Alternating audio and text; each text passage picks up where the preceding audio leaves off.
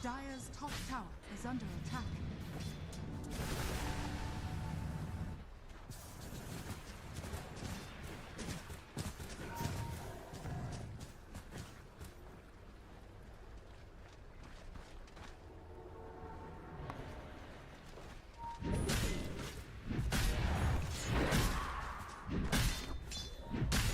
Radiant's bottom tower is under attack.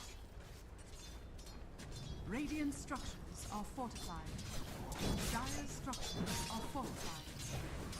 Radiant's bottom tower is under attack.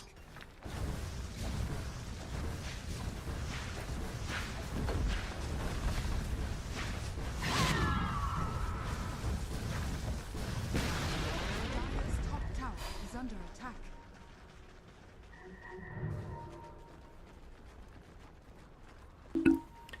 Okay, yo, မင်္ဂလာပါမျောနေတာလေလာပြီကိုကြီးနင်နောက်ကျသွားတာစိုက်ကားနဲ့မလို့ဟဲ့အဲ့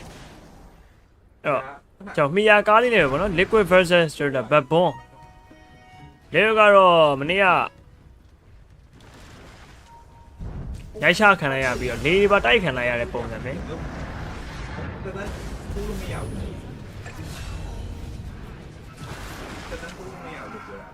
တော့ GG က liquid ကို track ဆိုပြီးတော့တိုက်ထားရပါတော့အဲ့တော့ဟဲ့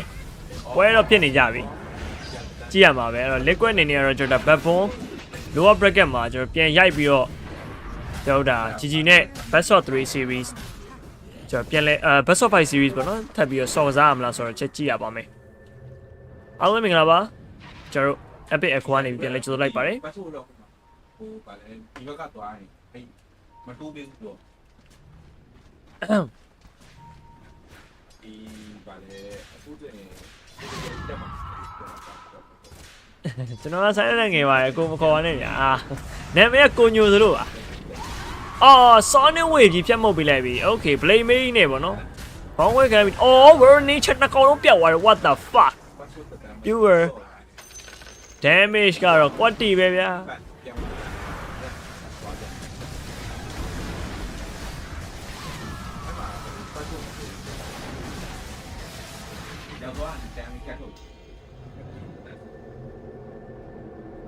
အာရီလာတွေ့လဲအာရီပါလိဘလို့မနေ့အာရီကနိုင်အာရီဘယ်လင်းမအောင်မနေ့ကအာရီတွေ့နေရပါပြောင်းဝင်တွေ့ဟုတ်နေတော့ဆောက်ထုတ်အဲ့ဆောက်အောင်နေဆိုရင်အဲ့ဆောက်ကိုလည်းဒီချမ်းနိုင်အဲ့တော့14ကောင်no 5k ကျွန်တော် backbone Okay, slide sharing chainer pure လည်းမမိသွားပြီအဲ့တော့ firefly တက်နေကြတယ် flame break flaming legs ဆိုအတွဲလိုက်ပေးလိုက်ရင် pure full control ဘာမှလုံးဝပြီးလို့မရတော့ဘူး Nisha အကောင်းဆုံးတော့ဆုံးသက်ပေးထားပါသေးတယ် Ari မှာ Barrier ဆော့နေတာဟုတ်တယ်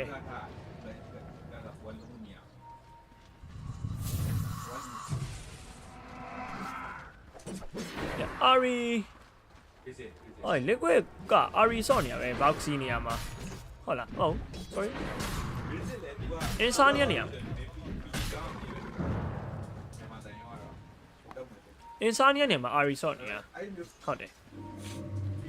sorry my bad boxy ရှိရပါတော့ပြောမှာမှားအောင်ကေးဝါပဲထည့်ထားတယ် liquid 9ထည့်မလို့မသေးကြလို့တဲ့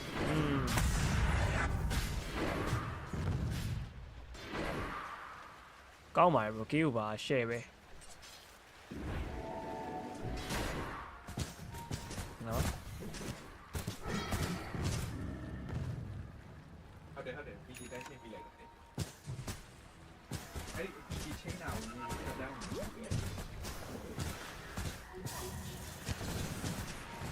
ကဲတော့ Mikhail ရဲ့ Medusa ကျွန်တော် Manastine Scarly နဲ့ပေါ့နော်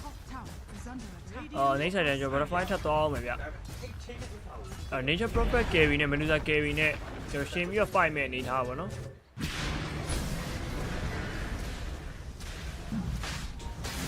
မင်္ဂလာပါလာပြီးရဟုတ်တယ်ဟိုက liver က sorry တွေကလူမစုံ inside မပါဘူး two stage တွေရအောင်အေးကောင် grab the two man of flame brain နဲ့ mirror အောက်ပြန်ဆင်းလာပြန်မလား pure ages ရအောင်ယူပြီးတယ် seven chain snowball နဲ့ base ကိုပဲကျွန်တော်ပြေးကတ်သွားလာရင်ကျွန်တော်ကတော့မီ ပြပြီပေါ့နော်ကျွန်တော် stone case တွေကိုတော့ကျွန်တော်တဲ့ပြေးသွားရဆိုရင်နောက်မှာ fire ram amnesia searing chain တွေမှာကျွန်တော် pure ပြန်ချုပ်กันအော် BKB flaming leg ဆိုထိန်းခံလိုက်ရနောက်မှာ sonic whip ဖြတ်မှုတ်ပေးလိုက်ရင်ကျွန်တော် RE ပြတ်သွားပြီနောက်မှာ check ကချုပ်ချက်တွေအောက်မှာတော့ကျွန်တော် mirror ဖက်မှာလည်းပြန်ပြီးပေးလိုက်ရရင်းနဲ့ပဲကျွန်တော် boxy right clean နဲ့တော့ mid အကုန်လုံးပြစ်ခွဲနေပြီအဲ့တော့ TP တွေတော့တယ်ဆိုရင်ရအောင်မှာ searing chain again hurricane pipe နဲ့တော့ကျွန်တော် pure ပြန်တိုးတယ်ဆိုရင်လည်းမရတော့ဘူးကျွန်တော် bad ball ကျွန်တော် Mikhail နေနေရတော့ Tropicate ရရှိထားလိုက်ရင်လည်း bad ball အသေးပြတော်တော်များသွားတယ်ပြောရမယ် ages တွေပါသူတို့ရရဆိုရင်ချက်ချင်းတန်းမြကြတာပေါ့နော်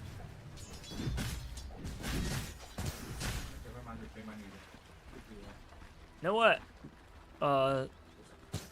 တော့ဒီပြန်ဆွဲလာပြီပေါ့နော်ကျွန်တော်ဘဘမက network တွေပြီးတော့ eagle sound မှာကျွန်တော် Mikhail နဲ့တစ်ခါထက်ရပြီဗျဒီပွဲ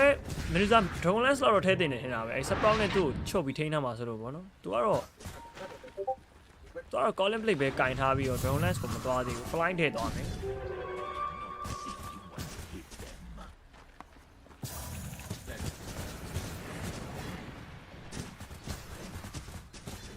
လေဂိမ်းတော့နေထားရတော့ကျွန်တော်ဒါ liquid ကတော်တော်တာတဲ့လေဂိမ်းပါပဲကျော်ဘီရဲ့ကျွန်တော်ဒါ warrior ရှိရပါတော့ဝင်ထွက်တွေ space တွေရှိတယ်ဒါပေမဲ့ DK nature prophet ကြီးကတော့ Medusa Gang တွေကတော့လွယ်တော့မလွယ်ဘူးပြီးတော့ကျွန်တော်ဒါ Medusa ဆိုရင်ကြီးတို့ချိုးပြရလိုမျိုး space နဲ့သွားပြီးရှင်းလဲ Medusa က mana နဲ့လို့တဲ့စိတ်နာမဟုတ်ဘူးပေါ့နော်ကဲကောင်း grab ကျွန်တော် right click damage ပေးထားလိုက်ကျွန်တော် task အေးမပြတ်သေးဘူးရောင်းရင် from iShack snowball နဲ့ပါကျွန်တော် DBK hurricane pipe ပြီးတော့ပြေးသွားပြီးတော့နောက်မှာ tacking point ကျွန်တော်ထိန်းပေးလိုက်ရင် viewer ဖက်မှာလည်း teleportation force that လာတော့လည်းအလဲဒီပဲရောက်သွားလိုက်ရင်လည်း save light basket core ဒါပေမဲ့ဖက်မှာလည်း sonic wave နဲ့တော့ပြန်ပြီးဆုံးသက်ပေးထားလိုက်ပြီဗျအဲ့တော့ကျွန်တော်နောက်ကနေ Mikhail ulti နဲ့ light ပြီးပြုတ်ဖို့ကြိုးစားနေတဲ့ swing ကတော့ flaming leg ဆိုကျွန်တော်ကာတိုမီထပ်ပါသွားလိုက်ရင်လည်းကာတိုမီကောင်လမ်းသွားလာရပါတော့အဲ့တော့ဘဘမကပြောရင် core ရလွတ်သွားရဆိုရင်လည်းကျွန်တော် amber nisha နဲ့ထပ်လိုက်ချင်နေရောပဲဗျteleportation လက်သွားရဲဆိုရင်နောက်မှာ network 1k ကျွန်တော် swing ထားသမျှဘဘမက network တွေအကုန်လုံးတော့ဒီ liquid back ကိုတော့ပြန်ရောက်လာပြီ liquid ကကြီးလေးတိုက်ထားလို့ကျန်းနေတာတဲ့ BO5 ဆော့ရင်တော့နေမယ်ဟုတ်တယ်အလုံးက so ဒီကောင်တွေကနော် trash over လဲကျွန်တော် recyclable ပေါ့နော်ဒီ PC ကmemes လောက်ပြီးတင်ထားတာအဲ့တော့ပြောရရင် liquid ကOG အောင်ပါဗျာတည်မလားဟိုအမိုင်ဘုံလေးကိုထည့်လိုက်ပြီးတော့ဟိုဖြစ်တဲ့အချိန်မှာပွဲဖြစ်သွားသေးတာပဲ sub ကပွဲပြန်ရှာတာအဲ့တော့ liquid နေနေရလဲပြောရရင်တင်းတော့တင်းပါပဲပြန်တီးလောက်တယ်တက်လာလောက်တယ်ပေါ့နော်အဲ့ဘာမဆိုင်ညာမဆိုင်ဖုတ်ခံရမှာတော့ဒီဘဘွန်းပေါ့လေဘဘွန်းရင်ဖုတ်ခံရမယ်တက်လာမလားဆိုတော့ချက်ကြည့်ရမယ်ဗျ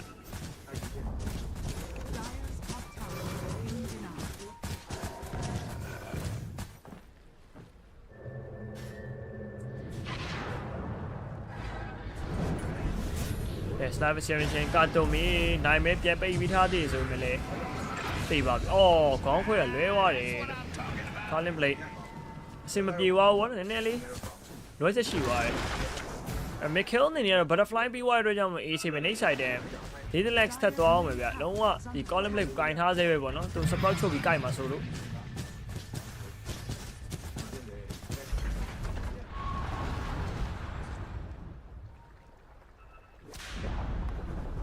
Joby level 18 has fallen.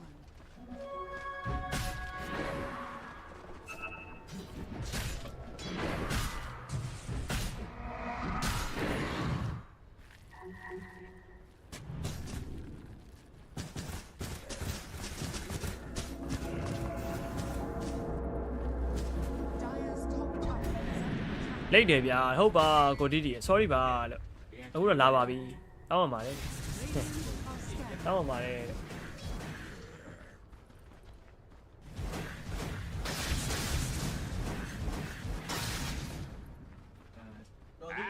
That's what I'm talking about.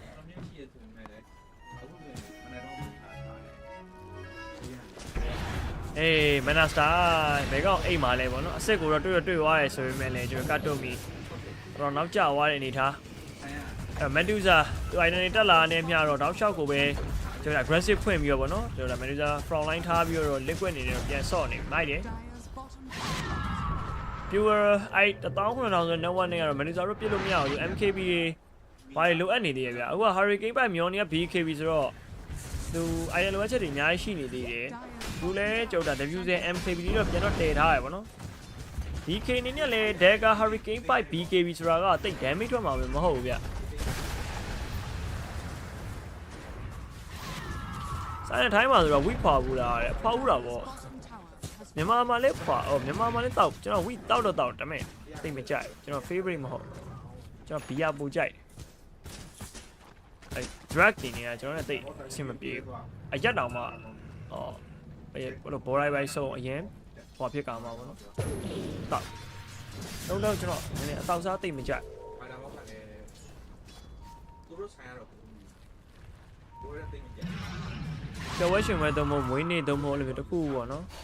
ပြင်းလာတာလုံးစရာမရှိတော့တာလို့ဆိုတော့မှတောက်ဖြစ်တာများတယ်တိတ်တော့တန်ကအဲ့ဒီမူးရတာပေါ့မူးရတာမကြိုက်မကြိုက်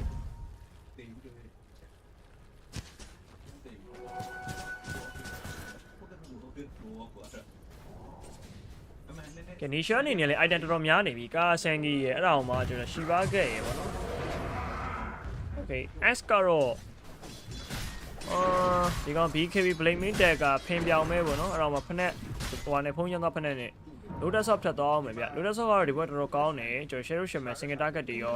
Bane ရဲ့ single target တွေရောပေါ့နော်အဲ့တော့ကျွန်တော်ကောင်းကောင်းကြီး control လုပ်လို့ရမှာပါ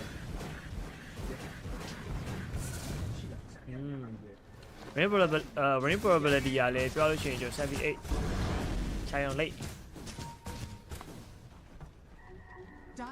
78% rain probability ပေါ့နော်ရခဲတော့ Deadless မပါတော့ GPK Dragon Tail နဲ့ပြေးခောက်ပြီးထားသည်ကျွန်တော် Boxy Action နဲ့တွေ့နေရတယ် Cardomisi with Snowball နဲ့ Medusa ကြီးပါခေါ်သွားပြီနော်မဆော Sonic Wave တော့ရှိသေးတယ်ဆိုရင် Sonic Wave ကိုဘလို့ two man Boxy Sprout နဲ့ပြတ်သွားပြီနောက်မှလည်းကျွန်တော် Basket ကိုခံထားရတဲ့ကျိုးပြီးကျွန်တော် Blade နဲ့ခုံဝင်ရောက်သွားသည်ဆိုရင် Amber Fire Ram နဲ့ကျွန်တော်အလိုက်မှာတော့တိတ်သွားပြီဗျာ GPK BK မရှိရနောက်မှာကျွန်တော် Hanger တင်ခံလိုက်ပြီးတော့ Sprout Basket ကို Save Line နေ DK ကိုကောင်းကောင်းထိန်းပေးလိုက်ရင်ပဲ Snowball Punch လုံးဝ Medusa ပြစ်ချက်တွေအောက်မှာတော့ကျွန်တော်ကျွန်တော်143 trade ပေါ့နော်ကျွန်တော် Boxy ကဘိုင်းမထွက်လာတာဗျ Not bad ဘက်ပွန်ကားဖို့အတွက်ဘိုင်းဘက်တွေမရှိနေဘူးကြိုပြီး no buyback ကျွန်တော် DK no buyback အဲ့တော့ Medusa အနေနဲ့ကတော့ချိုးမယ်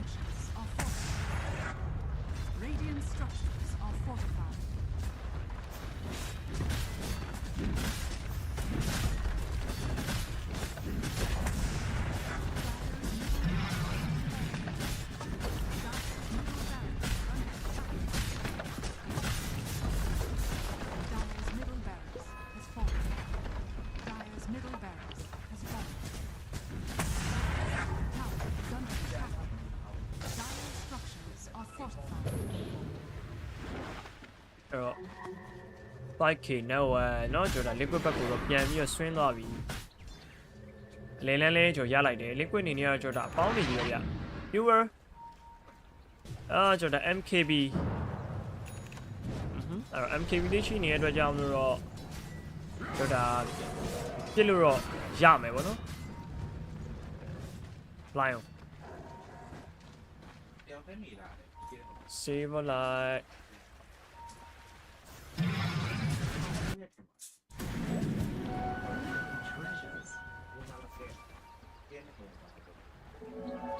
အဘုံဝင်ရဲ့ကျွေးချင်း over တဲ့39နဲ့လာပါဦးနဲ့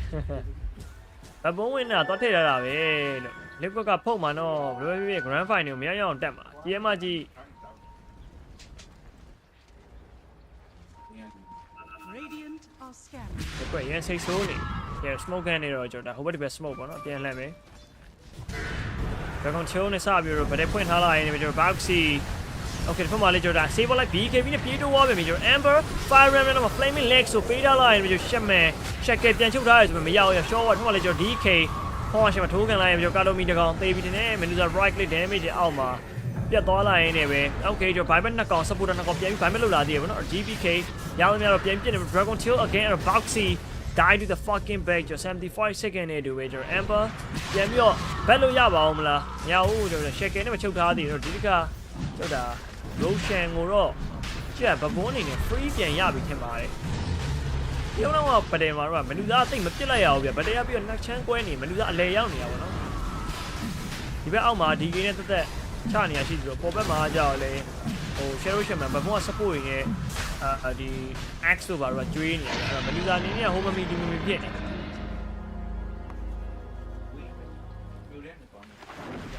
လက်ကွက်ကGGနဲ့ source တွေရှိတယ်ရှိရကြားတဲ့ဟာမြေသားဘက်ပေါ်ကမြေသားပင်ဖြစ်နေပြီဟုတ်တယ်မကြည့်နိုင်အောင်မလူသား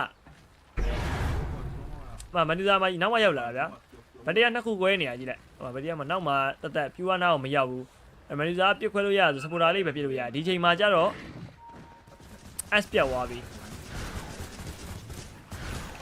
ဒါဒီမှာရှော့တာ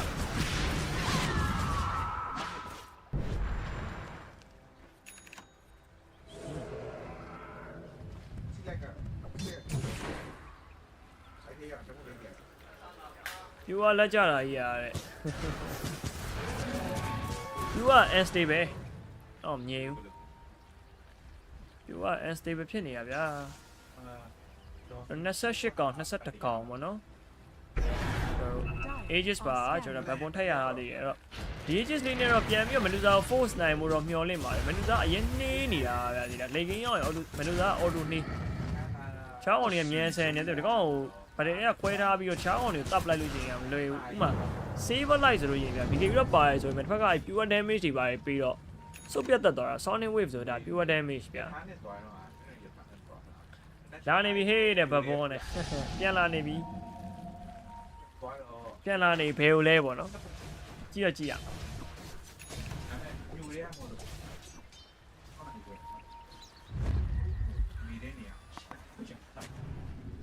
35 wisdom shrine wisdom တွေပါတယ်ကျွန်တော် Mikhail ကိုပေးမလားမသိဘူး level 23ဆိုတော့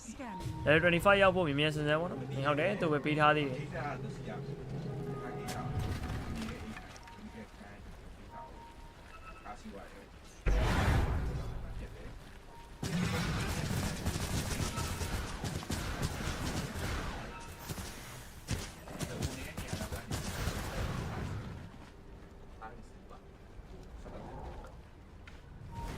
Amber တော့ပြာချောင်းထွက်ပါလေကျွန်တော် MKB ရသွားတဲ့ viewer အနေနဲ့ခုနကမနီတာပြရတော့ဆွတ်လို့အေး flaming legs ဆိုလဲမှာတောင်းတောင်ကြီးလုံနေပြီနောက်မှာချက်ပြောင်းပြေးထားသေးရဆိုရင်လည်းကျွန်တော် viewer hurricane နောက်မှာ saber light basket call ages တကတော့ down သွားလိုက်ရင်ကျွန်တော် Amber အနေနဲ့ပြမှာ3 versus 1 snowball oh the sonic wave တင်မှုလိုက်ပြီဆိုရင်လည်း frame space ပြတ်ကြိုက်ပြီးလိုက်ပြီကျွန်တော် Amber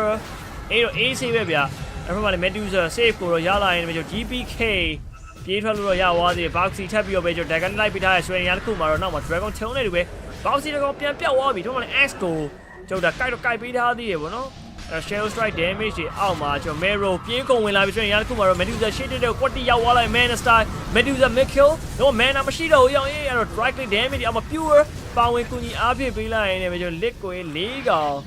ပြန်ပြီးတော့ down သွားပါပြီကျွန်တော် Mikhail ရဲ့ goal line 9k streak ကိုပါကျွန်တော်ဖြတ်လိုက်တာဗျ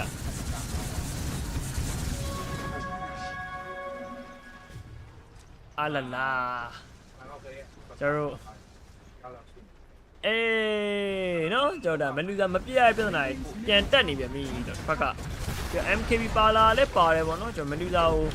ကောင်းကောင်းမလို့ရနေတာ fly နဲ့ဆိုစားပိုင်းမလူသား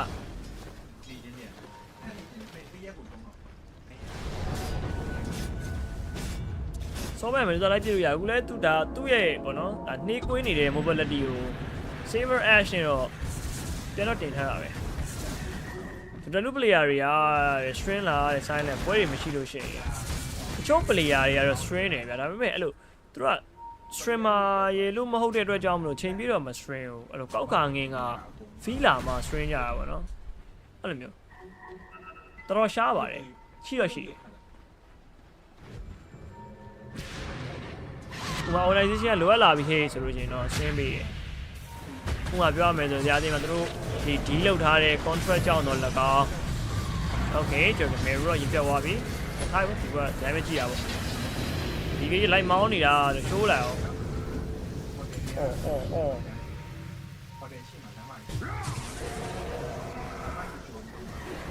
ဒီကလှုပ်တော့မလို့အော် warning damage နဲ့ RE show what Okay Mikhail လာတော့ break ထားသေးတယ်ထုံးမှလည်းကျွန်တော်ကာတုံးပြီးလာပြီး H နေရဆွေးနေရတစ်ခုမှာတော့ H နေတော့အိတ်လိုက်တော့တာကြီး second 50 2 for 2 3ပေါ့နော်အဲ့ဟိုဘယ်လိုပြောရမလဲသူတို့ဒီပေါ့နော်ထားပါတော့ backbone ဆို backbone page မှာသူတို့ follower များဦးတော့ဖြစ်ဖြစ်လို့ collaboration တစ်ခုခုပေါ့နော်မှာ wine sweat နဲ့ collaboration တို့ပါအဲ့လိုမျိုးတစ်ခုခုဒီ deal လောက်ထားပြီးတော့ပေါ့နော်အဲ့လိုဒီမှာ string ငါတို့ string မို့လိုတယ်ဒီ player string ပေးပါဆိုတော့ပုံစံမျိုးနဲ့ဆိုလို့ရှိရင်တော့သူတို့ string တိုက်ကြတယ်မဟုတ်ဘဲနဲ့ဆိုတော့မ string ရအောင်ထင်တာတော့ pro ရမ string ပါ pro ရဒီတိုင်း string မဲ့ဆော့ရသူတို့မှာနေ့နေ့ solo ဆော့တဲ့အချိန်နဲ့ string နဲ့ဆိုလို့ရှိရင်တော့ဒီ string မို့အတွက်ပြင်မဲ့တယ်မ string တတ်တော့ဘူးမ string ရတော့ဘူးပေါ့နော်အဲ့လိုမျိုးဗျာမဒရာချီယိုဆိုလို့ရှိရင်ဒါ pro player live နားပြီး streamer လည်းရောက်ပါတယ် stream နေတယ်ကောင်အဲ့လိုမျိုးပေါ့ပုံမှန် casual ဆော့နေတဲ့ဒီ tier 1အသင်းဒီမှာဆော့နေတဲ့ဟိုဟာတွေကတော့ကဲအဲ့ခုန player တွေကတော့တောင်းအသိမ stream ရအောင်ညမရန်ကပါပတ်ဆက်ရစရာရှိမှာပဲ stream ရတာဗျစပရစ်ပြန်လာပြီဆိုတဲ့မနေ့က game 3မှာတဲ့ဘတ်ပုံးရိုက်ချက်က replay ကြည့်တယ်ကေးပြက်ချက်ပဲစပရစ်ပြန်သွားပြီလို့အေးအခုလဲဒီမှာ liquid ကိုလေတိုက်ထားတဲ့ GG ကိုပြန်ရိုက်ဖို့အတွက်ဆိုလို့ရှိရင်ဒီမှာဘတ်ပုံးဆိုတဲ့မဟာဒတိုင်းရရှိနေတော့မယ်အဲ့မဟာဒတိုင်းကိုဖျက်အောင်ပဲဗောနော်မဟာဒတိုင်းကနည်းနည်းထူနေတာဗျတန်မဏိတွေထပ်နေဖြစ်ဘတ်ပုံးဆိုတဲ့တိုင်းရှိ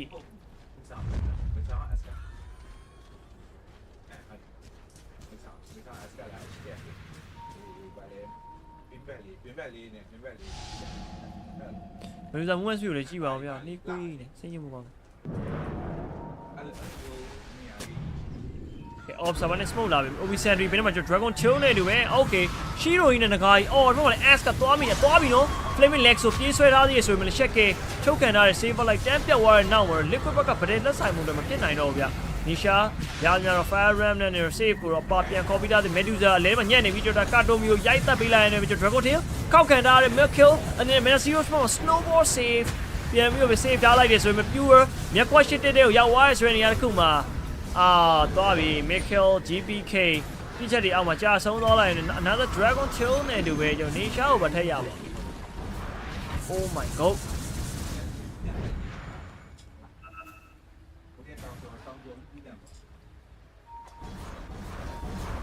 လုတ်တယ်ရအောင်လုတ်တယ်ကဘုံကလည်း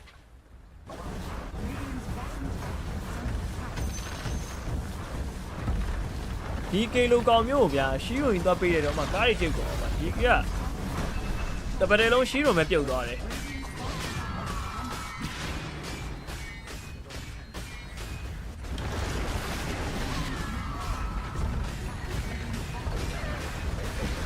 ဟုတ်ပြီတကယ်90ဆိုတော့ပြောရင် Omega တော့ပေးရမယ့်အနေထားမျိုးပဲဘယ်လိုသာဘာမှမရှိတာသူတို့တေချာမသိရတဲ့ကြောင့်မ force တာပေါ့နော်အမှန်တကယ်ဆိုပြင်းအဲ့လိုတော့ရတယ်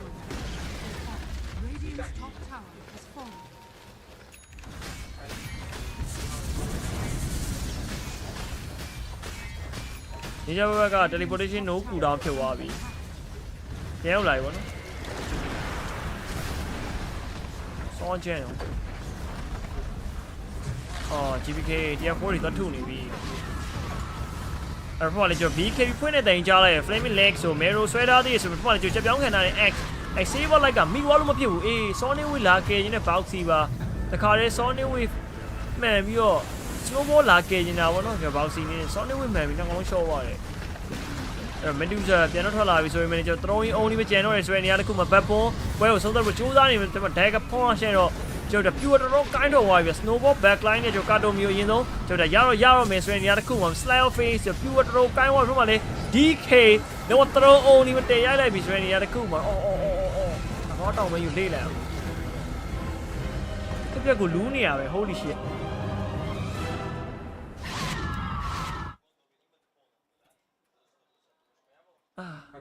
ပြန်ကမ်းဘက်သွားတာပါတဲ့ပြန်လာသွားပြီလို့ဟေးဟိုပါနဲ့ကျွန်တော်မှန်သွားပြီတော့ဟမ်ကေးဘာနဲ့ဘတ်ဘောနဲ့ဟုတ်တယ်ဟာစင်ပြေသွားပြီနော် ကောင်းသွားပြီ Christian ကဘာဖြစ်သွားပြီလဲ Disman ကမဟုတ်ဘူးကလား Christian က Disman ဘန်းပါဘူးရှိပါတယ် Christian က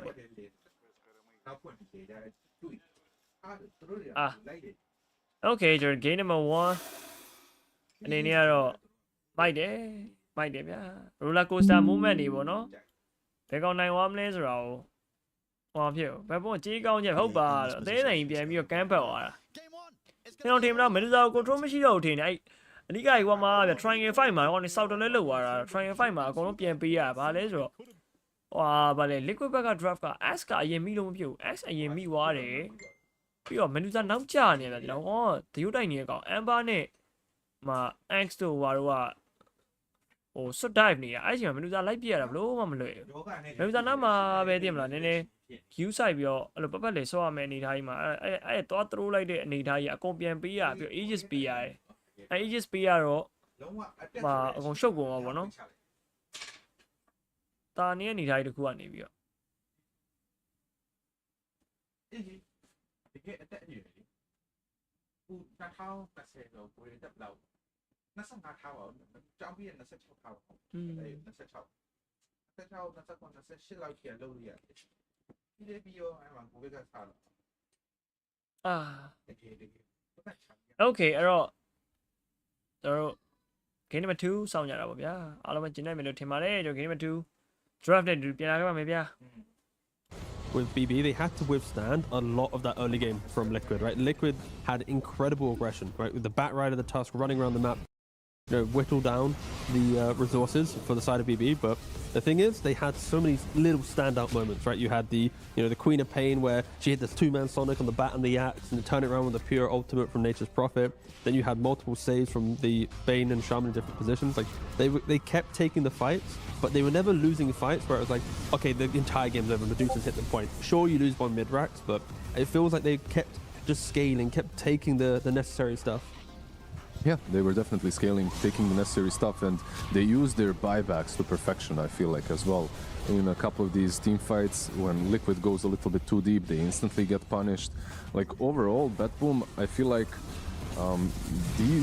this kind of gameplay is necessary for them to take a game off of Liquid. They need to recreate it in the future games as well, especially versus the Medusa. I feel like that Liquid had a pretty decent plan, but they needed to execute a bit more cleanly post-Skadi. Like, once you get Manta Skadi around 23-minute mark, I feel like that is your time to shine, to take an Aegis and just kind of close out the game.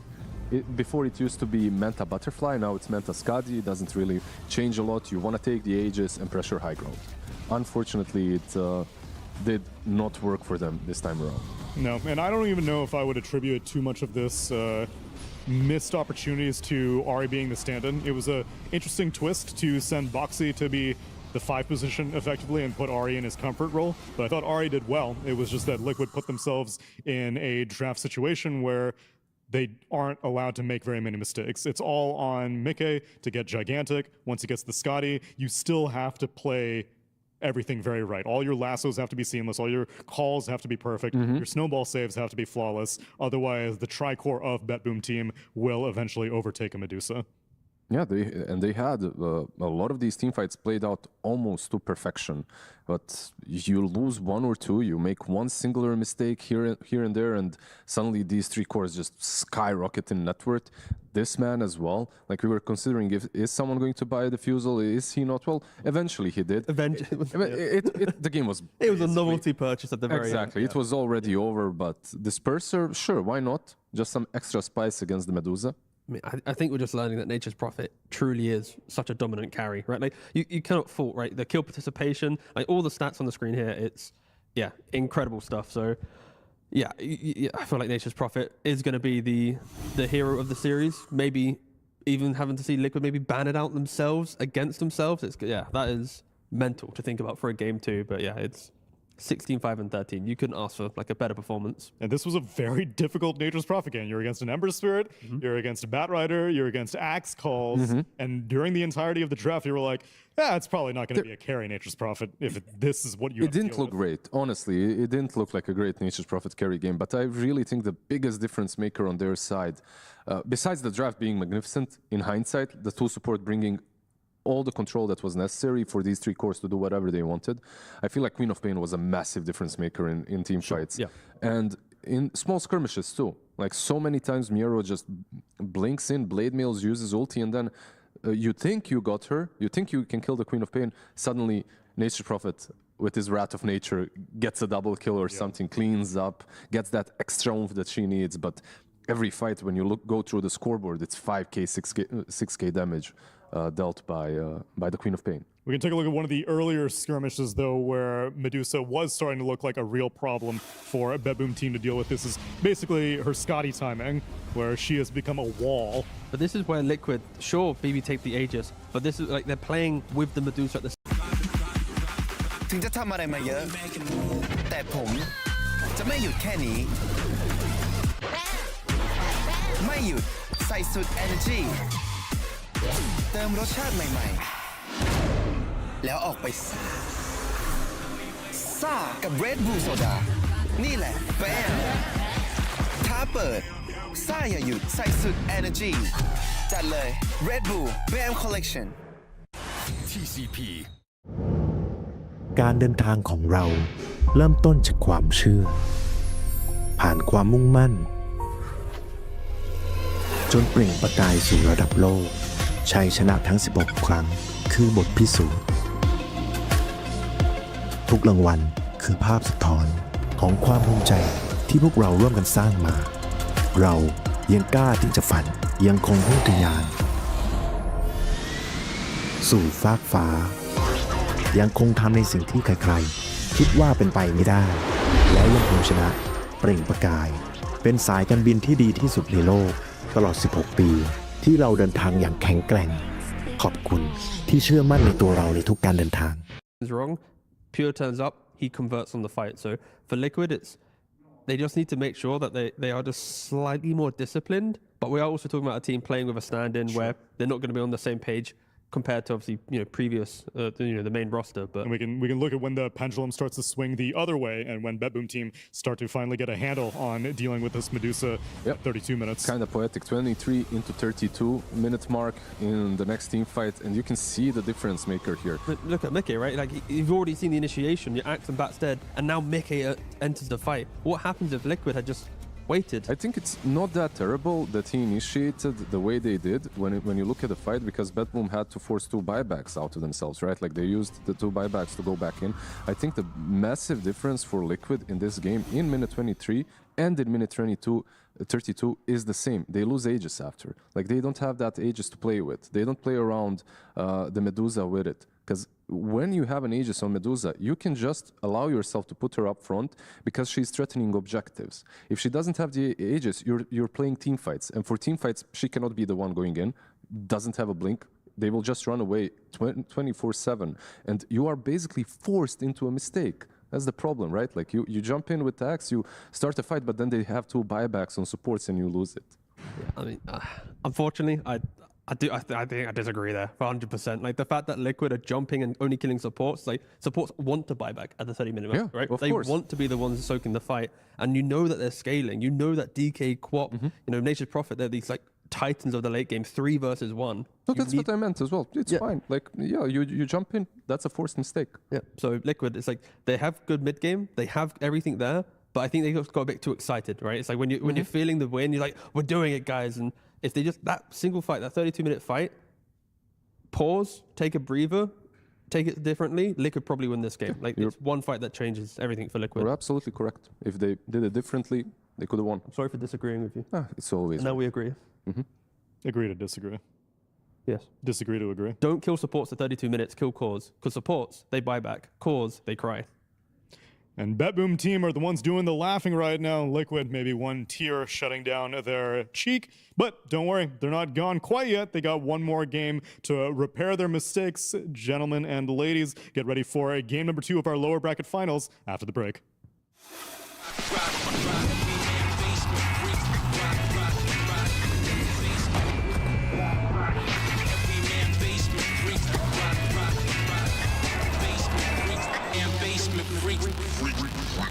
The new breakthrough and innovative phone with 1xBet app. With 1xBet app, you can register and start betting in just 1 click. intuitive interface, and thousands of sports events every day. User-friendly app, big wins, fast payouts. The human body was built to move. Not trapped at a desk in one singular posture for 12 hours a day. It's time your chair evolved. This is Secret Lab Titan Evo. Ergonomically engineered for you, gamers, hybrid workers, artists, backing your every move.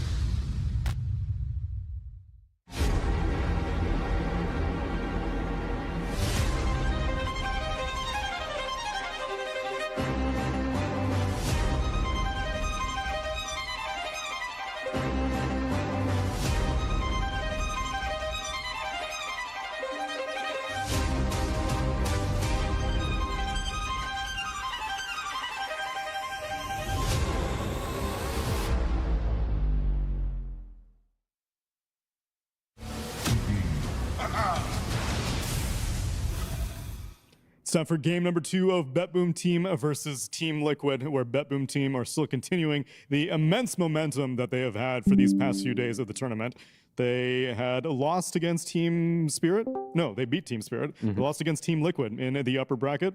Quickly cleaned up their act. Learned their lessons. Absolutely. And now they're coming in hot. And this one wasn't even, so yesterday I was giving most of the credit to GPK. I think GPK was playing far and beyond what we had seen from... Are you going to say that his score of 4 deaths now, or 5 in 4 games? You should, yeah, unacceptable. Too many deaths. Too many deaths. Show me the deathless scores again. Isn't it? Yeah. He needs to step it up for real. Like, I mean, you were playing a DK. How are you going to die on DK? Come on now. If it was like a puck or monkey king or something, he had the shield rune eventually. That's why he had no deaths. It helped him. He's been playing fantastic, though. Definitely the most growth out of BetBoom Team for this tournament so far, I think. No, for sure. I think especially GPK is just being consistent in the mid lane. Pure is always farming, because we didn't even talk about it, right? Like the early game for Liquid, how much focus did they put on top? We saw Tusk up there, Ember up there, the Axe, the Bat, of course. All 5 of Pure's deaths were like in the first 20 minutes of the game, basically. And he was still like top 2 net worth. He was just... Thank you for ganking my lane. I appreciate it so much. And then he's off on the side farming up. It was so much focus on Pure that often other players have to step up. And of course, Miro, like we mentioned, GPK, the supports, they all stepped up at different stages of the game. But Liquid had so much emphasis on shutting him down. And in the end of the day, they learned, man. They didn't. Yeah. They learned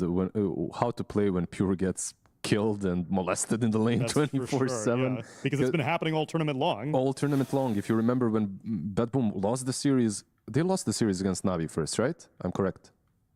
To knock them down to lowers. Yeah. But the game that Navi won. Oh, yes. The game that Navi won, at least, they just destroyed Pure in the lane. Yeah, his Lina.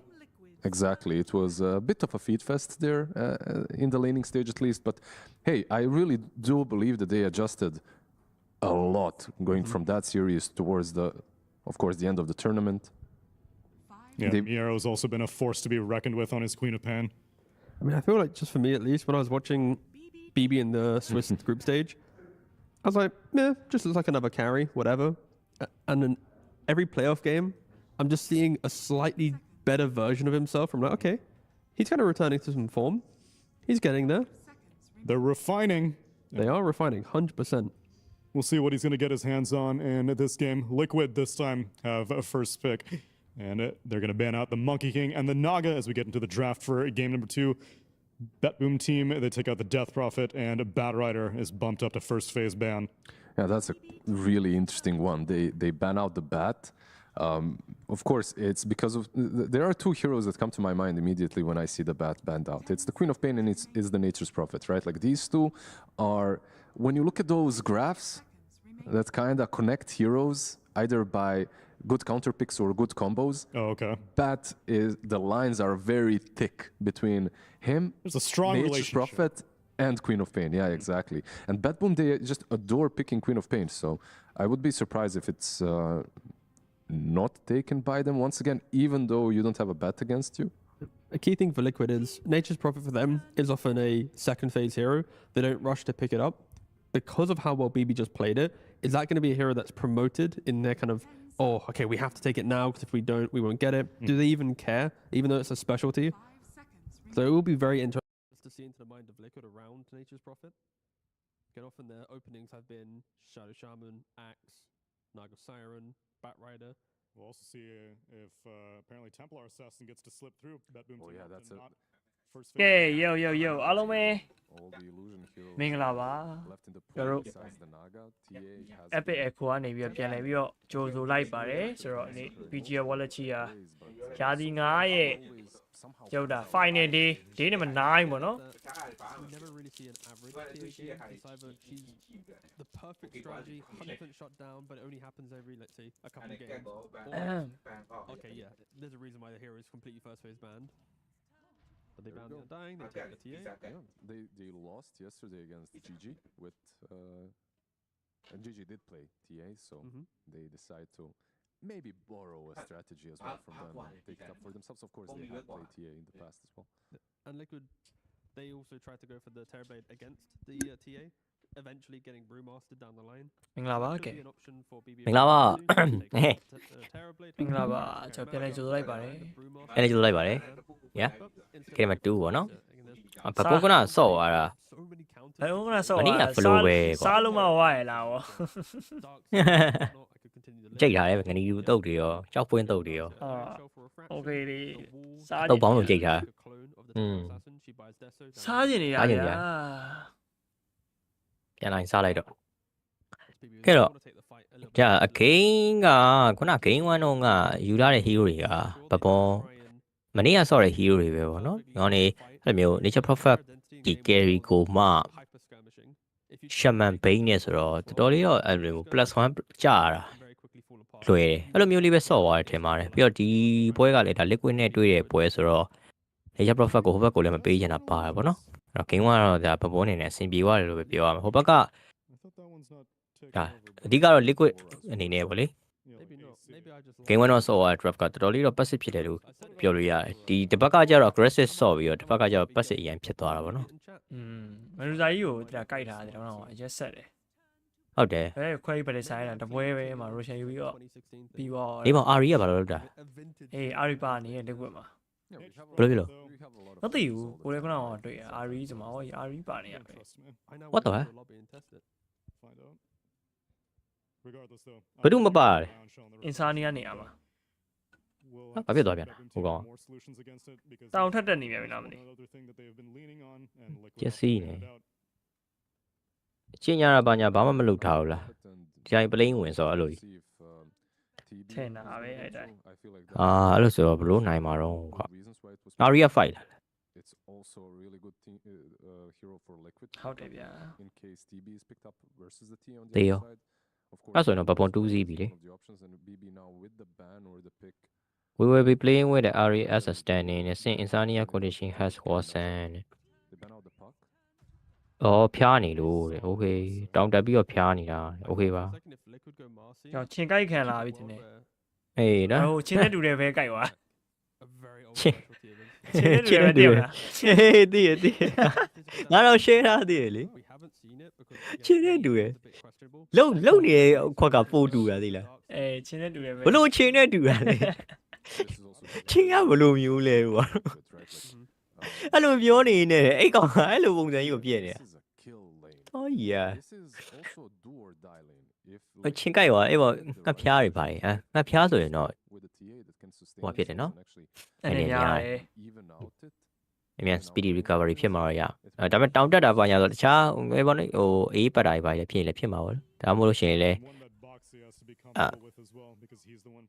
Jacklet နဲ့ပါညညာနဲ့ဒီကောင်ကလာတာ မတန်ဘူးနော်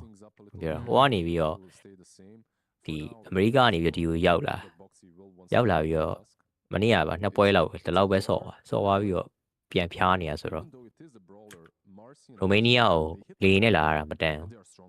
ဟုတ်လဲထားပါဒါကတော့သူကိစ္စပါနော်အဲ့တော့ YouTube လေးလုပ်ပေးပါအောင်ကိုကိစ္စအနေနဲ့ကတော့ ဟောရနှိပ်ပေးလိုက်ပြီဗျာ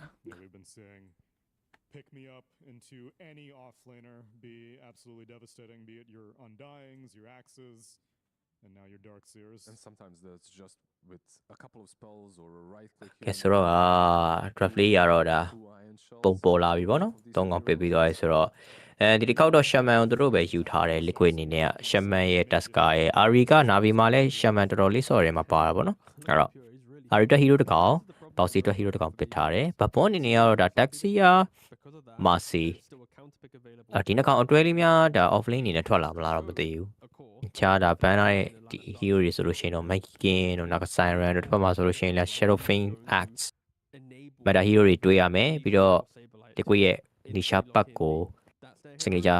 ဘန်အနေနဲ့မှန်ထားတယ်ဗျအဲ့တော့ပပွန်ဒီပွဲမှာဘယ်လိုမျိုးလေးလာဖို့ရှိမလဲပေါ့နော်ချက်တော့ကြည့်ရအောင်မယ်တယောက် standing ခေါ်ဆော့တဲ့အနေထားတစ်ခုอ่ะပြီးတော့ 2B လည်းမဟုတ်တော့ဘူးပေါ့နော်ဆိုတော့တကွကဘယ်လိုမျိုးဒီဘပွန်နဲ့တွေ့တဲ့အချိန်မှာမြင်မြန်ဆက်ဆန်းအနေထိုင်မလဲဆိုတာတော့မပြောတတ်ဘူးခေါ်တော့သိပြီးမမြင်ဘူးပေါ့နော်အာရီရောက်လာတဲ့အချိန်မှာအာရီကိုမကောင်းပြောတာတော့မဟုတ်ဒါပေမဲ့ last minute standing ဟောသေးလားအဲ့တော့အနည်းဆုံးတော့နည်းနည်းများတော့ကွာပြဿနာတော့တက်မှာပဲစောင့်နေကြမဟုတ်တဲ့အနေထားတစ်ခုမှာ kind of counter picks left for the mid lane ချက်ကြည့်ရမလို့ဘပွန်အနေနဲ့2-0များဖြစ်သွားမလား liquid ကပဲတပွဲနိုင်ပြီးတော့ game 3 force နိုင်မလားgrand final မှာတော့ကျွန်တော်တို့ဒါ gaming gladiator စောင့်နေရယ်မင်းကဒါပွဲဖြစ်ထားတယ်ဗျာဗာလေrecycle ပဲဆိုပြီးတော့အမိုက်ဘုံလှုပ်ထားပြန်ပြီတော်ဟာလောဟုတ်တယ် GG ရမလားအေးဟုတ်တယ် GG က liquid ကို recycle ပဲဆိုပြီးလှုပ်ထားတာဗျာaccept နေရဆိုမင်းပွဲဖြစ်ပြီဖြစ်တော့လေဖြစ်နေပါလေပြန်ပြီး re-up လုပ်တာသာရှိရတယ်ဒီကောင်တော်တော်နိုင်ကျင်လောက်တယ် liquid နေနေဒါပေါ့လေစွတ်တိုက်တာတို့ရဲမနေ့ကဆိုလို့ရှိရင်ဗာလေ trash tin ဆိုပြီးတော့ liquid နာမည်နဲ့ liquid roa ကြီးနဲ့ဗောနော်ဒီအသင်းကိုမြင်မိလားဘယ်နားမှာလဲဘာဖြစ်တယ်ညာဖြစ်တယ်ဆိုပြီးတော့လှုပ်နေဟာတွေတွေ့တယ်ဟုတ်တယ်ဗျာ and they pick the dawn into life stealer so often maybe have picked the life stealer as a response to the dawn because the life stealer doesn't die in lane with that tag team the shot maybe they're down breaker ထပ်ပြီးပစ်ထားတယ် okay တစ်ဖက်မှာတော့ပပွန်အနေနဲ့က warlock life stealer ပဲမနေ့ကအတွဲဖတ်ပဲပေါ့နော်မနေ့က live stealer ပစ်တယ်ဒီပွဲလေး live stealer ကောင်းတယ်ဗျဆိုမရှမန်တို့ဘာတို့ဂျာရှမန်အဓိကတော့ဗောနော်အဲ့လို single target ကိုမှ disable အဖြစ်ပေးလို့ရတဲ့ကောင်တွေရှိတဲ့ခါမျိုးမှာ carry hero တွေက WKB ပဲသွားရတယ်မဟုတ်ရင်ဗတဲ့မှာဆိုင်လို့ဒါတိတ်ပြီးတော့မလွယ်ဘူးဗောနော်ငါလည်းမျိုး BKB မသွားချင်ပဲနဲ့ဒါအစောကြီးတွေက build ရင် BKB ပါပြီးသား live stealer တစ်ကောင်အနေနဲ့ကတော့ပို့ပြီးတော့ဒါပြလို့ကောင်းတဲ့ hero ဖြစ်နေတာဗောလေအဲ့တော့ဒီပွဲမှာတော့ view အနေနဲ့ live stealer ပဲထပ်စောအောင်မယ်ခုနကတော့ nature prophet အခုတော့ live stealer ပြောရင် time မြန်နဲ့ carry တွေပဲဖြစ်နေဗောနော်ဘန်နာliquid ကလည်းသူတို့ကိုယ်တိုင်တော့ nature prophet မြူတော့ပဲနဲ့အေးဗော Templar စစင်းလေး first bit ပစ်ထားပြီဆိုတော့ nature prophet ပြန်ဘန်ထားတာဗောလေအေးဗောအနေနဲ့ဆိုရင် nature prophet ပိုင်အောင်တော့တယ်ကွာဒီလား call play ဆောင်းနေရအောင်ခုနကပွဲဆိုလည်းမင်းတသိန်းတော့ liquid တသိန်းတော့ call play ဆောင်းတာတယ် just say first tank လေး bro တဲ့ tip လေးရွေးပေးပါလားရွေးပေးနေပါတယ် Kevin ပြောနေပါတယ် first tank ဒီပွဲtank ကပြော liquid အနေနဲ့မစိုးပါဘူးဒီပွဲtasker down breaker လေးတို့ shaman တီတို့စိုးပါဘူး shaman လေးကတော့မိုက်မယ်ထင်တာပဲတစ်ဖက်ကကြည့်ရပါလေ Marcy ဒါ Jaxia lane လေးကလည်း okay try လို့ရပါနော်ပြောအဲ့လိုမျိုးမယူဘဲနဲ့ KO ပါလေးများ try ကြည့်ပါလားဒီပွဲ KO ပါလေး KO ပါပေါ်သွားတယ်ဒီပွဲလည်း KO ပါထပ်ပြီးတော့ကြိုက်သေးရနော်ဟုတ်တယ်ကျုံးတာတော့ share ကျုံးပါ and at least that means they have a hero that can connect the dots KO ပါကိုဘယ်လောက်ပေါ်လဲချက်သွားကြည့်အောင် they need someone to set stuff up Ember can go do that he can kind of bring the dawn into the game bring the supports into the game but it does put quite a target on his back right if Ember or whatever Nisha plays here gets shut down it is going to be just a farm fight between King 2 KO ပါတိုတယ် over 53ကနေစပွင့်နေများတော့များတယ်53အမေအပြန်လှန်ချမယ်နေထားတော့ရှိပါတယ်အဲ့ KO ပါလေးသဘောကျပါတော့54လောက်ထိသွားလို့ရမယ် Bengolia ဘက်ကမစ်ကိုမမြင်ရသေးတော့ မမြင်ရသေးတော့အေးပေါ့ပြန်ထုတ်ရအဲ့ဒါနေဦးမှာကွာ Haska လေးပါတော့ဘန်နာသေးတယ်ပေါ့နော်ဘပုံနေ Haska ထွက်လာမှာဆိုတော့Haska မပစ်လေဘယ်ကောင်ပစ်လို့ရမလဲအများကြီးတော့ကြံပါသေးတယ်စော့ကျင် Prime Beast တီပါရဲ့စော့လို့ရ Amber Okay ဒါလည်းကောင်းပါတယ်ကောင်းတယ် KO ကကောင်းသွားပြီ ချမှာနော်ပြန်လှန်ချကြမယ် အသေးချမှာဟုတ်တယ်53 over တော့ဘာလို့မစိုးအဲ့နောက်မှာကျွန်တော်တို့ဒါ handicap ဆိုလို့ရှိရင်တော့ back point ရဲ့ handicap minus လေးကိုရွေးကျင်တယ်ပေါ့နော် minus 3.5 ထိသွားလို့ရမယ်ပြောရင်4ကောင်သွားပေါ့လေအဲ့လိုဒီသွားရင်မစိုးပြီးရင်ဒီပွဲကကျွန်တော်တို့ back point မဲ့ထင်တာပဲဒူစီပြတ်မဲ့ထင်တယ်ဟုတ်တယ်တော့ back point ဝင်တာ KO ပါ back point handicap မိုက်တယ်ပေါ့နော် perfect positioning for their team to feel good in the fight. Ari အလားချောင်းနေ A dawn breaker you have to jump on top of someone. Pangale has to connect on a roll. If TA ဒီကွာဒီလိုမျိုးဟိုကြ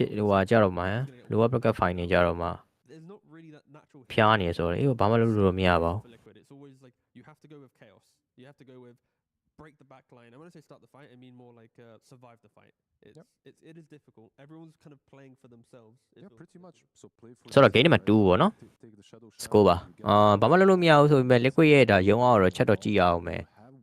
ကျွန်တော်၄ကောင်လည်းဘိုက်တက်ကြော်မှာမဟုတ်တာအဲ့တော့ Nisha လေးရုံနိုင်မလားပေါ့နော်ပြီးတော့ Silver Like Down Breaker Mickey ရဲ့ Templar Assassin ကြည့်ကြတာပေါ့ Nisha ရဲ့ Bengolia နော် let's see Nisha ရဲ့ Bengolia ဟုတ်တယ် Grand Final Best of 5 Series ဆော့ဖို့အတွက်ပုံမှာတော့ Gaming Gladiator စောင့်နေပြီဆိုတော့ Gaming Gladiator နဲ့တော့ဆော့မဲ့အသင်းကဘယ်အသင်းဖြစ်သွားမလဲပေါ့နော် ကြည့်ကြတာပေါ့ဗျာ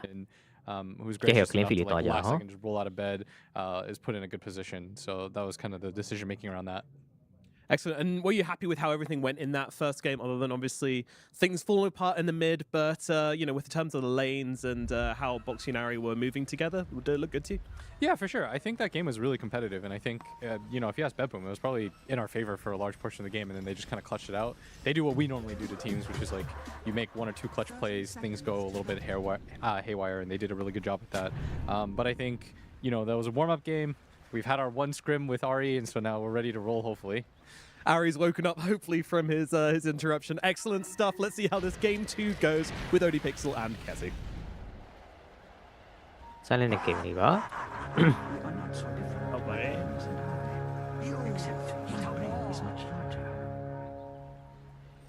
The battle begins. Goldstone နဲ့ Life Stealer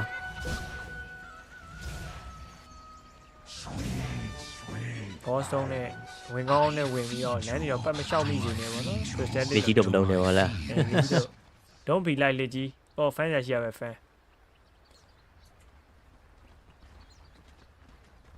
ကဲ Mikhail ရဲ့ Templar ဆိုတာလည်းဘာဆိုလားပဲအဲ့တော့ ပါဆူလာပဲပါဆူလာရောများတော့များနေတယ်ကြည့်အောင် လူနာတွေရောဒါတွေကသူအရင်ကအပိုင်ဟီးရိုတွေပါ ဟုတ်ပါအဲ့တော့လဲမှာဒါ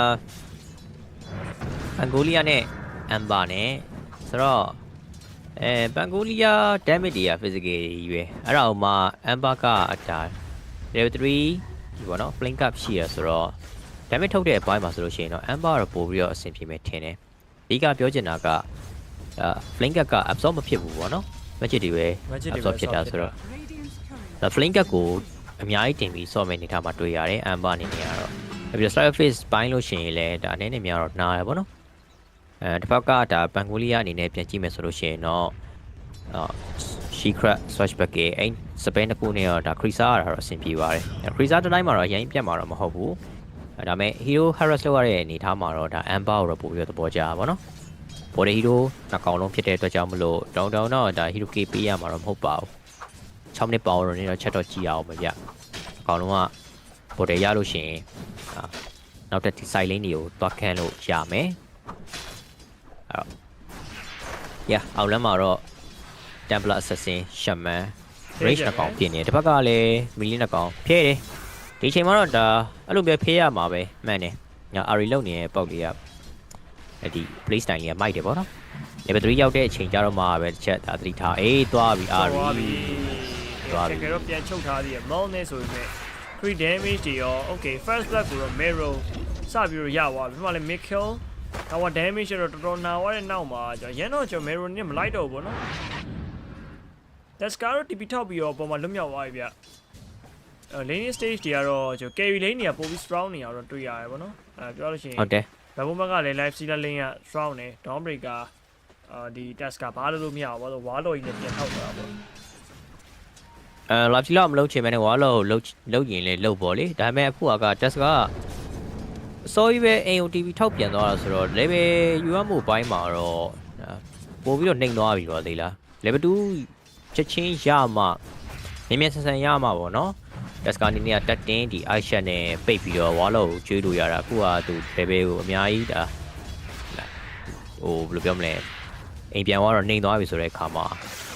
ချင်းဒီချက်တော့စောင့်တော့ကြည့်ရအောင်မယ်ဒီကတော့ level များလာမှရမယ်အနေထားပေါ့လေအောင်လို့မှဆိုလို့ရှိရင်လည်းထုံပြီး၎င်းပဲပပွန်အနေနဲ့ level 3 တိုင်ပဲဒါ iron share 2ဆင့်နဲ့အဲဆုံးတော့ဒါပြန်တော့ try လို့ရရပါသေးလားအစာပိုင်းမှာလို့နှိမ့်နေဆိုပေမဲ့လည်းပေါ့နော်ပြောရင်ဆိုရင် try နေပြီနောက်ကနေပြီးချုပ်ထားသေးတယ်ချုပ်ထားတာအဲ့တော့ RE ဘက်ကိုပဲ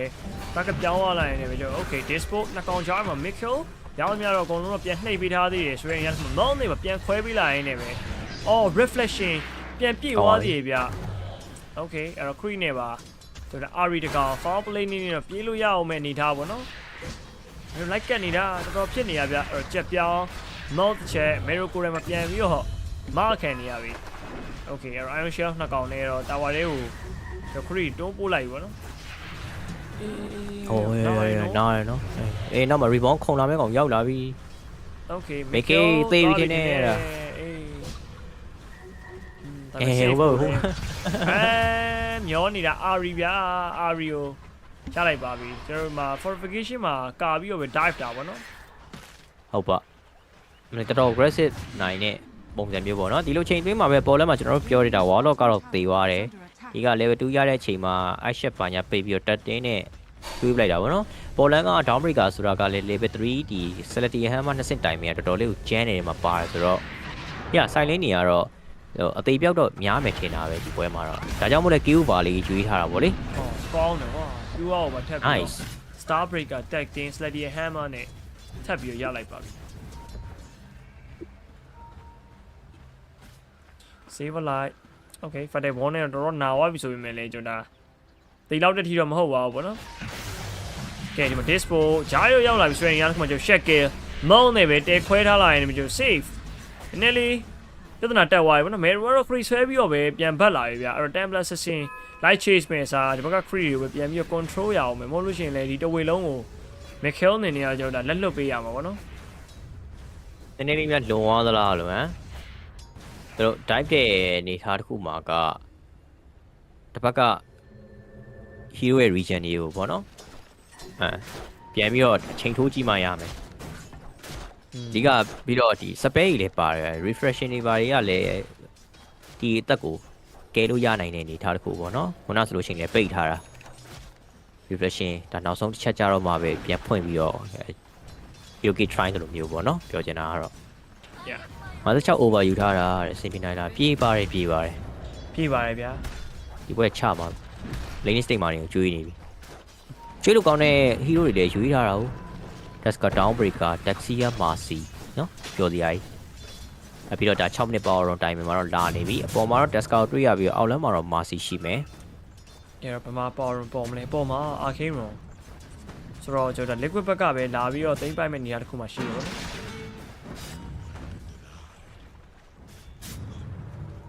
ပေါ်မှာ arcane run နေရှားနေနေတော့ဒါမဲပေါက်သွားတယ်ဗျအဲ့တော့ arcane run ဆိုတော့မစိုး hero k ရတဲ့ဒါရုံတရုံပေါ့နော်ရုံတရုံလည်းအမြန်ဆုံးပြန်ပြီးတော့ပြေးမှာပြန်ပြီးပြေးလို့ရတယ်ဟုတ်တယ်ဒါမို့လဲဟီရိုကီမ try ဘူးဆိုလို့ရှိရင်တော့မှအလဲမှာလို secret swashback တွေခဏသုံးပြီးတော့တစ်ပတ်ကိုတွေး short ထားလို့ရတယ်ဟိုလက်စစ်တိုင်းကြည့်ရတဲ့အနေထားမှာဆိုလို့ရှိရင်လည်းဒါ rage ကိုတောင်းနေတာ okay ကျွန်တော် rage တော့ပွင့်သွားပြီဆို action မှာဖြတ်ကမ် star breaker pure damage တော့လောက်နေစေပေါ့နော် snowball နဲ့ boxy ပြန်ပြေးသွားထမှလည်းကျွန်တော် dispose နဲ့တော့ save life ပြန်ပေါက်သွားလိုက် GBK okay final damage နဲ့ပါကျွန်တော် boxy ကိုထက်ရပြီ double kill ပေါ့နော် fire ram နဲ့ကျွန်တော် ari တကောင်ထပ်ပြီးတော့မှောက်အောင်မယ်အဲ့တော့အလဲမှာအပေါ်မှာပေါ့နော် sorry လဲမှာဖြစ်ကုန်ပေါ်မှာ143 trade လာတက်တဲ့ကောင်တွေအကုန်ပြန်မှောက်တာဗျဟုတ်တယ်ပြီးတော့ပန်ကိုလီက TP ထောက်တာလေနည်းနည်းလေးတိုင်မင်အောက်သွားရပေါ့လေသူရောက်နေတဲ့အချိန်မှာပုံသေးသွားပြီဝင်သွားသေးတယ် okay Nisha try wisdom အကောင်းဆုံးယူပေးထားလိုက်မကြိုကာတော့မီတကောင် tacting right click damage နဲ့ပြန်ပေးလိုက်ရပါပြီဘက်မှာလဲကျွန်တော် save light တူပြန်ရောက်လာပြီးတော့ဗောနော်ကျွန်တော်ပြူအောက်ထူထောင်းထားသေးတယ်ဗျဝေးတဝက်တောင်ရောကွာ level 5ဆိုတော့ everybody select hammer 30နဲ့နားတယ်ဗျနားတယ်ဒီအချိန်မှာတော့ live feed အနေနဲ့ကမလွယ်ဘူးပုံမှန်နေရတဲ့ဒီပုံစံမျိုးပါဗောနော်ထက်တော့တေသွားနိုင်တယ်ဒီလားလာကန်းလို့ရှိရင်လေဟုတ်တယ်တတိတော့ထားမှရမယ်နောက်အနည်းဆုံးတော့ကွာ level 6အရင်ဆုံးယူထား infest ဒီပါနဲ့အဲ့ကြမှာပဲအဆင်ပြေမှာ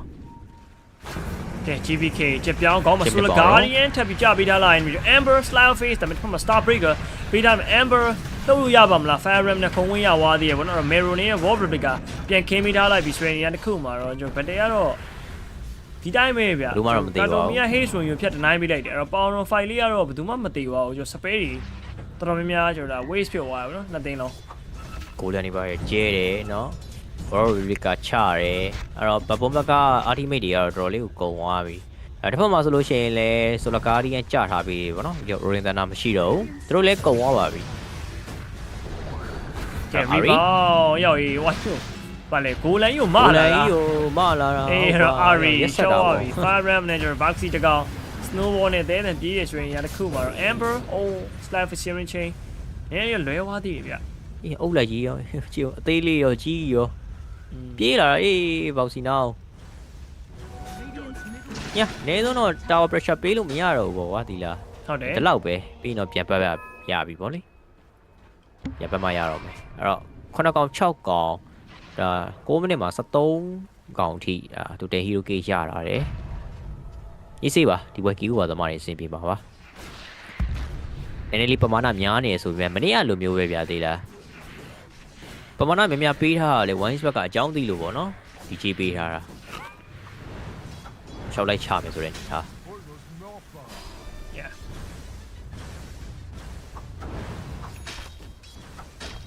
50ကျော်ကတော့သွားအောင်ပါဗျတစ်ဖက်ကို25ကောင်အနည်းဆုံးကေးပါဗျအဲ့တတင်းနဲ့ over ကြီးလည်းဆင်ပြေလောက်တယ်ပေါ့နော်ဒီပွဲကအောက်မှာတော့ဒါ Templar Assassin နေနေက Dragonlance Power Trap ဟိုနောက်ထိပ်ဆုံးမှာရှိတယ်သူ့ရဲ့ဒါတစ်ဖက်က Lane Matchup Daxia အနေနဲ့ကလည်းဒုတိယနေရာမှာရှိတယ်ပေါ့နော်အဲ့တော့နှစ်ကောင်လုံးကတော့ fat တဲ့အနေထားမှာတော့မြင်ရတယ်အပေါ်လမ်းမှာဆိုလို့ရှိရင်လည်း3300 3500အပေါ်အောက်ပဲပေါ့နော်ကဲအလဲမှာ Solar Guardian ထက်ချနေပြီ Rolling Thunder Bounce ရမှာ Star Break ထက်မွေပြီ save တန်းပြောင်းသွား Amber ကိုထက်ပြီး Rolling Thunder တုံးထားတဲ့ကြားမှာဖုန်းကလည်း War Replica Mero Bacon တော့အဆင်မပြေပါဘူးနော် Boxy တကောင်တော့ Katomi ဒီ Pure နှစ်ကောင် 2vs1 wide chase ကိုခံလိုက်ရတယ်နောက်မှာ Fire Ram နဲ့ Slide Sharing Chain ကျွန်တော်ရမ်းများဝင်ခုတ်နေတော့မြေ Light Stealer မူးနေတဲ့ Stan ကျွန်တော် Ari တောက်လျှောက်ကိုကျွန်တော်ပြန်ပြီးတော့ defense သုံးမိထားသေးတယ်ပေါ့နော် Catapult Wave နဲ့ကကျပြူအိုက်ပါဆင်းလာရဲဆိုတဲ့အနေထားတာဝါချိုးပြီထင်တယ်တန်းကြုံနေဝင်သွားမှာဟောတာဟုတ်ပါကိုရီးယားဒီဘက်မှာမဆူလာကားနဲ့မနေဆိုပြီးကြည်နေတဲ့အချိန်မှာဒီဘက်မှာကျတော့ဘောက်စီကိုဝိုင်းတမနေရဗျာ live stealer ghost stone နဲ့ဆိုတော့အancient ဟိုယူလာတာပေါ့နော် infest နဲ့ယူလာပြီးတော့infest က3လိုက်ရင်လည်းဘေးနားမှာရှိတဲ့ဒါ3ခံရတဲ့ဒီ AOE တွဲမှာပေါ့နော်တွေးပူရော့တယ်စိမ့်စိမ့်နဲ့ရော့တာရှိသေးတယ်ပတ်တင်ရလေအဲ့ဒါလေးရတယ်ဆို boss room နဲ့ဆိုတော့ might save ကတကယ် save သွားပြီရတယ် Radiant's bottom tower is under attack ကဲMikhail ဒီသွားပြီအဲ့တော့နောက်မှာ shot all for lane သွားပြီ 7 chain နဲ့လုံးဝလှုပ်လို့မရတော့ Mikhail တဲပြီ31 second တဲမှောက်သွားပြီဗောနော်smoke နေလာတာလို့နော်ကတိုးလေးအောင်လန်းကိုနှစ်ကောင်နဲ့ပဲအပေါ်လမ်းမှာကျတော့ဒါ save ပြုတ်ပါတော့ဗောနော်ဒီကတော့ Marcy live steal ပြထားတော့ AC ပဲထင်လိုက်တာကဲ rebound Ellie ရှေ့တော့နောက်ကနေကျွန်တော် okay လာနေပြီဗျ pure အနေနဲ့လည်းပြီးတော့ပြေးလာတော့မယ် Silencz Kelvin နဲ့ကျွန်တော် RE တကောင်ပြန်ပြီးချုပ်ပြီးသွေးဖြစ်နေရဆိုတဲ့နေရာတစ်ခုမှာတော့အချုပ်ပြီးသားလို့ရှိရင်တော့ကျွန်တော်တိတ်လို့ရပြီပေါ့နော် Boxy လိုက် chase နေတော့မယ်ကျွန်တော် pure စီဝတ်ထက်တော့ dispo tagging Boxy ရောက်တော့ပြန်ခုတ်နေ snowball အချိန်နေဆွဲနေရဆိုတဲ့နေရာတစ်ခုမှာတော့ pure အိုးနေနေတာ Black Granny Hammer နဲ့ Black Granny တေးပြောင်းနေ ပြက်လောက်မယ်3နဲ့ Majestic မရတော့ဘူး1 second ဖြစ်နေတာ ဟုတ်တယ်ကွာဟမ် Black Granny လေးပြေးပြီးတော့ပေါက်လိုက်တာကွက်တီပဲ damage က Yogi နှစ်ကောင်ထက်ရတယ် supporter နှစ်ကောင်ထပ်ပြီးတော့ပေတယ်ပေါ့နော်ဒီချိန်မှာတော့ဒါ12မိနစ် lane stage တွေလည်းပြီးသွားတဲ့အနေအထားတစ်ခုမှာနောက်က 2k လောက်ထိဘုံဘက်ကတော့တာနေတယ် Hero K လည်း10ကောင်ရထားတယ်ဆိုတော့ first tank ကတော့ဘုံရသွားတယ်ဗျာဒီပွဲကပြီးတော့ lady item အနေနဲ့ကတော့ဒါ Crimson Cap ကိုပဲ taxi ရွေးချယ်ထားတာပေါ့ Win probability 53အရင်တော့စိုးနေတယ်မှာတော့မပါဘူးဒီကွအနေနဲ့ဒါ T ရဲ့ timing တော့ချက်တော့စောင့်ကြည့်ရမယ်ပေါ့နော်ဒီအနေနဲ့ကတော့ပုံမှန်ပါပဲဒီ T ကမနေ့က Watson T လောက်တော့မဖက်ဘူးနေရာ Watson တယောက်တည်းပဲပြင်းနေလားတဲ့တားပေါက်တို့ဆေးသိမ့်ချာ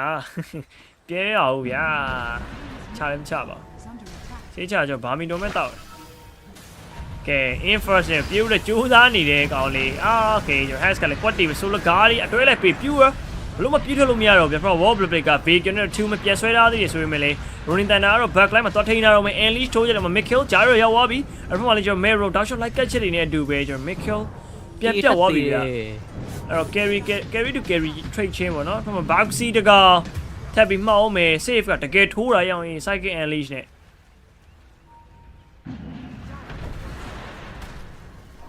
ဒီကွနဲ့တွေ့ရတဲ့အသင်းတွေကတော့အဲ့လိုပဲချမှာတော့ရမှာပေါ့လေတောက်လျှောက်ချမနာတန်းချဟောနေအသေးတာများလဲအဲ့လိုမျိုးအဖက်မလို့ဘူးပေါ့နော်ကျွေးတာပဲရှင်ပြန်ကျွေးဆိုတဲ့ပုံစံကြီးတော့ reset again စက်တိုက်လောက်တာကြီးဘောက်စီဆိုရှင်ပထမသေးပြီလေတော်တော်များနေပြီဒါမဲ့လေဆက်ပြီးတော့ချနေတော့မယ်ဟုတ်ပါလုံးဝဒါ liquid ကိုတော့အဲ့လိုမျိုးအနားပေးလို့မရဘူးဗောနော်ဘက်ကဆော့တဲ့အတင်းကလည်း liquid နဲ့တွေ့လို့ရှိရင်လည်းအနားယူလို့မရဘူးခဏလိုက်ချမှာအဆင်ပြေမှာအဲ့တော့ချဖို့အတွက်ပဲထပ်ပြီးတော့စမုတ်လာတဲ့3ယောက်အောက်လမ်းမှာ TA ကိုမြင်သွားပြီဗောနော်ကျန်တဲ့ဝင်သွားဆိုပြီးတော့နောက်ကနေမှလိုက်လာတာradiant scan လေးနဲ့တော့หนีသွားပြီဆိုတော့ timeless ပြန်ပတ်မလားမသိဘူးတော့ကဲ rebound သွားမြင်တဲ့ကောင်ရ boxy ပဲဗောနော် dispo boxy တကောင်နဲ့တော့ carton mini နဲ့တော့ဒီလား credit offer မပေးချင်ဘူးဗျဒါပေမဲ့လေတေးတာပါပဲနော် credit offer မပေးလဲအဲ့ timeless စင်စီလာမဲ့နေတာတစ်ခုကနေပြီးတော့ boxy နဲ့ပဲရက်သွားတယ်ဆိုတော့ဆိုးတော့မဆိုးပါဘူးဒါပေမဲ့ boxy ကိုယ်ကပြောတဲ့အတိုင်းပဲထပ်သိနေတော့ပဲဗျစက်တိုက်ကိုတည်ရည်တော့9ကောင်14ကောင်ဖြစ်သွားပြီနောက်နေတာနေနဲ့ရလေပေါ့နော်ထိတ်ဆုံးမှာတက်ဆီယာရှိနေပြီတက်ဆီယာရဲ့ဒီ utility item အပြည့်အစုံနဲ့ဝင်ပြီးတော့ဒါ main team fight မှာ front liner လုပ်မယ်ဆိုလို့ရှိရင်တော့ liquid ဘက်ကပြန်ချဖို့အတွက်မဖြစ်နိုင်ဘူးကွာဟုတ်လို့ prison cut တွေပါပြီးသွားပြီကွာအဲ့တော့ဒီပြစ်တာပါညာကိုတော့ဒါအတော်တင်းတော့ခံနိုင်သွားပြီးတော့ပန်ကိုလီယာကလည်း physical damage တွေပဲဆိုတော့ပေးလိုက်သွားပြီရော okay rebound နေเนาะ save လိုက်လှုပ်လို့မရဘူးဘက်ကအုပ်လိုက်ကြီးလာတာရောဘက်ဘုံဘက်ကဘက်ဘုံ handicap minus တွေကတော့ဒီဘက်မှာတော်တော်ကြီးကိုကောင်းနေအနေထားမျိုးဟုတ်တယ်ဝင်လာလဲဆင်ပြေတယ်ဝင်လာလဲဆင်ပြေတယ်ဗျာရုပ်ကဆေးသမားရုပ်ပေါက်နေတယ်အိစားဘာမီတုံရုပ်လားဘာမီတုံရုပ်ထင်တယ်ဘာပါသေးမချင်းနဲ့တူရဲလို့မပြော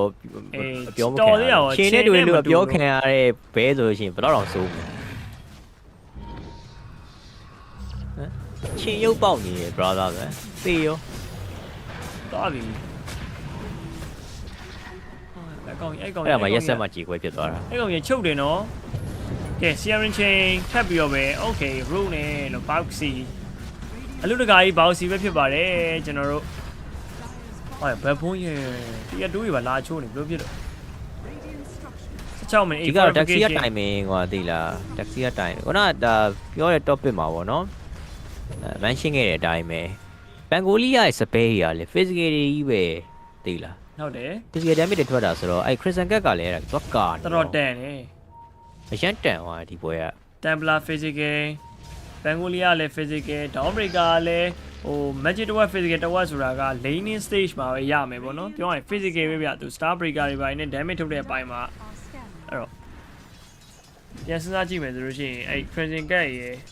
brave တွေပိုင်းပါလာမယ်ဆိုလို့ရှိရင် level ဘက်က damage ပေးရတော်တော်ခက်မယ်ရမှုရှိတယ်ကြားမယ် level ဘက်ကလည်းပြန်ပြီးတော့တချဖို့လိုနေပြီ Templar ခေါ်မရမယ်အဲ့ဒါချဖို့ Templar အေး Templar ကိုမခေါ်ဘဲနဲ့ Templar စီလာပြီးရအောင်ရေး Templar စီလာနေတာကွာအေးနှစ်ကောင်နဲ့သေးတယ်နော်အဲ့ဒါကိုလည်းမချရတယ်ဘလို့ပြေးမှလဲပေါ့နော် rebound မြက်ခွက်တက်နေတယ် unleash နဲ့ဒီကောင်မှာ solo ကားလေးပြန်ပြီးဟီးပေးလိုက်ပြီဆိုတော့မဲ့ Mikhail ပြတ်ဖို့တော့များသွားပြီဗျာအဲ့တော့တို့ဒါ rescue လာလို့တဲ့ကောင်မှာတက်ပြီးတော့မမယ်ပေါ့နော်နောက်မှာ Sarge safe နေရတော့ okay တို့ဒါ TP ဒေတာနဲ့ဆွဲနေရတခုမှာ rebound again Vacuum TP က cancel ခံလိုက်ရရင်လည်းပဲ short wall ပြီးတော့ Arrow ကောင်ဘာလုပ်နေရတော့ဒီမှာ hello hey GPK ကျွန်တော် mega kill နဲ့တူပဲကျွန်တော် liquid နေနေရတော့ share ဖုတ်ခံနေရပြီဗျဇာနီယာမပါတော့ဆောင်းတိတာနော်မနေ့ကတော့မာဂျီဂျီကိုအဲ့လိုမျိုးဒါသူ့ဖုတ်ကိုဖုတ်နေနေပဲသွားတာပဲဟုတ်တယ်ဒီပွဲကြတော့ညရန်တိတာပြီးတော့ timing ရလဲ Daxia နဲ့ဒါ live sealer amber ဆိုတော့လေသုံးအောင်တော့တာရန်ခတ်တယ် Daxia မှာဆိုလို့ရှိရင် search ပါကွာ amber firearm နဲ့ပါညာနဲ့ခုန်ထွက်လို့ရတယ် live sealer ကြတော့ rage နဲ့ဟလာ infest နဲ့ဘတို့တက်ဒီချိန်ဒီနေထားတစ်ခုမှာဒီဘက်ကဘာစပဲမှရှိမနေဘူးပေါ့နော်ဒီ item တွေကလည်းပြတ်လာပြီတဖြည်းဖြည်းနဲ့ဒီကဒါဇက်တိုက်တည်နေတယ်ဟုတ်တယ်မှန်တယ်ဒါပေမဲ့ဒုတိယ network နေရာမှာတော့ရှိနေသေးတယ်အဲ့တော့သူ့အတွက်ဒါစပေလေးဖန်တီးပေးရင်းနဲ့မှတီအခုတဆူလီတာရသွားပြီပေါ့နော်အဲ့တော့အရင်ဆုံး liquid အနေနဲ့ကဒီကတော့ပန်ကိုလီယာ Rinzana အရင်ဝင်အဲ့နောက်မှာ physical damage လေးလိုက်ပေးချကြည့်ပေါ့လေအဲ့လိုပဲချဖို့အတွက်ကလည်းပန်ကိုလီယာအခုချိန်မှာငြိမ်နေသေးတာဆိုတော့ liquid ကအရှိမ initiator သွားစီရဘယ်သူမှမရှိဘူးဖြစ်နေတာကဲ smoke ရဲ့ instant တန်းပြတ်သွားတာ Firearm နဲ့ Arena ကိုပြေးကပ် Service Championship မှာစားပန်းကိုပြန်ပေးထားသေးရဆိုရင်လည်း backline နဲ့မှာ Rinzana သုံးပြေးဟောပြီဗျာ Arena ထားခဲ့လိုက်ပေါ့နော်မထားခဲ့ဘူးရောရေးပြတ်တိုက်မှာတေးရလို့လားလို့ Mikhail ဒါမှကျွန်တော် Wall Breaker ကြားမှာ Fatal Bomb မှာချိန်ခံထားရရင်နောက်မှာ Sarge နဲ့ Amber boost သွားပြီလို့ Mikhail ရပြန်ပြီးတော့ rebound ကောင်း Solar Guard နဲ့ he ရဆိုဘလောက် he နိုင်မှာမလို့လဲပေါ့ကျွန်တော် Mikhail ပြတ်သွားပြီအဲ့တော့ကျွန်တော် Saber Light ကိုပါထပ်ပြီးတော့ပဲ teleportation ထဲထောက်တယ်ကျွန်တော်ဘာမှတော့ဖျက်စရာမရှိတော့ဘူးเนาะအဲ့တော့ Saber Light လွတ်မြောက်သွားပြီဗျ Nisha ကျွန်တော် Dagger ခုံဝင်ရောက်သွားတဲ့နောက်မှာ Mikhail အမြေစာပင်ဖြစ်သွားတယ်လို့အိုးထပ်သေးပြန်နေဟမ်ညညောင်လေ liquid နေနေဒီချိန်မှာခုန smoke ကသွားဖို့လုံနေတာပဲကွာသိလားဟုတ်တယ်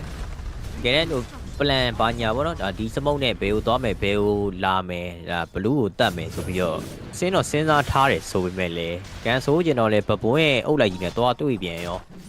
အဲ့တော့အပေါ်မှာလူစုနေမှလည်းပြန်ချလိုက်ရတယ်ဟုတ်တယ်ဟို liquid ကလူစုနေမှရှိသေးတယ်ဟိုဘက်ကလူဆုံနေပြီ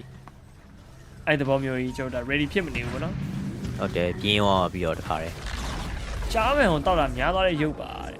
ဟုတ်တယ်အဲ့ဒါတော့ဟုတ်ပြီအိုက်ဆေးဆိုရင်တော့ဖြစ်နိုင်တယ်ကဲ 7K network နော် liquid turning point လောက်ပါအောင်လို့ဘာတွေဖြစ်မလဲ turning point pick off မြန်လောက်ပြီးတော့ Roshan ယူတာပဲဖြစ်မလားမသိဘူးနော် pick off မြန်လောက်ဖို့ဆိုတာလေအဓိကတော့ Daxia တကောင်တော့သေမရမယ်ကွာသိရ Amber နဲ့ Live Sealer ဒါတက်တာခက်တယ်ဆိုပဲထားပါတော့ကွာ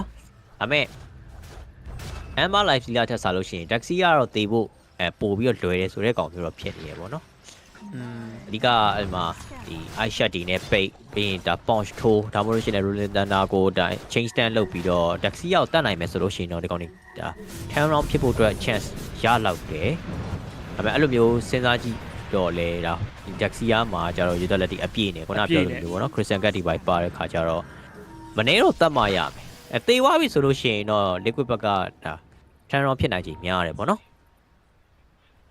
ဟိုတော့ 8K ဖြစ်သွားပြီတော့ 8K ဆိုတဲ့ပမာဏကတော့27မိနစ်မှာများတယ်ဒါတော့မှ Roshan ဒီဘိုက်သွားမလို့ရသေးဘူးဗျဘပွန်းဘက်က Roshan လုတ်ပြီဆိုလို့ရှိရင် liquid အနေနဲ့နေစရာနေရာရှိမှာမဟုတ်တော့ဘူးပေါ့နော်နောက်ထပ်ဒီຢာတခုကတော့ split push လေးလုပ်ပြီးတော့ပဲပြန်ပြီးဒါအလေးငိုင်ကိုစောင့်မရမယ်ပြောဆို Roshan ကိုတိုးနေပြီဒီချိန်မှာ Roshan သွားယူလို့ကနော်ယူလို့ဆိုတာလျှော့တာပါတဲ့စာတက်နေတာလို့ပြောပြီးရဲ့ ကဲ boxy ဝင် snatch ကြည့်မယ်ဗောနော် ready ပဲ အရှက်ဒီပါနဲ့ချက်ကြည့်ဦးမယ် အရှက်ရော vigilance ကြည့်ထားသေးတယ်ဆိုပေမဲ့ တိသွားပြီဗော ရလာဦးထင်နော်တိသွားပြီတစ်ဖက်ကလည်းလာပြီး react နေပြီဗောနော်ကိုကြီးနေသေးရဗျာသူခုံကျင်နေဟုတ်တယ်အပေါ်ကနေပြီးတော့ ခေါ်တယ်ယူသွားပြီ okay ကျတာ rebound boxy pawn ဟိုပြန်ပြေးထွက်တယ်ဆိုမှ slide fit dispo upheaval slowly ဂျာနေရနေတော့လုံးဝထွက်လို့ရမှာမဟုတ်တော့ဘူးဗျ Tablet drive ရောက်တော့အချက်တွေပိုင်းနဲ့ပြေးထွက်ထားသေးတယ်ဗောနော်ဘောက်စီတော့ကောင်းလာပဲဟိုအသေးလားရသမျှအကုန်လုံးသွားသေးရ ဟုတ်တယ်ဟမ်ကဲချီကျူရမယ်နော်ကျူးဆောင်မှုတော့သိမှတ်ပြပါမယ်ဟုတ်တယ်နောက်တော့ AJ ဆက်လက်လို့မရသွားဘူးဆိုပေမဲ့လို့ဗောလေ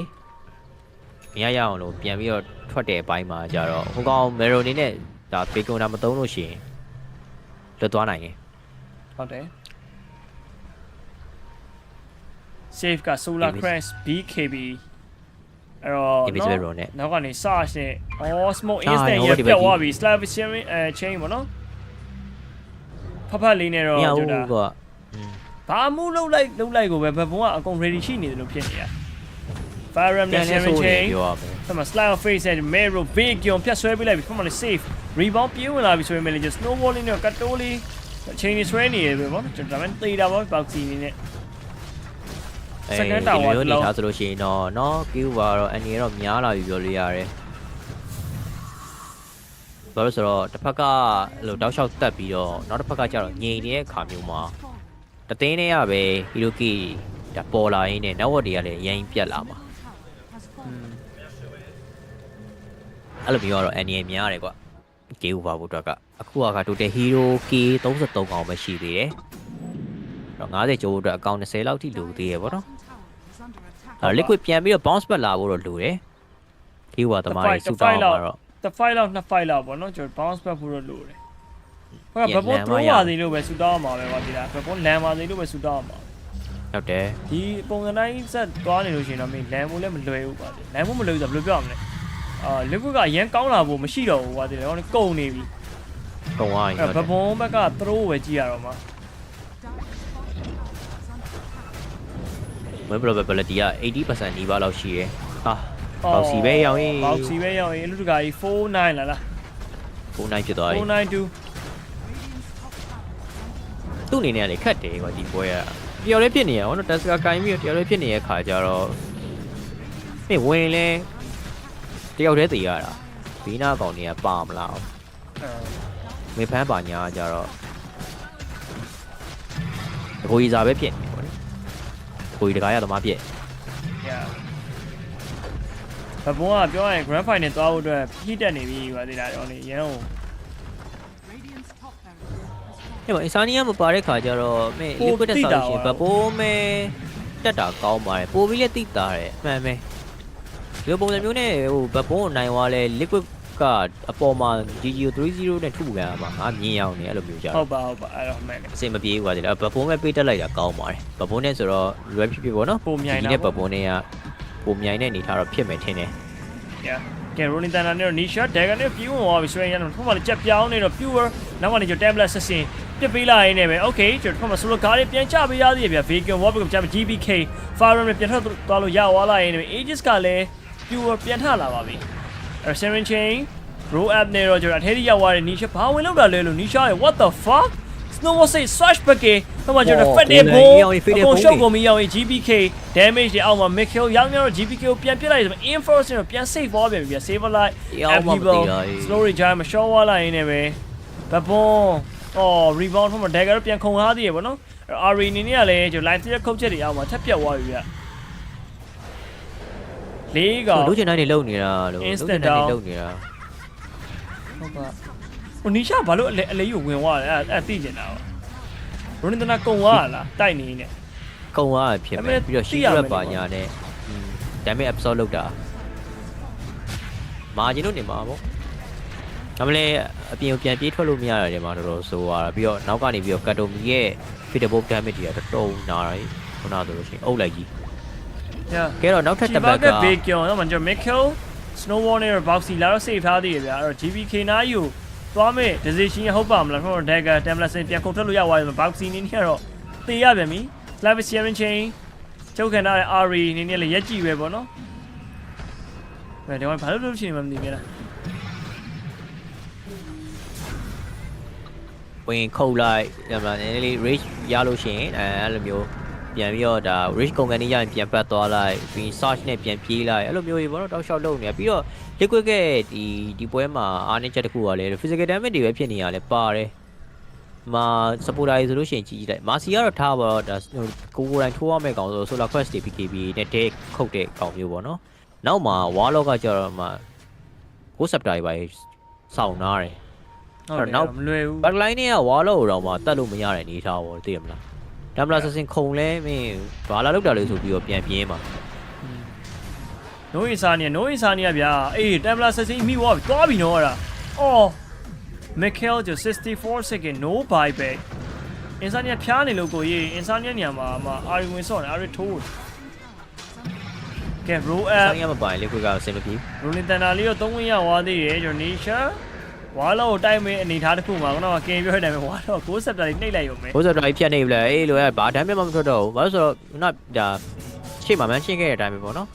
ဘန်ဂိုလီးယားဒမ်းမြတွေက physical တွေကြီးပဲအဲ့တော့ကိုဆက်တာလေးချက်နှိပ်ပြီးလိုက်ပြီးတော့ no damage တေးရောပေါ့အဲ့တော့နောက်ထပ်တမကထပ်ပြီးတော့မင်း AG တွေပါမယူတော့ဘူး AC ပဲဟုတ်တယ်တိတာဝိုင်းလေးကွာတေတမ်လာဆက်စင်းကနှစ်နှစ်ခေါက်သုံးတော့တေးဝိုင်းဘယ်တမ်လာထောင်းနိုင်ပါလဲ Slavic sharing chain vacuum ဖမှလည်းကျွန်တော် pure ခုတ်ချက်တွေအောက်မှာထပ်ပြီး snowboard safe boxy ထပ်ပြီးတော့ ကဲပြီးသားသေးဆိုပေမဲ့နှလုံးပြိုင်မှာရအောင်နှလုံးပြိုင်မှာကဲတာမဟုတ်ဘူးလို့အဲ့ဒါတတ်လိုက်တာ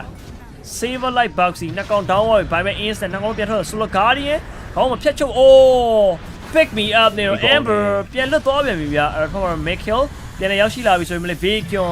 sorry wall breaker နဲ့တော့ကျွန်တော်၄កောင်လုံးတားထားတယ်ဘယ်ကောင်မှတိုးလာလို့မရဘူးဗောနော် bad operation တွေတော့ဖြစ်နေတော့မယ်ဗျဘပွန်နေနေတော့ okay Slavic sharing chain ဖမှကျွန်တော် boxy punch ပြေး GBK ထိုးခံလိုက်နေအေး Templar assassin ဂျားထဲမှာလုံးဝလှုပ်လို့မရတော့ဘူး four step hurricane 5နဲ့ပြေးတယ်ဆိုရင်လည်းလွတ်ပါမလားဗောနော် save တောက်လျှောက်တိုးချက်တွေအောက်မှာ okay မရတော့ GG ခေါ်လာရင်းနဲ့ပဲကျွန်တော် bad ball 2-0 sorry resident နဲ့ပဲကျွန်တော် advance to the grand final ကျွန်တော် gaming lady ဒါနဲ့ best of 5 series တော့ခဏနေလို့ရှိရင် best of 5 series ဆော့ရမယ်ဆော့ကစားမှာဖြစ်ပါတယ်ဟုတ်ပါတယ်လို့ဆိုတော့တော်တော်လေးကိုပြတ်တဲ့ပွဲပါဒီပွဲရဲ့တစ်ဖက်သက်ကြီးကိုဖြစ်လို့ပေါ့နော်ကြည့်ရတာနည်းနည်းလေးတော့ဂတိကောင်းတော့ဖြစ်တယ်ဆိုပေမဲ့ခုနပေးထားတဲ့ tip နှစ်ခုကတော့အဆင်ပြေတယ်total hero 46កောင်ဆိုတော့50 over သမားရဲ့အတွက်ကတော့နှမျောဖို့တော့ကောင်းတယ်ပေါ့နော်ကြီးရရမ်းမြင့်နေတာပေါ့နော်ပုံမှန်44-45လောက်ဒါ over ရမယ်ဆိုလို့ရှိရင်တော့မဆို over လောက်သေးတယ်ဟိုကကျတော့အေးပေါ့46ဖြစ်သွားတော့လေဒီကပြဿနာတက်သွားတာဘပွန်ဘက်ကချတာမှန်တယ်ဘပွန်ဘက်က hero key လည်းတောက်လျှောက်တက်တယ်မတက်တာ liquid ဘက်ကဖြစ်နေတာကွာ10កောင်နဲ့တက်သွားတာပေါ့နော်မိနစ်20ကျော်ပတ်ဝန်းကျင်လောက်မှတိတာသွားတယ်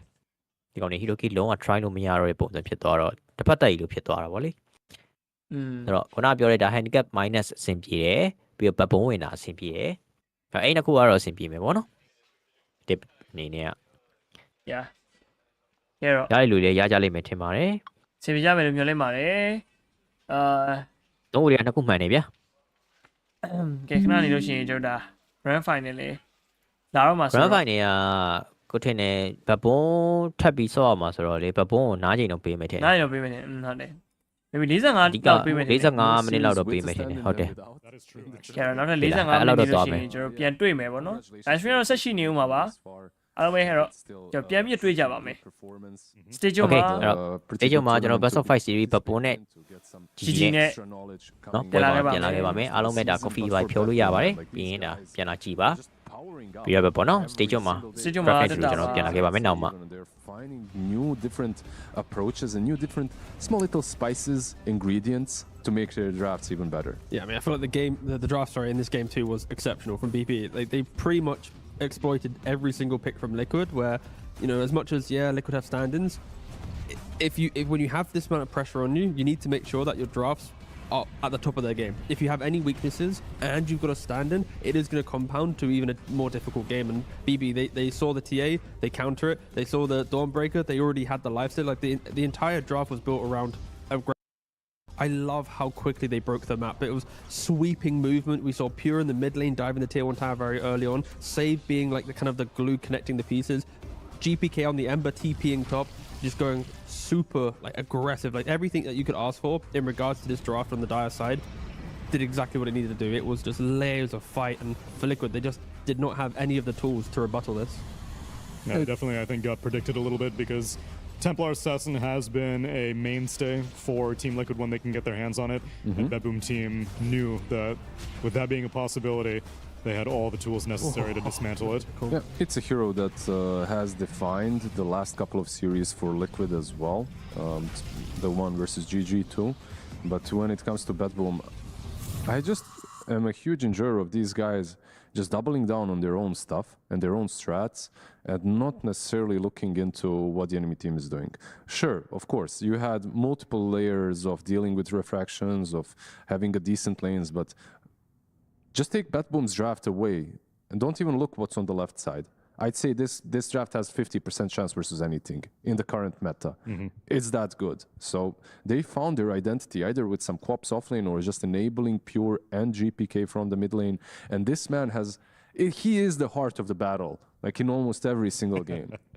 I mean, the fact that he went for the Crimson Guard early on was, exceptional, right? You're playing into Tusk, TA, even the Pangolier, like just, you get all this tankiness onto your team, prevent any of the right-click damage, you feel really good. On top of that, you have a Solar Crest on the Marcy. Like, they respected how Liquid can win in a kind of difficult lineup. And well, you know what? We all buy a couple items and then there's no chance for you to play it out. So not only did they have a good draft, the items made sure that this game was as much of a stomp as it looked. Well, why not get some thoughts from the heart of the battle himself, as Nomad is standing by with Miero for a winner's interview.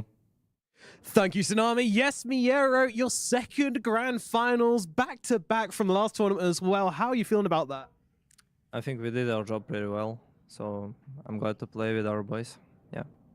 Absolutely. Now, coming into the next one, of course, you're playing against Gaming Gladiators in the grand finals. Do you feel like with the way you've been playing and how strong you felt, you're very confident in this one? I think we're confident because we won them on the previous online tournament. It was a Fisher episode. We won them 3-0. So I think we're going to do the same. I hope so. I hope so. All right, well, we'll see how that one goes. I mean, do you feel like overconfidence can ever be a problem for your team, or do you think that can only be a good thing? I don't think it's overconfidence, just everyone is doing their job, so we're okay with that. Excellent stuff. Now, I wanted to talk a little bit about your hero pool as well. Some interesting stuff coming out recently, especially with the Queen of Pain. I mean, is this hero just good? Like, it seems to be, you can play it anywhere. You've been killing with it in the offlane as well. I think it's good in the competitive mode, and this is also good in the pubs. Yeah. All right, well, you've been making it look. I mean, what is it about the hero that makes it so strong? What makes it broken? It makes him broken like a good laning stage, and after this, you deal a lot of damage if you scale a lot with your axe or some stuff like this. Yeah, it looks very strong indeed, especially in your hands, Miero. You guys have been playing very fast. When you get ahead, it feels like you just all know what you're doing at any given point. Is that the case? What's the communication like? Are you actually even talking that much when you're moving around the map as fast as you are? We're always repeating that we're strong and we can do some kind of stuff on the map. So we're just running at them and kill heroes. Yeah. All right, killing heroes. Well, that's working very well for you. I'm going to let you go and prepare for the grand finals against Gaming Gladiators. Miero, thank you very much for talking to me and good luck in those grand finals. Now, this is a grand final matchup that has happened earlier on in the season. It was Fissure Universe, is what you said? Yep. Fissure Universe, 3-0. Which had Gaming Gladiators go down 3-0 against BetBoom team. So, going into grand finals, BetBoom team are definitely comfortable in this environment, but this is the strongest that we have seen Gaming Gladiators in quite a while. And now, because of these two teams being there, that means that Liquid are not able to defend their two-time anymore. Yeah, this time around they're not. Maybe in one of the future seasons they can come back and swoop the crown. It won't be back to back, of course, but once again, nothing to be ashamed of. They ended in the 3rd place. I think that they had some obstacles that weren't Dota related, of course. They had a stand-in in the group stage, stand-in in their last series as well. Stand-in that's not even position 5, right? So they had to switch up roles a little bit. All things considered, I think Liquid are completely fine. Of course, they'd like to do more to win, but with the circumstances, fans cannot be sad about this one. For sure. And the fans of BetBoom team are looking at this lower bracket journey that they've been through. And what was the statistics? That the past 3 of the 4 champions came from the lower bracket? Exactly. 3 out of 4. So history's on the side of BetBoom team for this one. Yeah, normally it feels like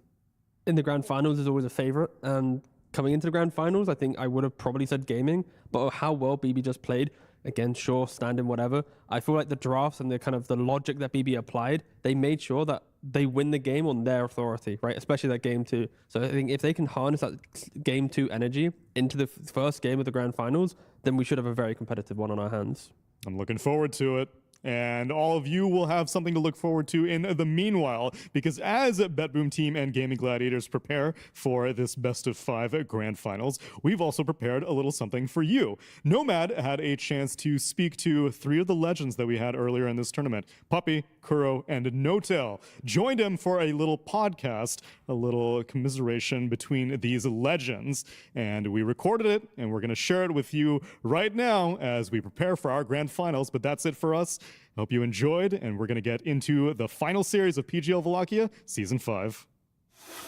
Welcome to the Lounge of Legends, where I'm sitting down with Puppey, Kuroki, and Notail. We're just going to be going through Dota history, everything from the very beginning right up until now. I want to start by asking how you guys all met in the first place. So firstly, Puppey and Kuroki. Puppey, how did you meet Mr. Kuroki? When's the first time you met in person? Sad to say, but it was a dating app. I think it was called Rate Me. Rate Me. Interesting. What did you rate him? You know that answer. Come on, man. Everybody knows that answer. No, I don't know. Actually, thinking a while back. You don't know? I mean, first of all, we met online. Yeah. As everybody, one of us. But the exact first time, it was probably, a tournament that we went to. I mean, I played the Hanover tournament. DreamHack was the first DreamHack was the when first you one, stood right? in for Against each other? Yeah. He stood in for my team, Mouse. Yeah, but I don't remember who I stood in, but it was with Twisted and stuff like that, and the Formula 1 hotel and everything, Yeah, we all together in the hotel. You know the Formula 1 hotel? No, DreamHack Hotel? Is that the one, not the Scandic next to it? No, not the cottages. I'm not talking about the cottages. I was to the cottages, but there was a Scandic Hotel right next to the arena. Yeah, that's where the normal people got to. This is what you call the Formula 1? No. Formula 1 was a better hotel. I don't remember the name. But I mean, worse, sorry. As in better, sarcastically. Okay. Back to the question. First, I played against him in host league, clan DCE. Do you remember that? Of course I do. Your nickname was like Puppet 41 Hydra. Yeah. 46. Didn't have to say that. With the brackets. Very edgy. Didn't have to do any of that. Puppet 41 Hydra. I want to know, man. They know anyway. I played him, probably owned him. He played Lycan. With the Invis Wolves that bashed. Wolves had bash? He always liked his Lycan. Yeah, but we met, I was playing with Mouse, he was playing with, was it already King Surf? No, well, King Surf was Hanover. It was right after, I think. Yeah. So he stood in and played DreamHack. We lost to MYM 3rd place. We did the Roche double one. They cheated, remember? They cheated. Yeah, exactly. What, the crowd noises? Drama. Yes. Yes, because they randomly checked the Roshan in the tournament in 2000? Never been done, by the way, before. 2000. Never been done. 2008. Never been done before. Some guy yelling. I don't think they cheated, but they had to cheat, right? Yeah. It's like, I don't know, but we found out it was some Danish friend that they had in the back yelling. A plant. Yeah, it's some guy. I mean, some guy that's fanning for their Maybe team or his friend. I mean, I remember the game even. I remember I played Tinker that game. I think, I don't know if you played Lone Root or someone else, because the strat was based on some Lone Root. I mean, we had Broodmother too. You played Shaker, I think. We had a Broodmother thing, right, going on. Somebody was Ursa. playing and stuff. It was a great game. Was a Roshan involved? He was doing really good shot calling. I remember that. But yeah, we lost. Wasn't that good, I guess. No, it was because of the Roche situation. It ruined the game. It ruined the game. We got our revenge later. We're gonna get there. We did. When we went to Hanover. And then we stomped them. And what about Kuroki and Notel? When do you guys remember when you first met in person? I think it was MLG. Because I saw you with Era, I think, first time together. Yes, but did we also not play online before we met? We definitely played online. For sure. It cannot happen that we didn't play online. Because I asked to join your team. Yes, you were standing in. And then the only reason you actually didn't end up joining us was because our last teammate from Heroes of Newark decided, okay, I'm switching anyway. Because we had Hani, right? And he was like, no, I don't want to switch game. So we're like, okay, we're one guy short. Take another German. That was the idea. But yeah, I don't really remember. Maybe it was MLG. Was that really? I feel like Poland was first. Could have been. Maybe. So we switched around 2012. Like sometime after TR1, we started playing Dota 2, but we still played Han. I don't even remember my first LAN, but it was definitely some Poland. I think it was the Poland I want to say, Maybe the same for you as well. Where probably, you right? were, yeah. Well, the one with like ROTK one, I think, or something like that, with DK or something like that. I'm not really sure. Yeah, I'm not really sure if it was one of the first. Might not have been the first, but yeah, okay. So Kuroki, on the lead up to TI1, what was that like? Because obviously, you know, a lot of money on the line, you know, the first big tournament, and Dota 2 was barely even out at that time, wasn't it? Yeah, it wasn't out at all. They just started the beta version, like, I think less than 2 months before TI started. I was playing with Puppy. Then I remember he messaged me on the IRC, like Navi asked him to join. We were like big buddies back then. Yeah, still are. Why are you laughing at that? Because now it's weird. Wait, weird, dude. You did it. No, wait. Let me run it back. Run it back. That was a chuckle that he did it. He did it. Not me. Let me finish the story. He messaged me like, "Yo, Navi asked it." Our team was falling apart, right? Was it GGNet? It was pretty much. It was just falling apart, and I was like, "Dude, go find your luck. Like, this is like not working here. Go away." Yeah, he went on to win, and that was the experience. And I went with a crumbled team because I didn't even want to go. What does that mean? Why? Because I hated Dota 2 at the start. Like because I was so in love with the Warcraft mechanics and Dota. And I mean, Dota 2 was like now it's for sure like the best game I've ever played. But when I'm like competitive gamer, I want real game. And anyway, this is what happened. Yeah, didn't want to go, got kind of forced to go. And yeah, then after TI, I quit Dota 2 immediately. Yeah, went back I went back to Dota 1. I didn't play Dota 2, like, didn't like it. Like, I played Dota 1 like for like 6 more months, and then that game was kind of dying in terms of like a competitive scene, so yeah, forced to switch. And then obviously you won the first TI. I mean, what was that like? You know, like was it? I'm guessing it wasn't quite the same as any of like the TIs that followed, because it was just very literally like the game is released, here is a tournament, loads of money on the line still, but. I mean, I would say that the first TI win was still Imba. Like...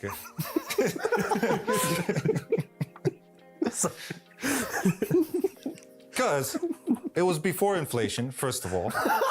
Okay, we're doing the economics now. You know that time. The time was a good time. Where money was where money meant something. Yes. Even though it was less money than you can win, you know, these $44 million TIs that happened, you know, you got one of those, you know, back, you know, you got in the bag. But I feel like the first one was still mattered a little bit more, because I think during that time we were all still young. You could have bought GameStop with all that money, and you were. Dude, it was Imba, man. It was Imba. It was Imba, dude. There was like 20 heroes in the game. There was 20 heroes, yeah. 20 heroes. I mean, it was like. But they were Imba, like the Navi Storm, like it was next level. Yeah. I was going to ask about your perspective from it, and then of course they were too good. We did have strategies that came from Dota 1, and the funny thing is, like, the people that were playing those strategies, they didn't think they were that good, for some reason. And so when we played against people, we were like, I mean, like Furions and stuff like that. People didn't give respect to that hero.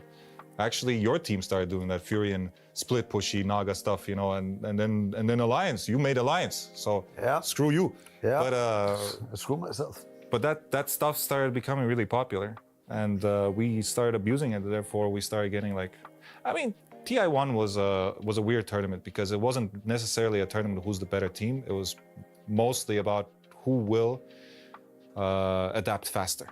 That's it. Who will adapt faster and who believes in the prize pool, because a lot of people didn't. All right, well, let's jump ahead. We had TI2, of course, where you came back, made it to the grand finals once again. In fact, we got a ton of grand finals in this room right now. But between all of you, you've played. Do you know how many grand finals, if we can count all of your grand finals together, how many you've attended? 4 for me, I think. TI finals, yeah. Mm-hmm. I mean, I've been 2. Mm-hmm. 3. 3? Yeah. So 9 in 9 total. in total. Yeah, 9 in total. Because you guys went together as Navi on TI3. We all went together. Could have won that one. Yeah, who cares? Could have won that. Who cares? Who cares? Yes. I mean, I think that grand finals though was sort of, I would describe it as one of like the foundational moments of like Dota 2. I think it's one of the reasons we're all here, because it was just like, when you look back at it though, you just click song and then the guys buy BKB and they're like, oh my god, it's gonna work. And then everybody BKB is like, oh fuck shit, it didn't work. But the Ensnare pierced BKB, you know? Oh right, the Naga one. Yeah. Yeah. And but still, like when you look at that, it's like, I can't believe they thought it would work. But yeah, sorry for interrupting you. No, you're all good, dude. You're all good. I mean, that was like incredibly hype. You know, as for me, it was one of the reasons like I started going to like really into Dota because of that grand finals. It was like an incredible series to watch. But I mean, what was it to play? What was it like to be in that? And I also wanted to ask you, how much is it strategy versus mentality at that point in the game's development? I don't know how to say. Talk about TI2 finals? You're talking about TI2, like let's say like the play and all those moments and stuff like that, or TI3 with Alliance. TI3 with We Alliance. switched to TI3 now. Okay. We switched. Yeah, I was still thinking about the song. I wanted Yeah, to song. yeah, sorry. The TI2 finals is the reason why I played Dota 2, because I was done with the game. Okay, let's go back to TI2 finals then. Let's talk about TI2 finals. Yeah, let's talk about TI1 actually. Let's go. Let's talk about the league tournament first. All right, sure. So I was playing Olivia anyway. So he played TI2 inspired me. Like to play, I didn't want to play. I played a stand-in with some team. Yeah. You don't remember? It was some team. It was Mouse again. Sorry, you didn't want to play TI1. You didn't want to play TI2. Yes, I didn't want to play TI2. I didn't really play Dota 2. So he played finals. I was like, shit, man. Like. When you saw that Enigma do that thing on the crowd, you know, you were like, man, he's old I gotta get into it. You know, he's doing so well. It's like, oh man, I need to get back in there. And I saw like IG lift the trophy, ignited my heart. Man. Back to TI3, alive. That kind of sucked. Yeah, so sorry. Man. Ignited my heart. Yeah, when the IG won. Yeah, they lifted the ages, and I felt like I can do that too. So only then I started playing Dota 2 like actively. Yeah. So I messaged him, let me join your team. Message me? Yeah. We talked in real life? Man? Talked in real life? Maybe. It's 10 years ago, bro. Or 15, I don't know. But all right, just roll it. Yeah, I'm rolling. So I asked him, I wanted to join Navi because they were just the best team. And in Europe, there was like no team close to them. Till suddenly Alliance popped out. But the funny thing is, which I don't know if I ever told anyone, I got a big message on like a Dota forum to join a team from a guy called Admiral Bulldog. Oh. And I didn't know who he is and stuff, so I just ignored it. Damn. Ghosted Admiral Bulldog. Yeah, no, but it's better I joined Navi anyway, so. Then we went to TI3, so what was the question? All right, now we're all caught up. I mean, we're caught up. Yeah. Start the question. Puppy. What, was TI3 a battle of strategy or was it a battle of mentality? Hard to answer that question. Obviously, it's going to be both. Yeah. I think till TI5, I mean, I don't know. After every TI passes, I think it's less and less about strategy and more about like how you play and how you think of the map and stuff like that. Before, I felt like you could just cheese the hell out of people. constantly. Like Alchemist last picks were just Brood last picks, Beepo last picks, anything would just fly, you know, some shit that would just come out and just ruin the game constantly. So back in the day, I felt like people were trying to break the game much more often. And now, especially till now point, everybody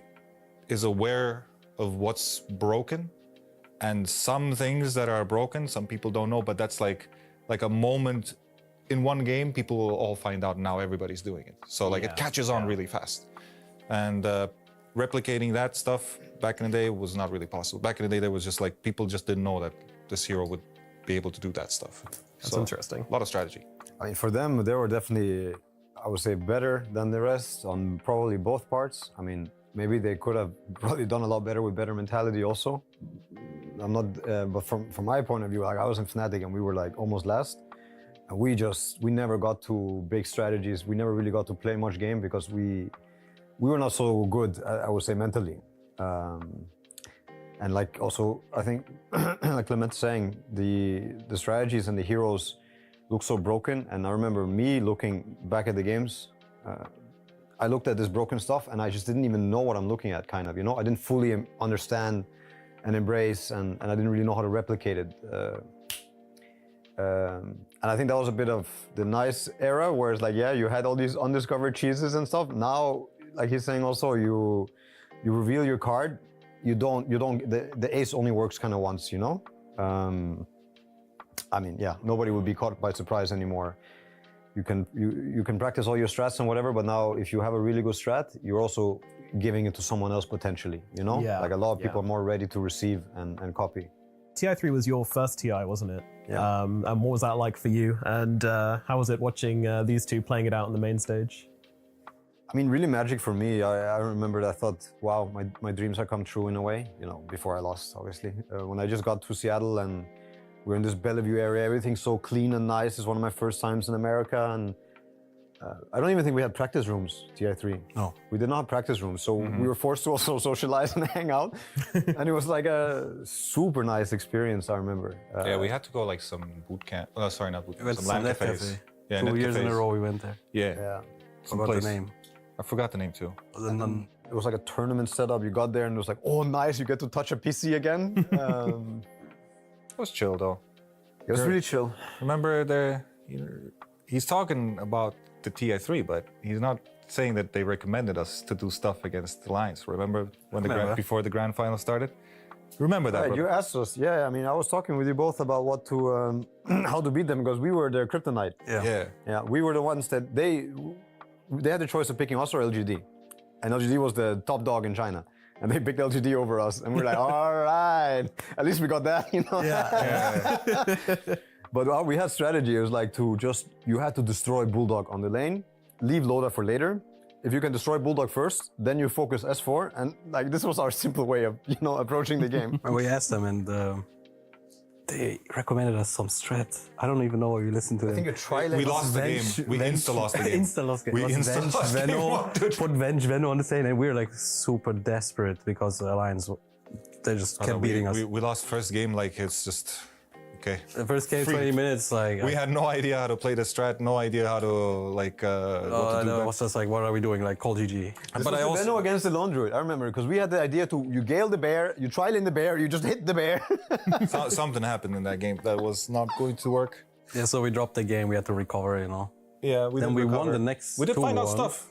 We did find out how to ban. Yeah, then we know how to ban. Then we it clicked. Call Naga, Chen, get those heroes out of there. Subs, yeah, we targeted their subs instead. Because they were... we figured that the strategies were based on them, actually. Yeah. It wasn't actually about the Lone Druid. It was actually about them. No Chen. Like, we contested Chen both ways. Because Puppy played Chen. Yeah. Naga, Ench, Caudle,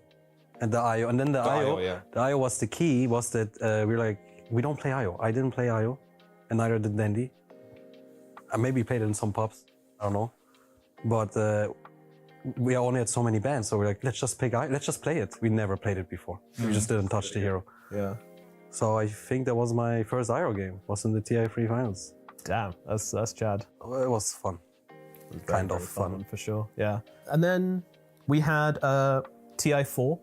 TI4 was the first time you went in a grand finals, Puppy. Weren't. weren't. Yes. Yeah. I mean, how was that for you? Did that suck? I don't know what's going on. Why? Did it hurt? Did it hurt? Did it hurt? Did you cry? Anyway, team was breaking apart already. What happened? What happened? Why was the team falling apart? Was it your fault? Maybe. Maybe. You know, it's everybody's fault if you think about it. Deep. That's what you say, but that's not what you think. Anyway, regardless of whose fault it is or not, it's just was happening. That was the worst part. It was happening. Remember your placement? It was like 8th place. Yeah, we lost to Cloud9. Cloud9. Yeah. 2-1. And I mean, the thing is, like, once the team starts like breaking apart and you're not getting things done and whatnot, you just start playing worse and worse, and you just don't even want to play anymore. Because the funny thing is, it's like what, 11 years since that moment passed. I felt at that moment to quit because it was really annoying to play, like really annoying to play. And I haven't felt that way. Probably, I mean, I felt this way before, afterwards, after TI4, but it's just like, it's a funny thing that was like 11 years ago, and at that point I felt like quitting, So that's why it just sucks. Sucks when it happens. I don't know why you bring it up. Sorry, dude. My bad. Well, I mean, something grew out of that. We had Team Secret, and the only time when the three of you were on the same team was that very short era of Team Secret. But Notel, what was it like joining these guys for a short run? Yeah, I mean, for me it was, I came to Dota and I came really, I would say my ego was filled to the brim from my previous game. We were the best, nobody could beat us, everybody was so bad. So we thought we were gonna go to Dota and do well. And my first scrims against these two, they made a fool out of me, like I felt, very humbling experience. They made me feel like I'm really far away from understanding anything. And it's not like I can blame my teammates. They were like doing it to me. No, you can't. I wish I could. It was like I was trying to play some Visage and they would ench me, and then I would play the ench and they would Visage me, and I just didn't understand, like, how's it working? I couldn't. So I felt like I was many steps behind. So when I had the chance to, of course, also party up, group up. I mean, Kuro and me, we had very long, deep conversations about Dota, life, many things. And I think after that TI, I could also tell that, I mean, I was last place, so I was a very broken man and a broken player. But I could also tell that, yeah, what they have been going through was a rough period. I mean, individually, as a team, whatever, the experience. So I quite liked. I learned a lot from both, not just playing with them, also playing against them. But so especially seeing it from the inside, we had a funny group. We had a really funny group with Theban and Misery. So we had a really funny group. S4, yeah, and Fly. I mean, Misery came at some point, but like it was a really good experience for me. I think got to taste experience, like real raw good Dota experience. Some things, concepts and ideologies or whatever you want to say about the game that never occurred to me. Yeah. But that team could have been something, Oh yeah. Like, yeah. But young and stupid. Yeah. Or the grass is always greener, I guess. Also, but a nice learning experience, regardless. Also, like even the fallout and the secret that was built after, and they also had success, and I had to sit and watch them also have success, and I couldn't still touch them or beat them, and I got stuck on Cloud9 after. Oh my God. Woo! And then I almost quit. I know that feeling. Yeah, but it was nice. As in, I mean, then you went and made your own team. Yeah, and then I you was won. So close to quitting, so fucking close. And then, I remember. So I wouldn't be who I am without also these experiences as a player. Like I'm sure that these two also probably shaped me more than any other opponent that I've had. Eventually, the Puppy and Kuro story had to end where you guys stopped playing together at last. Was that a difficult decision to make, Kuro?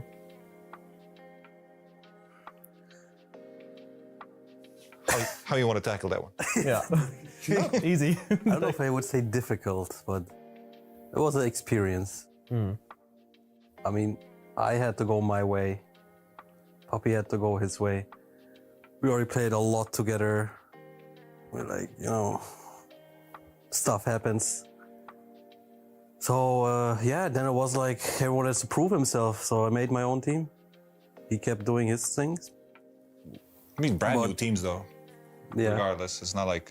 anybody stayed or anything. Yeah, it was like, I mean, Secret became a fully new team basically, right? Yeah, and back in the day, like that concept didn't matter because the Team Secret wasn't Team Secret what it is now. Yeah. It wasn't Norg. It was just a fucking team name. Yeah, it was just a team name. It was just, I don't even remember. Like, I was just down because nothing worked out. You know, we lost TI, and our team was very powerful because we won the last 4 LANs before that. I think in a row. Yes, like 7 we did. months you were winning everything. Yeah, we won everything, and we didn't practice a single game. We didn't scrim a single game, but we still won every LAN, 4 or 5 in a row. I don't remember. 4, I think, but maybe 5. Hard to remember. So we felt like we're the best. I mean, we were the best. Yeah, so the whole TI experience was just, it was soul crushing. Because I think that we didn't expect to win, but obviously like High win or bust. expectations. Yeah, win or bust. So it all came together, and yeah, that's the story. And then he played Dawn with Secret. Anyway, kept dominating. I made my own team. Was also owning. Yeah, we moved on. Just did our thing. Johan moved on, did his thing. Almost quit while doing his thing. Yeah, he almost quit after TI4. You were almost after TI5. TI5. Me after TI1. Well, you almost never started, right? Yeah. That's crazy. That's like the short, nice version of it. Yeah, for sure. And then we had this really cool period where you guys were all in your own separate teams, all taking games of each other. We had like the spree of like the Frankfurt Major, where OG won against Secret. We had Shanghai. Shanghai, where Puppy won against Kuroki as well. So, and then Nice Manila, one, guys. where Notel won against Kuroki. Yeah, nice guys. Sorry, bro. Beat me on major final. We're about to get to TI7. Everyone's taking games on each other, right? TI7's coming up, man. Come on, it's all good. We're getting there. Yeah. All right, let's go. TI7, Greg. We need to skip a bit anyway. So, To be honest, many people might not even know we're watching this video, so they're like, "Oh, when is he gonna win, bro?" Dude, this guy sucks. What do you mean? Second place. With a new, fresh team, okay? TI7, of course. I mean, your big moment with Team Liquid. We can pass that one. Yeah, You want to pass that one? This is boring. Notel, how did you feel watching Kuroki win TI? I mean, I was happy for him. I was also, I mean, TI7, we actually, this was the one where we came in as, I would say, partly favorites, because we had won 2 majors. We were doing really good. We were main favorites. I would say main favorites. I'm trying to be humble. Okay. Sorry, man. We obviously had high expectations, and we also had like, what was really crazy, it was one of the best boot camps ever. So when we went in, we had high expectations, but then to watch ex-teammate, my good friend, win, it was bitter, but it was also very sweet. I mean, I felt like he deserved it more than anyone for that tournament for sure. Like, if it wasn't going to be me, I wished it mostly for him. Well, yeah, I mean, TI7 happens, amazing, and then we move on to TI8 and TI9. I mean, firstly, obviously, starting with TI8, expectations for OG were like non-existent due to what had happened and everything. What I want to know is, did you guys kind of think the same thing, or did you think that? Did you guys also think that OG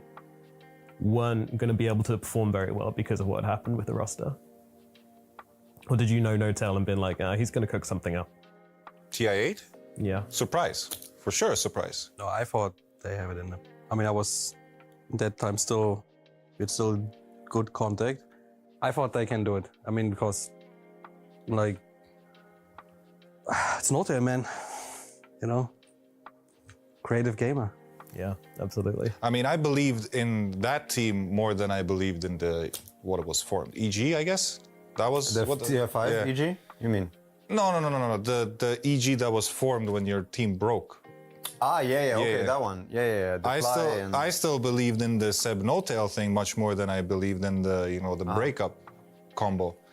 Even though the breakup combo, as in the EG combo, did pretty well. still, like relatively speaking. But surprisingly well, actually, to me. But yeah, I guess. Nice, I love this. Let's bash it. Let's go. But I remember we scrimmed a lot before TI8. Yeah. I think you won 0 games against us. So this was actually, I mean, I don't know if we ever said this one on camera. They made us for TI8 for our bootcamp. So we had a bootcamp. We had more than one bootcamp because we had to go through opens. And our opens was, for me, it was crazy. Every day in the morning, I ripped myself out of bed. I did everything I could for every moment of the day, and we made it through opens, and we built something nice as a team. We built lots of understanding of the game. We built lots of joint passion and motivation for creating things and moments in the game to happen. Like, we're really doing something great in very short time. And so we come to the TI bootcamp, we're bootcamping in Canada, and we continue, and we're actually, nobody has a chance, it feels like. Both in strategy and in gameplay, we were just on top of everything, was my feeling. And then we play Liquid, and they like 10-0 us. And they make the same thing. They made me feel like a child, but the whole group. So after scrim number 10, we like, every time we played them, we went in full force. Like, we prep, we talk, we get ready, we go in, and they just smash us. You know, they brute mother us, they lone druid us, they nakes us. Like, we had nothing against the bullets that they had. And I remember the last time we scrimmed them before TI, we went outside on the we sat down on the grass, all of us, and we were just like empty, like defeated. You know, we're not broken, we're not apart, we're still a group. But we look at each other and it's like, what's wrong? Like, what's wrong? As in, we didn't. And the only conclusion we had was like, guys, we need to play faster. We need to be better and faster, like much, much faster. And it wasn't until that moment that we actually, I think, created the team in a way. They made us. So thank you very much. Part of the game. Yeah. Because fuck, man, like, I'm telling you. Why didn't you help me? So what happened is, like, we played like a fast-paced Dota, like Fucking which nobody did actually. But like, I love that Dota. Yeah. I felt like Johan he was humble about it because he understood this is the truth about the game. Yeah. My team understood it because, like, you know, it's my team. Nobody else understood it for some reason, but he did because he knew me, I guess. Yeah. But what OG did is they literally stole our stuff and took it to the next level, though. That's what they did. They made an evolution of it because we were stagnating. Yeah. Slowly. But TI9, I think I got to my highest level, and as a team we got to the highest level. I really felt it was just a better version of what I was running with my team. That's really how it felt, because your playstyle was similar. Yeah. Yeah, I mean, Liquid made us, for sure, at TI8 bootcamp. Fuck. I mean, everybody had to do that afterwards. I mean, it's just the evolution of competition, right? Everybody had to learn from all the stuff. Yeah. And then, like, the next hungry guys come, they take that. Yeah. I mean, every good team you see, like, they have their, like, model team. Yeah. All of these, they just do. They take it to the next level. That's kind of how competition works. Absolutely. And, you know, you gave them that basis to work from. And then after TI9 as well, like, I remember one thing, like, you left the arena with your team and you were smiling and you were saying, you know, it is what it is, but we put in a great performance, and, you know, you were smiling all the way at the arena, which I thought was like a great testament to you as a captain and you as like a kind of friend to your team as well. I'm just grateful for what I go through in my life. Always grateful, win or lose, it's fine. Everything from God for me. So just feel super grateful for my life, even going second place, going last place, not even going to TI. I'm still very content, always. And it's mainly like, it's kind of like about the experience you make, right? Day by day, because all these days pass by. We talk about like this whole past like that. Yeah. It's gone, like so fast though, but look how we're talking from our memories like we're living it again. So just, you know, be grateful and live your day like, but just to the maximum. Absolutely. So that's what you saw on that moment on the true side. Well, this has been an awesome conversation. This has been fantastic, and I mean, Puppy, it's been great watching you play. I'm excited to see what you do coming into the next season. Kuroko, good luck at TI. Yeah, I'm the only player. What the hell? Yeah, these two are coaching. You guys are talking to a bunch of coaches here. Puppy, Kuroki, Notel, it's been an honor to interview you guys. Thank you so much for coming, and yeah, good luck. Thank you. Thank you. Thank you.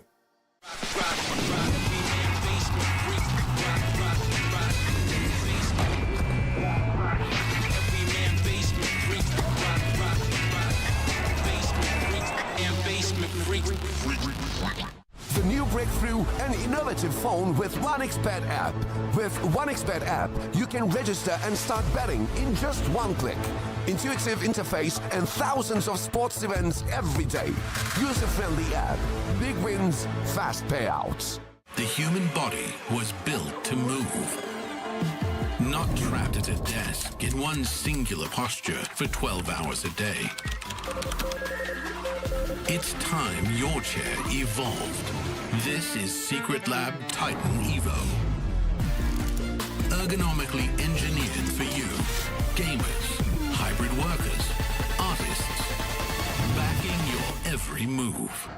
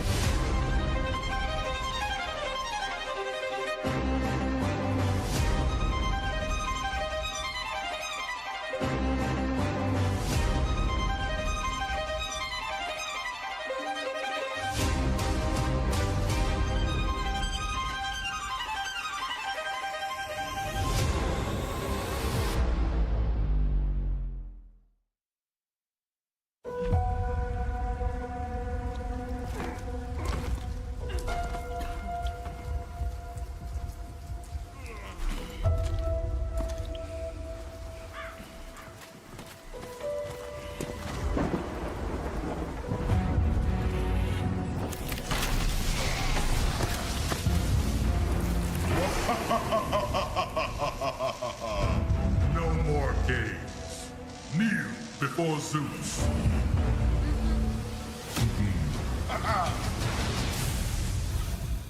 Good afternoon, a very warm welcome to PGL Wallachia Season 5, and we are getting ready for our grand finals here. Before we dive into our two teams sitting on those grand finals, I first want to take a moment to let you guys know that if you enjoyed that trip down memory lane, if you want more of it, or if you only caught it halfway and you want to see what you missed, then you can watch the director's cut live. It's on YouTube right now, and it's youtube.com/PGL.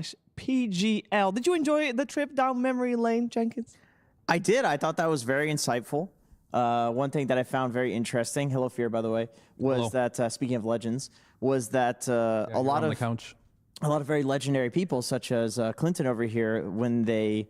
are faced with something very negative, something very bad, it's like, okay, we got destroyed in this game, we figured we didn't understand the game, they somehow spin it to be a positive, you know? And he's like, this made me. And I was listening to a podcast the other day by the guy who made Halo, one of the co-founders of Halo, and he calls it the wall. He says, when entrepreneurs and very highly skilled people hit a wall where there's like some financial problem or some problem they think that they can't solve, they view it as something that's like exciting, something that's challenging. It's like, okay, this is the make or break moment for the company. And a lot of people, they just quit when they get to that point. So I definitely will be checking out that director's cut for sure. Yeah, a lot of good stuff to be said. I know they kind of glanced over TI5 Fear. I'm sorry about that. Yeah, that was I mean, that wasn't very memorable for those players in particular. So, you know, you're going to go for the ones that give you the most memory. And I think when you do hit a wall, every player will do it. It's about the determination and willingness to keep going, which everyone who has won a TI had that, right? Like they played for a long time, didn't work out, but eventually if you keep at it, you learn from your mistakes, you will eventually win. And what is it for you then? What was the motivation for you? Because I feel like everybody... I mean, I lost a lot until I won, like years and years of Dota 1, right? And then there was no specific moment where I was just like,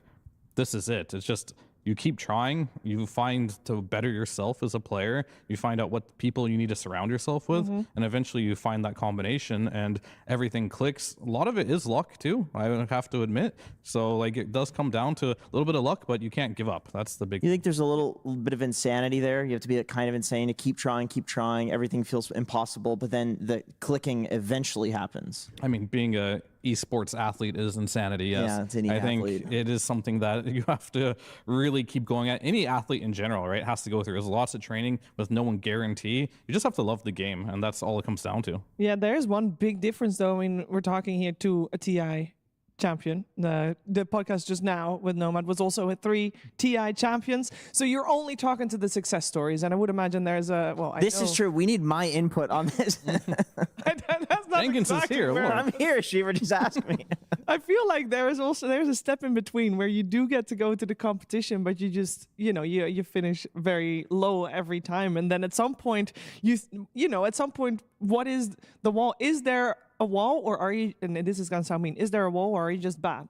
I mean, it could be both, I guess. Like some people just aren't cut out for it, but I think in a lot of cases, and maybe Jenkins is too, he probably didn't put 110% into it, and having it as like, I'm going to be the best, I want to win, and you have that self-belief, and you practice, put in the hours every single day. Some people will half-ass it, and those people will never be successful. I think at least for Dota, it requires like 100% of your energy and effort. Yes. Like a lot of these players, they will drop out of school, they will not have a social life, they will not go to the gym, have like a healthy life. Also, any competition, really, it's like whatever you're doing, the next guy is doing more than you. There's somebody out there that is trying harder. If you're not working 120%, that guy's going to surpass you because he's out there. Somebody's willing to sacrifice everything, so you have to be willing to sacrifice everything. Well, we're about to have 10 players playing in the grand finals of PGL Wallachia that have given up a lot to be able to be playing at this level. And of course, winning Wallachia is great. There is TI on the horizon, which would be the ultimate goal for all 10 players. And we're going to find out who has the better step in the right direction here with their upcoming best of 5. I'm talking about Gaming Gladiators and BetBoom. These are the 2 teams making it through the bracket, and before that, of course, making it through the group stages as well. Reflecting back, Fear, on the road that these 2 teams have taken, can you say you're surprised about either of these teams in the grand finals? Gaiman, no. BetBoom, a little bit, right? Like, they went to the last day of the group stage looking really shaky. They dropped down very early on to Liquid. No big surprise there, but they were resilient in that lower bracket. This is a team where oftentimes we think of, being very inconsistent, losing to teams that shouldn't lose to, but them making a lower bracket run and continuously getting stronger and powering up through is going to be very interesting to see how they can go against. I think the Goliaths are definitely Gaming Gladiators here. They've looked way better than every other team here, so they got the work cut out for them, but they proved they're the team to be here. They're the ones that's going to show us that if Gaiman does have a chink in the armor, they're going to show it. I think another really interesting thing about BetBoom is that they just played with a stand-in, and they looked very consistent with that stand-in, and their stand-in looked very consistent himself. And then Pure comes back in this tournament, and the games that BetBoom has lost, the games that they have looked rough, Pure is often feeding. Like, it is so black or white for him, where he's in a very polarizing place. But then, come the last few series for BetBoom, and Pure is the MVP. He's playing Lifestealer and having like godlike, flawless games. And yes, you have GPK, of course. He is doing exceptionally well as well, but 6-1 on Lifestealer. That is a crazy stat line for a hero that,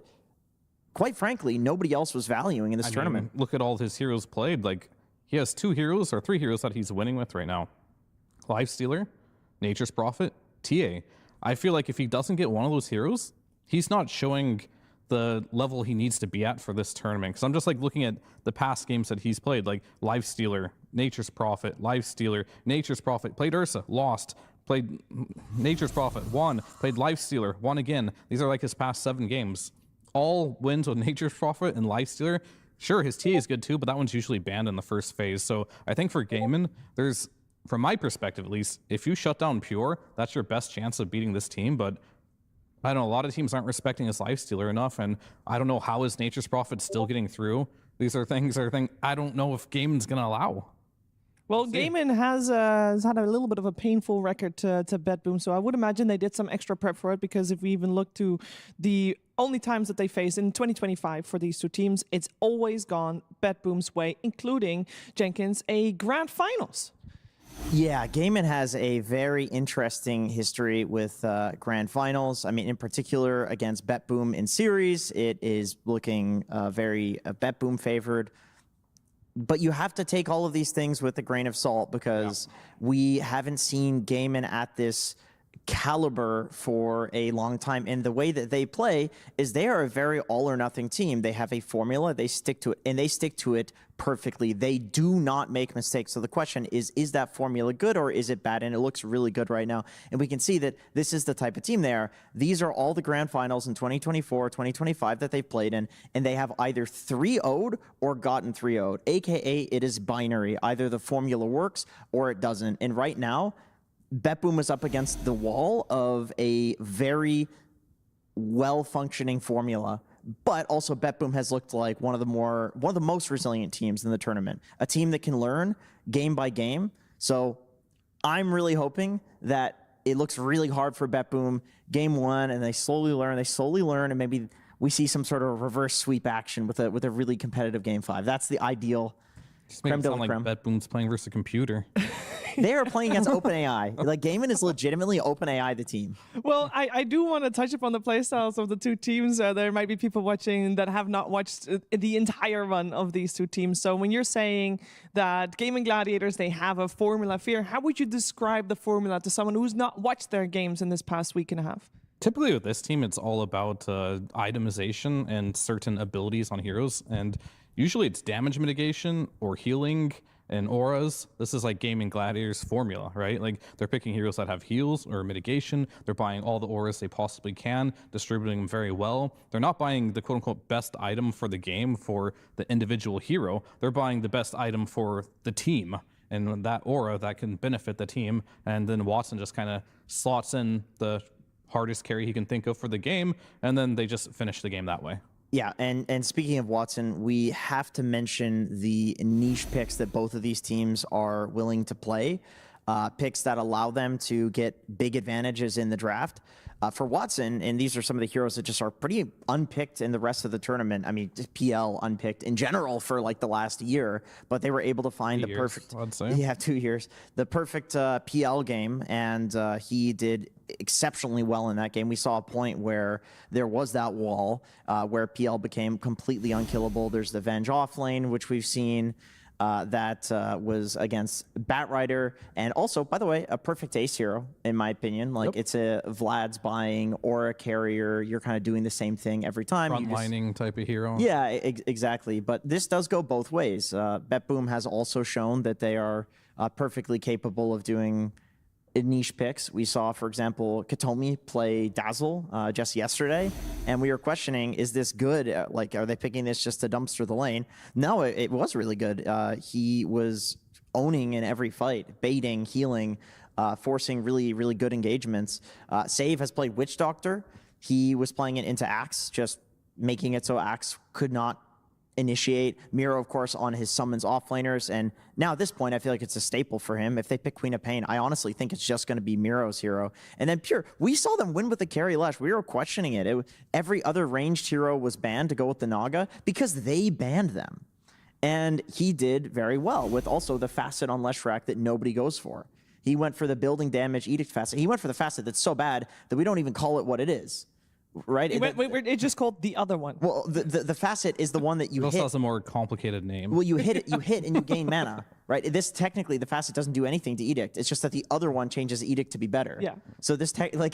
facet makes Edict crappier, but he went for this one because he felt like he needed tower damage. Yeah, it just makes it different. I wouldn't say worse. Less damage to heroes, but objective based. Yeah, you can kill towers with it. Yeah, and I think if you're a carry, that's essential. To be able to push towers. Yeah. That's your job. So how would we describe BetBoom's playstyle? They have seemingly a little bit more niche picks coming out. I know that, Fear, you've called Miero your GOAT of the tournament, but I think yesterday I might have seen a shift in you where you might want to shift that to GPK. I might. I mean, they're both great, honestly. I think GPK his DK, he made it work somehow. This is a hero that we've just called bad, but he found a way to make it look good. So there's always that. He is playing heroes like Puck, which he's an absolute magician on this hero apparently. Just doesn't die. Even if he loses the game, he's still doing incredibly well. And then his Monkey King looked fantastic as well. And yeah, we saw in the group stage, he's playing Batrider mids, getting rampages. What can this guy not really do? Like, look at the meta heroes. Quap and SF. I guess he's not playing the heroes that are meta right now, but he does play a lot of heroes really well right now. He's outplaying everyone in the mid lane. He's scaling hard. As much as I am talking about Pure and like how I feel like this may be one of his weakest tournaments where BetBoom is doing well in, I think Miro and GPK are just really stepping up for this tournament. They are, and I do want to mention the Monkey King for a second as we'll take a look at Miro's heroes. He's been pretty versatile, other than the Queen of Pain and Lycan, which I feel like have been more his jam for like the last couple of series, where they're looking to pick him last pick heroes like Darkseer. We also saw him in a perfect Darkseer game where he was hard countering. So yeah, really interesting hero pool from him. The Centaur, he had huge impact on a lot of other people. The Centaur games just kind of look like generic and okay, but he's hitting these like big 3-4 man hoof stomps, doing really clutch saves with the cart. I did want to go back for a second to Monkey King as a hero, because I feel like that'll be a pretty big one in this game. To me,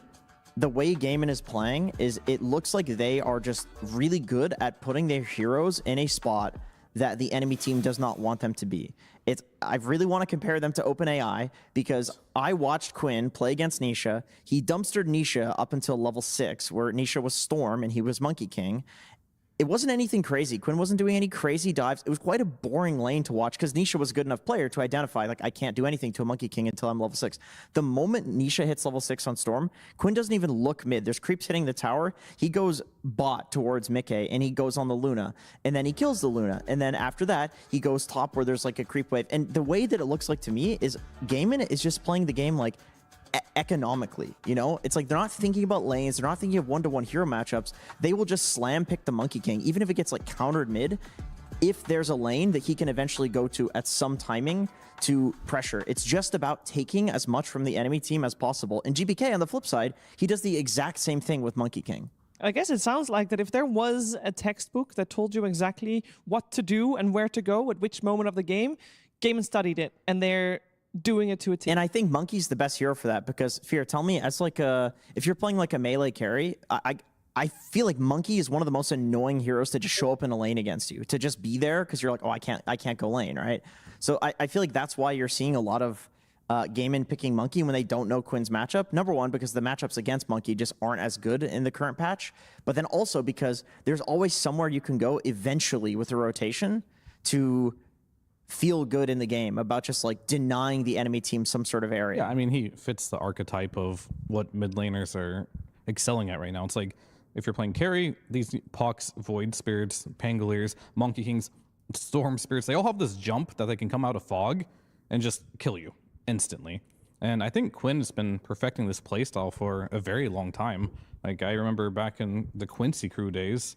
I would play against him, and I was playing support at that time, but either way, like, he would always dumpster mid, but instead of continuing to dumpster mid, he would always just go ruin another lane. You just like walk into the carry's lane. It's like, oh, carry's free farm. Yeah, he gives some support mid that's good at staying there, and then he dumpsters another place. And then once that's dumpstered, he goes somewhere else after that and dumpsters there. I mean, so it was much easier for him in NA because he had no competition really in the mid lane. But even if the lanes are even for him nowadays, he still has the same mentality of like, if I win my lane, I don't have to continue to sit here and farm and be useless. I'm going to take my advantage. I'm going to make it so maybe this free farm Lena or whatever it might be in the top lane, I'm going to go kill her twice in a row. Now her game is completely ruined. And now the map is in shambles, and that's when the auras start coming online, and that's when they start collapsing on you, and you start to get suffocated really in the game. Yeah, when we see the hero matchups as we just did, and maybe people are wondering like, wow, the hero diversity for BetBoom's players, it's really high compared to Gaimin. It's an optical illusion, because overall, this Wallachia, it's Gaming Gladiators that have gone through the group stages 3-0, and obviously via the upper bracket, their route to the grand finals. They've played a total of 13 games, and BetBoom, they went the hard way, and they have a total of 25 games. So that is quite a different sample size. That's a lot of practice. It right is there. a lot. Like, And I it's feel- almost double. And I feel like for a team that was clearly figuring out their identity in terms needed of, it. Yeah, in terms of like Pure was having some really rough games, but now he's been excelling. I feel like they really needed that practice for sure. And I think as critical I am about Pure right now in his hero pool, I think he'll get his heroes because you're very much so going to ban Naga no matter what. Katahomi's look too good on the hero. Save has some specialty heroes you're thinking about. I mean, Katahomi is very high on the potential ban radar because his Bane has looked absolutely amazing. His Nature's Prophet too is really amazing. Same with the Naga. So maybe BetBoom has finally found that system that works for them, and Pure is just, the cog in the wheel here where he just has to play a couple heroes to make their system work. Yeah, we haven't really touched upon the supports that much, but it's definitely worth mentioning these two position 5s. They have left their impact for Malady, of course, the most recent addition to Gaming Gladiators. It took a little while for the whole team to find the right flow, but I feel like with Malady on board, Jenkins, they definitely found it. Yeah, he has looked amazing. He's really clicked for the team. And speaking of Naga, I don't think this is going to go the other direction either. You're definitely not going to give Malady his Naga. It's permaban. Yeah, likely. we have seen some insane saves where he songs in at the perfect time, baits the entirety of the enemy team in, and then you just see like a triple TP out. And it's got to feel so bad. Like you watch that as a team that's going to go up against them, and you think like, okay, this guy's not getting Naga. So I think it's permaban, and I do think also the game and supports are both very good at helping Quinn in the mid lane. They'll rotate to his lane, they'll get kills, they'll help him secure runes, and Malady has been a big part of that because in order to do that, you also have to win your lane, right? You have to be able to leave the carry alone in the lane, and they've been pretty much dumpstering every safe lane that there is. Does help that Watson is rank 1. I think if you're laning with the rank 1 carry, it feels pretty good to leave him alone in lane. Yeah, I feel like there's one role we haven't really mentioned that much yet, and that is the position 4. Why is that? Is it just because at the moment the other players are more of the stars of the show and these guys are more the supporting act? These guys are just so good every tournament that we talked about them so much. it's just that how many times do we talk about BetBoom and like save is always the centerpiece of their success? Very, very frequent. So it's like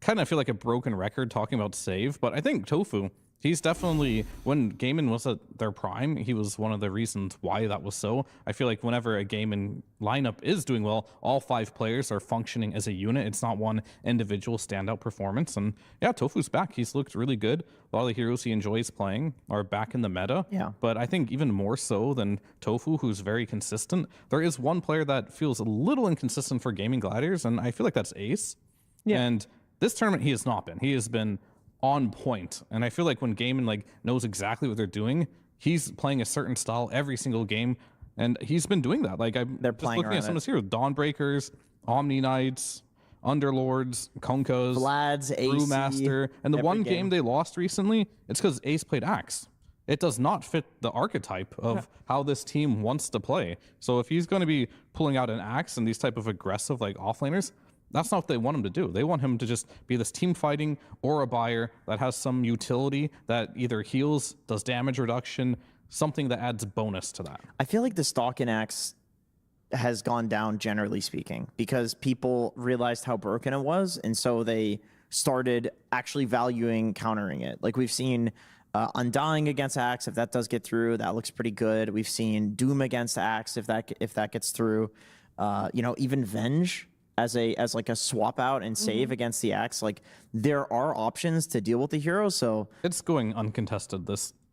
grand finals, very likely, because I don't think Miro puts a lot of stock. I don't think he wants Axe either. Yeah, and Ace 100% does not want it. It does not really fit. Like Axe was kind of like shoved down our throats by Liquid a lot. Like every game we've had Liquid, there's going to be an Axe, and there's teams that really enjoy it. I think the hero is good, but the teams currently playing, this isn't their style. Axe is definitely, you got your initiator, now you can have like your carry mid, you can have like a harder carry as well. You're gonna really rely, you're not gonna have many auras because you have an Axe, but you're gonna have to burst a hero really quickly, and Axe is really good because he does have that Blade Mill, Blink Call combination, which is obnoxious. Well, maybe we can take a look at the most contested heroes that we've had here in this Wallachia, just to get an overview, but also to see if we can pinpoint which heroes these two teams in particular will fight over more than others, as we do have the Bat Rider as the most contested. I would imagine that for both of these teams, that is still a coveted hero. It would be very unusual to see Bat Rider get through at all in this grand final. Unless it's like might. So it's like it depends on gaming's approach. It's either you're targeting these supports like the Naga, you're targeting the Bat Riders, the Undyings of the world. Shadow Shamans are also really good for this playstyle. Or do they want to potentially try to target Pure? He's been winning every game on Nature's Prophet. He's been winning every game on Lifestealer. You're gonna have to make a choice. Honestly, you can't ban everything. Yeah, I would rather leave in like Undying than give Pure Nature's Prophet, for example, because you have some of these heroes like Nature's Prophet that are not only considered like S tier in general, but also it's one of Pure's big three. So I feel like it just makes sense. Puck, we saw actually making it into some of the most picked of the tournament. This was not the case in the group stage. Puck was just a good mid, not like this S tier broken mid. So I don't know. I feel like there's a non-zero chance that at least one game in the grand finals we see Puck in the first phase. I would say so, especially considering it's a best of 5. It's just it's a big beast. Most teams are like, I don't think we've seen Puck first phase banned yet in the playoffs. It's always like second phase banned, or it gets ignored and then like pre-countered and then it gets picked anyway, you know? Yeah, and keep in mind, Gaming Gladiators is the team that played Puck, as we saw earlier, on Tofu. So they have played position 4 Puck and they have that flex. I think that's more likely than a Puck ban, actually. Like I could totally see Gaimin just picking the Puck with the anticipation that they're going to flex it. But to be fair, in that game, he was playing against a Jakiro, and the double hit is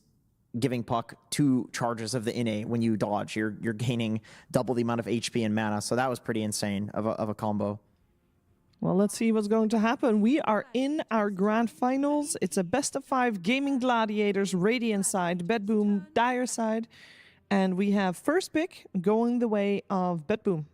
Gaming Gladiators, they have preferred overall second pick. A lot of heroes are going to get through. The choice to ban Terrorblade, Shadow Fiend early on. Hello, Minglava. Gaimin also realized that giving away these bans, I think, are really good. I think maybe the best you could possibly do. I think you from Pure, you eliminate Deflex of the Nature's Prophet from Pure. Wallachia Season 5 Grand Final Best of 5 Series Game Number 1 အနေနဲ့ကြိုဆိုလိုက်ပါတယ်အဲ့တော့ GG versus Babon ပွဲစဉ်ကြီးကတော့ပြန်လေးစတင်နေပြီပေါ့နော်Yo မင်္ဂလာပါလို့အဲ့တော့ကျွန်တော်ပြန်ပြတွေ့ပါပြီဟုတ်ပါတယ်ကဲဘယ်လိုမျိုးတွေဆက်ဖြစ်မလဲပေါ့လေကြည့်ကြသေးတာပါလားဒေတာတစ်ခုကတော့Yeah, best of 5 series. တေချာတစ်ခုကတော့ champion အသစ်ဟိုပါဘောနော်သိန်းတော့ထွက်ပေါ်လာတော့မှာဖြစ်ပါတယ်နော် liquid အနေနဲ့ကလည်းအကောင်းဆုံးစူးစမ်းခဲ့ပေမဲ့ top 3နဲ့ပဲကြီးနှံလိုက်ရတယ်လူလည်းမစုံဘူး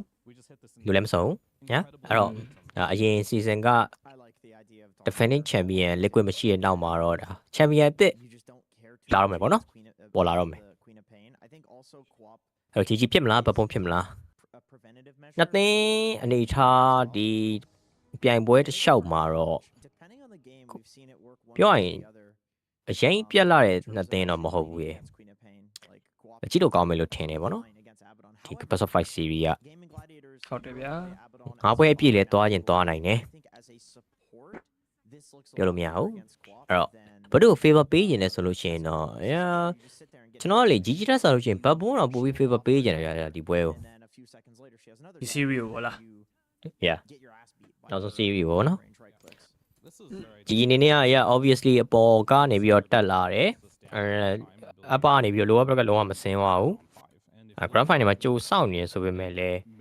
ဘတ်ဘုံရဲ့ဒါဖြတ်တန်းလာတဲ့ဒီလမ်းတစ်လျှောက်နဲ့ဆော့လာတဲ့ play style ကြီးကြည့်ရတာတော်တော်လေးကိုအားရကျင်နေမိတယ်ဗောနော်ဆိုတော့ဒီတော်လေး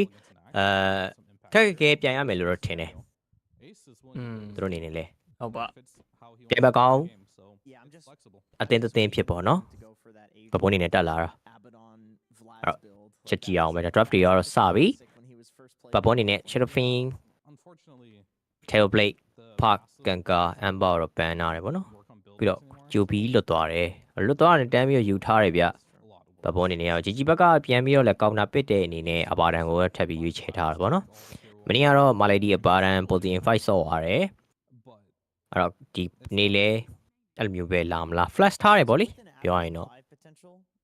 first bit နှစ်ကောင်လုံးကဒါ flash bit တွေကြီးပဲဖြစ်နေတာတော့တွေ့ရမယ်ဒီနေ့နေ့ကတော့ Nature Prophet နောက်က Siren အဲ့လိုမျိုးဒါဒီပြိုင်ပွဲမှာအရန်ထနေရဗောနော် hero တွေတော့တဲပြီးတော့ ban နာတယ်ပြီးတော့ BKB control ဖြစ်တဲ့ဒါ Barrider တို့ TA carry မိုင်းရင်မဲ့စတိုက်ပဲဆက်ပြီးတော့ ban နာလိုက်ရင်လည်းပဲ Shaman ကိုပဲဆက်ပြီးယူထားတယ်ဗျခုနကမှစဉ်းစားမိရပါတော့ Shadow Shaman ထွက်လာလို့အဘာတန်ကလေ break ခံလိုက်ရလို့ရှိရင် bro time ကိုကိုယ်တိုင်နှိပ်ပြီးသုံးရတာကွာအဲ့တော့ဟုတ်တယ်ခါကြရင်ချို့ကြဘလို့တက်ကြလဲဆိုတော့saver ash နဲ့ခောက်ပြီးတော့ဘေးနာကနေကြက်ဝင်ပြောင်းခိုင်းတာဖြစ်ဖြစ် saver နဲ့ခောက်ပြီးတော့ black 3တင်ပြီးတော့ပဲဖြစ်ဖြစ်တက်ကြရဲဘာတန်ဟောပေါ့နော်အဲ့တော့ Shadow Shaman အဘာတန် again ဆိုလို့ရှိရင်เนาะအဲ့ hash break နဲ့ဆိုလို့ရှိရင်လက်ခွားနဲ့မှာဘာနှိပ်လို့မရပဲဒီတိုင်း plane shot အောင်ပါပေါ့နော်သေသွားအောင်ဟုတ်ပါဒါပေမဲ့ hash အချိန် duration အတွင်းမှာတော့တတ်မှရလိမ့်မယ်ဒါပေါ့ဟဲ့စဉ်းစားနှိပ်လို့လည်းမရအောင်အေးဘာလို့မရတာလို့မရပဲတိုင်း shot ပါမှာမင်းကွာချက်ပြောင်းနဲ့ saver ash နဲ့ကို level 15မှာရနေတယ်လို့ဖြစ်နေတာကျန်တယ်ပြောရမယ်ဆိုရင်တော့မှန်ကျန်တာတော့ကျန်တယ်ခဲတော့စပူတာတကောင်တော့ကြီးဘက်ကတော့စပြီးတော့ထွက်လာပြီပပွန်ထပ်ပြီးတော့သူတို့လည်းစပူတာပဲရွေးချယ်ထားတယ်ဘိန်းနဲ့ဘိန်းနေကပပွန်အနေများနော်ပပွန်ဘိန်းပေးလို့ရှင်ဘုံဘိန်းပေးတကောင်အိတ်တကောင်ကြိုက်တွေမှာတကောင်မှာမှွေနှောက်နေလိမ့်မယ်အကုန်လုံးလိုက်ပြီးတော့ဟို likely player ကာတိုမီယိုကြီးရဲ့9ဘွဲဆိုတော့9ဘွဲလုံးနိုင်တာဒီပြိုင်ပွဲမှာဘိန်း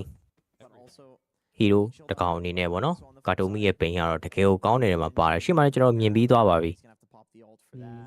အရန်အာရုံနောက်တဲ့နေထားပေါ့နော်ဆိုတော့ဘိန်းမူရတာဒီမူရတာလည်းပြောရရင် flash pit ထားတဲ့သဘောမျိုးပဲအခုနောက်ပိုင်း Murata ရဲ့ carry ပါဆော့လာတယ်ဆိုတော့ Putin 4ဆိုပြီးတော့ဒါအတိအကျတတ်မှတ်လို့မရသေးဘူးပေါ့နော် maybe ဖြစ်နိုင်တာတွေကအများကြီးရှိသေးတယ်ဒါပေမဲ့လည်းကောင်းဖြစ်သွားနိုင်တယ် option တွေလည်းအများကြီးရှိနေသေးတယ်ပေါ့နော် tip တွေလောက်ပါအောင်လောက်မယ်ဗျာချက်ကြည့်အောင်ဟုတ်လားလောက်မယ်ခုန Kevin ကအကုန်လုံးရှင်းပြပြီးတော့ဘယ်ဘုံလေးကိုလည်းပူကြိုက်တယ်ဆိုတော့ okay ဗျာတဲ့ကြီးပြည့်ထည့်ပြီးဗျာတဲ့Okay ပါကျေးဇူးတင်ပါတယ်လား Undying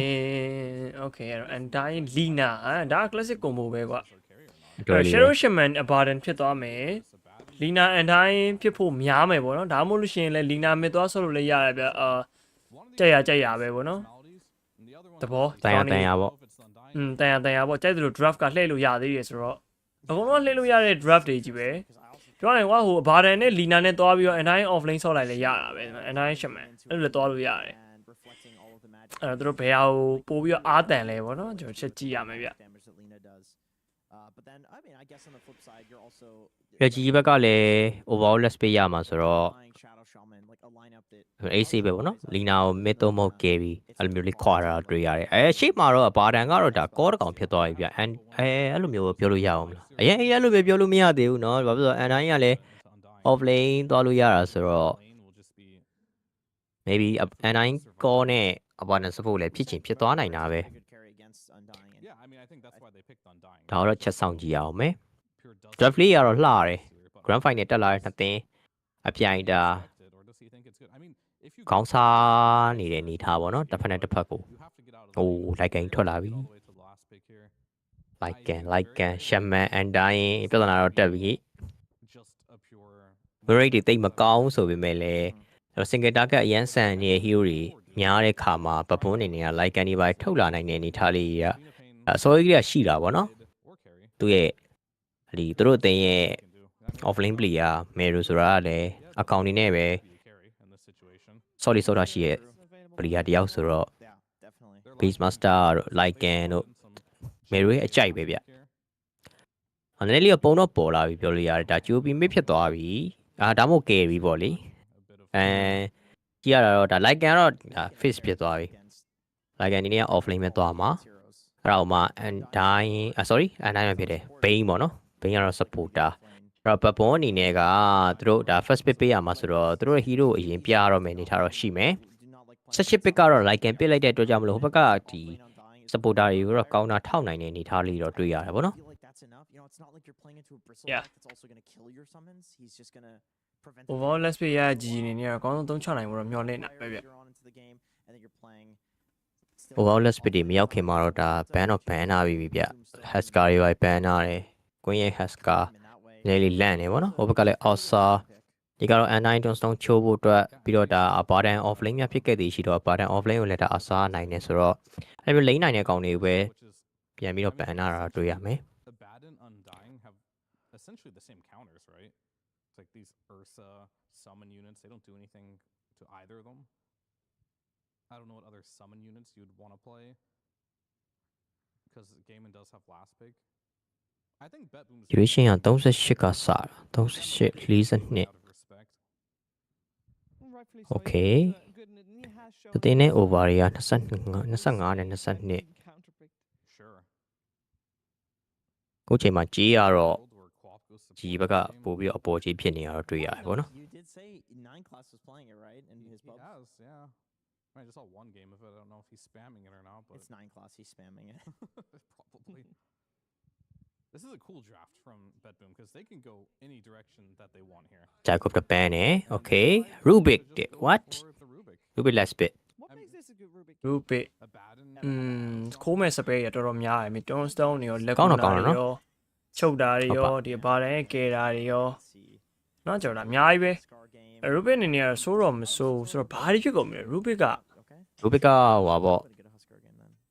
support ဒါ Rubik နဲ့ Bane နဲ့ support Murata carry QB mid အော်you know အေး like an off lane အဲ့လိုဖြစ်သွားမယ်တေးကြတခုကတော့ကိုထင်တာ duration over သွားမယ်ထင်တယ်ဆွဲဆောကြမယ်နေထားလေးမြင်ရလိမ့်မယ် I think အဲ့လိုမျိုးလေးပေါ့လေ over duration over လေးမစိုးနော်39 40ပတ်ဝန်းကျင်ပေါ့နော်အဓိကဟိုဘာလို့ duration over ရွေးလဲဆိုတော့ဘပွန်းရဲ့ဒီ carry က Murata ဖြစ်နေတာပေါ့နော်Murata တော့အချိန်အထိုက်လျောက်တော့ပေးရလိမ့်မယ်မလိုက်ကန်ချိုးပြီးဘယ်လိုပြောမလဲ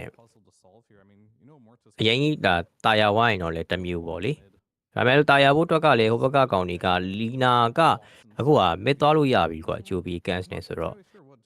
အထပ်ပြီးတော့ဒါလိုက်ကန်ကိုကောင်တာတဲ့အနေနဲ့ပေါ့နော်70ပါးများထပ်ပစ်မလားအဲ့လိုမျိုးလဲမစိုးဟုတ်ပါပြီးတော့ PGL လည်းရှိသေးရဲ့နော်ဒါပေမဲ့ဂျိုဘီတော့ပါတယ်ကွာနော်ဂျိုဘီနဲ့ဆိုတော့မလွယ်ဘူး PA ကြီးက share strike ပြောင်းနဲ့ဟုတ်တယ်အဲ့ဒီခုတော့ရှိရယ် Axe အပါတိုင်း carry Axe off lane Lina mid Okay တွဲဖက်လေးရတော့လှတာပေါ့နော်ဘောကြတယ်သူဘောကြတယ်Axe control ပြန်ပြီးတော့ထိန်းတာမှာအဓိက control ကောင်းကောင်းပြီးတော့ဒီ Murata လိုမျိုး hitter အနေနဲ့ကလည်းဒါ play base call နဲ့ဆိုလို့ရှိရင်ပြတ်ဖို့မြန်နေချက်ခေါ်လိုက်တာနဲ့တခါရဲတေလောက်တဲ့အနေထားရှိရပေါ့နော်ပြီးတော့ဒါ unit ဒီအများကြီးနဲ့ဆော့မလားပါလာတော့မသိပေမဲ့ဒါ like လိုကောင်မျိုးကတော့အနည်းဆုံးတော့သိရမလားဒီကောင်လည်း physical ဒီ hitter တကောင်လို့ပဲပြောရမှာပဲအဲ့တော့အဲ့လိုမျိုးကောင်တွေကိုတစ်ဘက်က action နေနေရ Crimson Cat ဒီပိုင်းနဲ့ပြန်ပြီးတော့ထိန်းထားလို့ရလိမ့်မယ်အဲ့တော့ overall let's play အနေနဲ့ကတော့ X ထွက်လာတယ်ဆိုတော့ဒီဘက်ဘယ်လိုနေမလဲဘယ်လိုပြောလို့ duration over တော့ပိုကြိုက်တယ်ဘယ်ကြီးပါတော့ပါရဆိုပေမဲ့လေတစ်ဖက်ကပြန်ပြီးတော့for she ဘိုင်းနဲ့ဖြေပေးလို့ရမယ်ဗောနော်ဆိုတော့လီနာနင်းလည်း carry တကောင်လုံးဆော့လို့ရမှာဆိုတော့ဘာတိုင်း carry က easy စိတ်ရလက်ချတင်မလားဝင်နေအကုန်လုံး semi carry လေးပဲသွား semi carry လေးပဲသွားတိုင်းပြန်တာပို့ပြီးတော့ speed ပေးဗောလေ queen ကတော့ဒီပွဲကတော့လုံးဝလား main ပလီယာမျိုးဖြစ်သွားမယ်ဒီအတွက်က ဟုတ်တယ် X ဟိုဘယ်လိုပြောမလဲ single target အရင်များနေတဲ့ draft တစ်ခုကိုတော့ပြောရရင်ဘာလဲ single target Lina single target ပဲပြောလို့ရှိရင်အဲ့ draft ကို X နဲ့ပြန်ထောက်ထားတယ်မဲ့ကျွန်တော်လေ access ဆိုင်လို့ Mars ဒီပါတော့ပိုကြိုက်တယ်တိလားခွေးလဲပါတယ်ချန်ခတ်ထားလို့ရတယ်ပြီးတော့ Bane တွေပါတယ်လဲချန်ထည့်ပြီးပြင်းလို့ရတယ်အဲ့တော့ X ရဲ့ဒီ movement တွေဒီကောင်းရဲ့ dagger သွားတဲ့ဟိုဘယ်လိုပြောမလဲ positioning ပေါ့နော် positioning မှာတော်စကားပြောသွားမယ်လို့တော့ခံစားရတယ်မို့ရင်တော့ကိုကဘဘွန်းနည်းနည်းလေးပိုကြိုက် ဘပွန်ကိုလည်းဘပွန်ကြိုက်တယ်ဘပွန်ကြိုက်တယ်အဓိက X ကိုသူ shut down ချပြီးတော့စောင့်နိုင်မယ်ဆိုလို့ရှိရင်တော့မစိုး S ကအဓိကကွာဟိုနေ့ဟာပုံစံမျိုးပဲဘယ်သိလဲမသိဘူးမေ့တော့မေ့သွားပြီကိုတော့ပြောလိုက်ပါသေးတယ်ဒီ X ကိုအဲ့တော့လည်း X ပဲပစ်တာပေါ့နော် S ကို shut down ချပြီးတော့အချက် pressure တွေလိုက်ပေးတယ် S ကအရင်နှိမ့်သွားတဲ့ခါမျိုးမှာ dagger play မေးကိုတော်တော်လေးမှနောက်ကျပြီးထွက်တဲ့ခါမှာကျတော့တသိန်းလုံးက function သိပြီးကောင်းကောင်းမလုပ်နိုင်လိုက်ဘူးပေါ့နော်အဲ့လိုမျိုးတပွဲတာကျွန်တော်တို့ cast လိုက်ရသေးရဆိုတော့ဒီပွဲမှာလည်းပပွန်းအနေနဲ့ကဒီ X တလိန်းကိုရှက်တောင်းများချမလားပေါ့လေကျွန်တော်ချက်ကြည့်ရလိမ့်မယ်ရှက်တောင်းချဖို့အတွက်ကလည်းသူတို့ဘက်မှာအဲ့လိုမျိုးဘိန်းပါတယ်เนาะပြီးတော့ဒါ Rubik တွေပါတဲ့ခါကျတော့ဒီကတော့အပေါ်လန်းကိုဘယ်လိုမျိုး၃ယောက်လာပြီးတော့ gam လာပေါ့လေအဲ့လိုမျိုးလေးတွေလှုပ်ချင်လှုပ်လို့ရမယ်ဆိုတော့ညပပွန်းလေးကိုတော့နည်းနည်းလေးပို့ပြီးသဘောကျတာပေါ့နော်ကို draft နေထားအရာလေကိန်းမှာဆိုလို့ရှိရင်လည်းမူရတာပြစ်ခွင့်ရခဲ့သည်ရှိတော့ပို့ပြီးတော့ဒါdamage ထွက်နိုင်တဲ့အနေထားလေးတွေ့ရပြီးတော့ QB level 25 timing ပေါ့နော်အဲ့ timing ကိုလည်းကကောင်းမွန်တုံးချဝိုင်းတော့အဆင်ပြေလောက်မယ်လို့တော့ထင်တာပဲအဲ့တော့ရွေးရမယ်ဆိုလို့ရှိရင် duration over key over လေးမိုက်တယ်စုံပေါ်မယ်ပြီးတော့ဒါဝင်လာတော့ပပွန်လေးကိုရွေးရင်းတယ်ပေါ့လေဒါပေမဲ့စိုက်တာထဲပါနော်ကိုကတော့ဒါဒီဘက်မှာတော့ tip တော့ပေးထားပဲပပွန်ရင်းကျင်လို့ရှိရင်ကြတော့လေဒါပပွန်ရဲ့ handicap လေးပါလေးလည်းလိုက်ပြီးတော့နှိုက်ကြည့်ပေါ့နော်ဟိုဘက်နဲ့ကိုကဒါ GG drop ကိုပုံကြိုက်နေတယ်ဘာညာဆိုလို့ရှိရင်တော့ GG ဘက်ကရင်းမဲ့ဟာလေးတော့ဒါနည်းနည်းစဉ်းစားကြည့်ပေါ့နော် January ရဆိုလို့ရှိရင်တော့ duration over key over လေးကတော့ပို့ပြီးတော့ဒါကျွန်တော်တို့ရွေးထားတယ်ဒါကတော့နှစ်သိန်းလုံးနဲ့မဆိုင်ဘူးနော်ဒါအလေကနေပဲပေါ့နော်လဲရနေထားတယ်လဲရနေထားတယ် duration over key over အနေနဲ့ကအဲ့တော့ချက်ကြည့်ကြတာပေါ့ဝယ်လေကိသွားမယ်ထင်တယ်နှစ်သိန်းလုံးလီနာအနေနဲ့ကလည်းဒါတကယ်တမ်းပြစ်နိုင်ဖို့အတွက်ကအနည်းဆုံးမိနစ်30လောက်ထိရလို့ရတယ်ပေါ့နော်အပါတန်းအရှိမှာမေကိန်းလောက်မှာသူ control လုပ်မယ်လီနာတော့နောက်ပိုင်း hitter သဘောမျိုးအနေနဲ့ဒီဘက်ကတော့ရွေးချယ်ထားတယ်ပေါ့နော်ဘပုံကတော့လုံးဝပြည့်ရတိုင်မြင်အောင်ပဲစောင့်မှာပါပဲ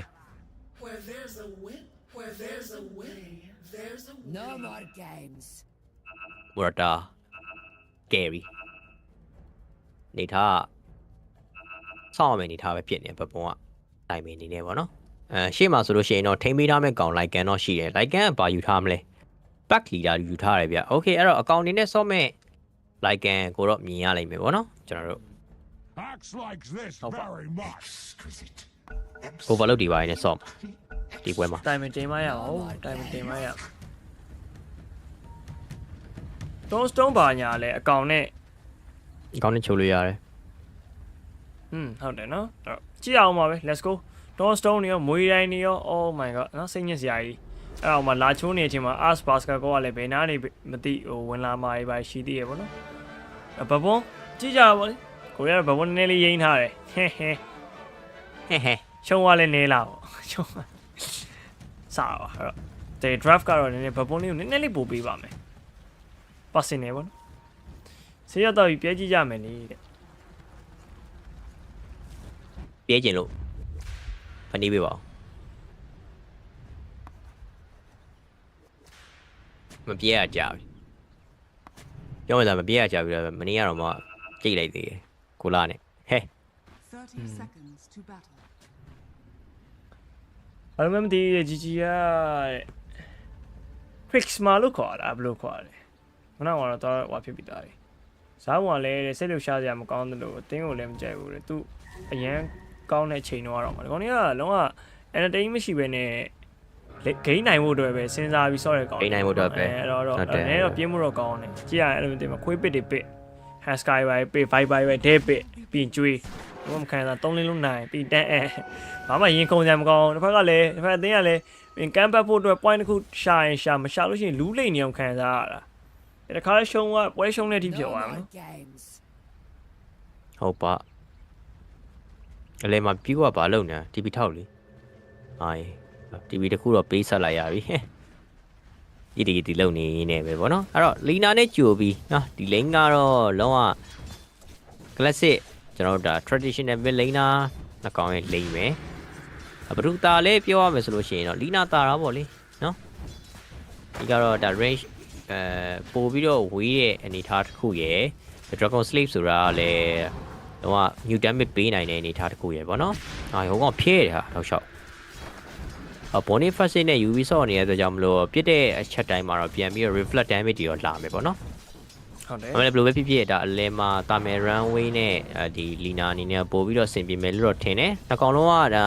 ပြောမယ်ဆိုလို့ရှိရင်တော့ body hero တွေဖြစ်တဲ့အတွက်ကြောင့်မလို့ body ဘာ refill ပြန်လုပ်တာဘာညာနဲ့ဆိုတော့ကြာ6မိနစ်ပေါအောင်တိုင်မင်ကိုပဲချက်ကြည့်ရအောင်ပါဗောလေပေးပါပေးရင်တော့ပေးရမယ်ဆိုလို့ရှိရင်တော့ဗောနော်လီနာတော့ပို့ပြီးပေးရမှာပဲလီနာပဲပို့ပေးရပြီးတော့ဒါပြောရရင်ဒူရာ1ရဲ့ match up တွေဒီလားပြောနေဒူရာ1ကလည်းဒီပိုင်းရတယ်ခုနောက်ပိုင်းကလက်ခွန်းထဲမှာပဲအဲ့ Brisbane mid တို့ဘာတို့တွေတွေ့နေရဆိုတော့စိတ်ညစ်ဖို့ကောင်းဘူးမှပဲစူစူပြေပြေပေါ့နော် mid လေးကဖြစ်လာပြေပြေလေးဖြစ်လာဟုတ်ပါ shadow film တွေပါပြန်ထွက်လာနော် shadow film mid park stone spirit အခုမှလီနာကြိုးပြီးတကယ် mid တွေပြန်ထွက်လာတကယ် mid တွေပြန်ထွက်လာအဲ့လိုမျိုးလေးလည်းဖြစ်အောင်ပါပဲကွာမဟုတ်လို့ရှိရင်လည်းလက်ကွာမောက်တောင်းမင်း Brisbane mid ဘီမာတာ mid မင်းဘာမှမဖြစ်နိုင်တယ်ဘယ်လိုပြောရမလဲကြည့်ရ feature ပါသေးလားမင်းတကောင်တော့ထုရလာဆိုထုမရဘူးမင်းမာတောင်းကလောသေးလားတကောင်ကတိုင်နေတကောင် Brisbane ဘယ်လိုလုပ်မလဲအဲ့လေပင်စလာတာ mid ပြောရရင်သိရမလားစကေးမရှိတဲ့ကောင်တွေစော့နေတယ်လို့ဖြစ်တယ်တိတ်ပြီးစိတ်ဝင်စားဖို့မကောင်းဘူးဗောနော် entertain မဖြစ်ဘူးဒီလိုမျိုးလေးဒါလီနာတို့ဂျိုဘီတို့ဆိုလို့ရှိရင်တော့မှဒါတယောက်နဲ့တယောက်ဟိုအောက်ပလီးတာတွေပါမြင်ရအောင်ပဲဟုတ်တယ်နည်းဆုံးတော့လေဟုတ်တယ်ဗျာမောင်ကြီးကလုံးဝ creep hit ညာဒီတိုင်းစော့တယ်လုံးဝမလုံးမရှက်ဆိုတော့ yeah လေမာတော့လီနာကကတော့ပြောသလိုပဲအောက်မှာဒါအဘွားတန်းနဲ့အန်တိုင်းဒါမီလီဟီရိုနှစ်ကောင်ဖြစ်နေတယ်တစ်ဖက်မှာဆိုလို့ရှိရင်လဲလိုက်ကန်နဲ့ဆိုတော့ဒီလင်းကလုံးဝ passive ပဲပေါ့နော်ဒီလိုက key try ရမယ့်ကောင်မျိုးတွေတော့မမြင်ရအောင်အနေထားလေးမျိုးမမြင်ရအောင်တိုင်းထောက်မဲ့ဆိုရင်တော့မှဟိုဘက်ကလေဒါလိုက်ကန်ခိုးနေပါနေတိုင်ကိုပြန်ပြီးတော့ဒါချိုးနိုင်တဲ့အနေထားလေးတော့တွေ့မယ်ဟီရိုယူနစ်မဟုတ်ဘဲနဲ့ချိုးတဲ့ခါကျတော့တိုင်ကိုဒီအချက်ကြီးများများတော့ချိုးရမယ်ဆိုပေမဲ့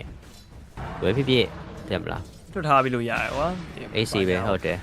တွတ်ထားပြီးလို့ရတယ်အဲ့တော့အောက်လန်းကဘယ်ဘက်ကိုရွေးကောင်းမလဲဆိုတော့ဒါជីជីဘက်ပဲရွေးရမှာပေါ့နော်ရွေးရမယ်ဆိုလို့ရှိရင်တော့free fan ဖြစ်မယ်အပါဒန်အနေနဲ့ကတစ်ဖက်ကတော့ဒါပတ်လီဒါနဲ့ဆော့နေတဲ့အတွက်ကြောင့်မလို့ dominator တိုင်းမျိုးပြန်ဆော့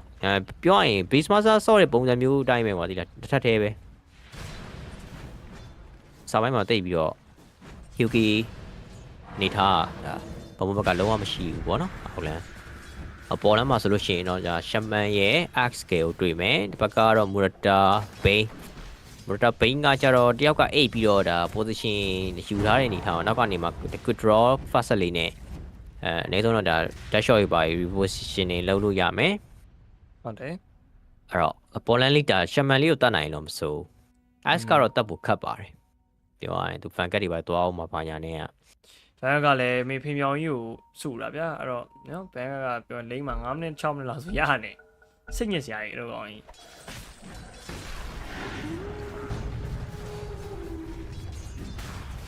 try နေဆိုပေမဲ့နောက်မှလည်း Rubik ကရှိနေသေးတယ်ဟုတ်တယ်ဗျာမကြွေးဘူးရောက်ရင် safe လာပြီးပြစ်တယ်ဆိုရင်နေရာတစ်ခုနောက်ကနေအေး melody သွေးဆုပ်ချက်နေတယ်ဒီပဲဗောနော်ကျွန်တော် safe ကတေးရနေဖြစ်နေပြီဗော sorry ကတော့မြူထားလောက်ဘူးထင်တာပဲဗောနော် queen နဲ့ကျွန်တော် gbk နဲ့ 1 vs 1စပြီး try နေ verifier ဟိုကောင်လေးကျွန်တော်ကိုင်းထွက်နေရောပဲဗောနော် gbk queen နေရာလေတေးမလို့ရှိသေးတယ် yeah ဟုတ်တယ်ပေါ်လမ်းမှာလဲ water room ကိုနှစ်ယောက်လုံးကလာပြီးတော့ဒါ supporter နှစ်ယောက်လုံးကဗောနော်လာကတ်သွားတဲ့အနေထားမှာတော့water room ကပေါ်ကကောက်စရာမရှိတော့ဘူးအဲ့တော့အိမ်ပြန်လာပဲကောက်ပါတယ်queen ရဲ့ဒီ decision လေးကတော့မိုက်တယ်ဗောနော်ဂျိုဘီကတော့လုံးဝ အလယ်မှာတော့ဒါခရီခဏစားအောင်မယ်စားပြီးလို့ရှိရင်လည်းသူအနည်းဆုံးတော့ဒီပေါ်လန်ကဒီဘောင်ဒီရုံတွေပါတွားယူပြီးတော့ border refill လုံးမတော့ရမယ်ပေါ့နော်ဟုတ်တယ်အဲ့သွေးနဲ့ဆက်နေနေရလဲသွေးရတော်တော်နည်းနေပြီဆိုတော့ညာသူကတော့ခဏလေးငြိမ်နေသေးတယ်အရင်ဆုံးဒါ solo level လေးယူအောင်မယ်entertainment ဖြစ်အောင်နဲ့ patch carry တို့ကြားမလို့ဆော့အောင်ပါတဲ့ကြားမကြီးတော့တော်ပါတော့ patch carry လောက်ဆိုနေလက်ခံပေးလို့ရသေးတယ်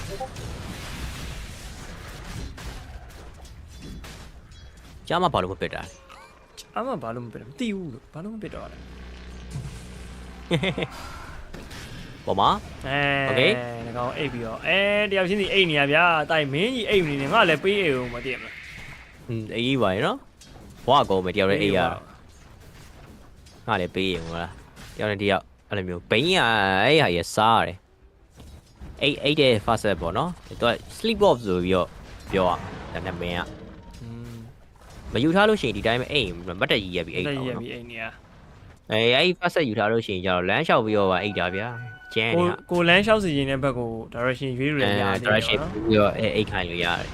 ကဲကွင်းအလဲမနေလေးဂျွန်သွားရဆိုရင်ရတယ်ခမတော့လေ Ruby Telekinesis Fate ပို့နေတော့ okay Black Rain တော်တော်ကိုင်းနေပြီကွင်း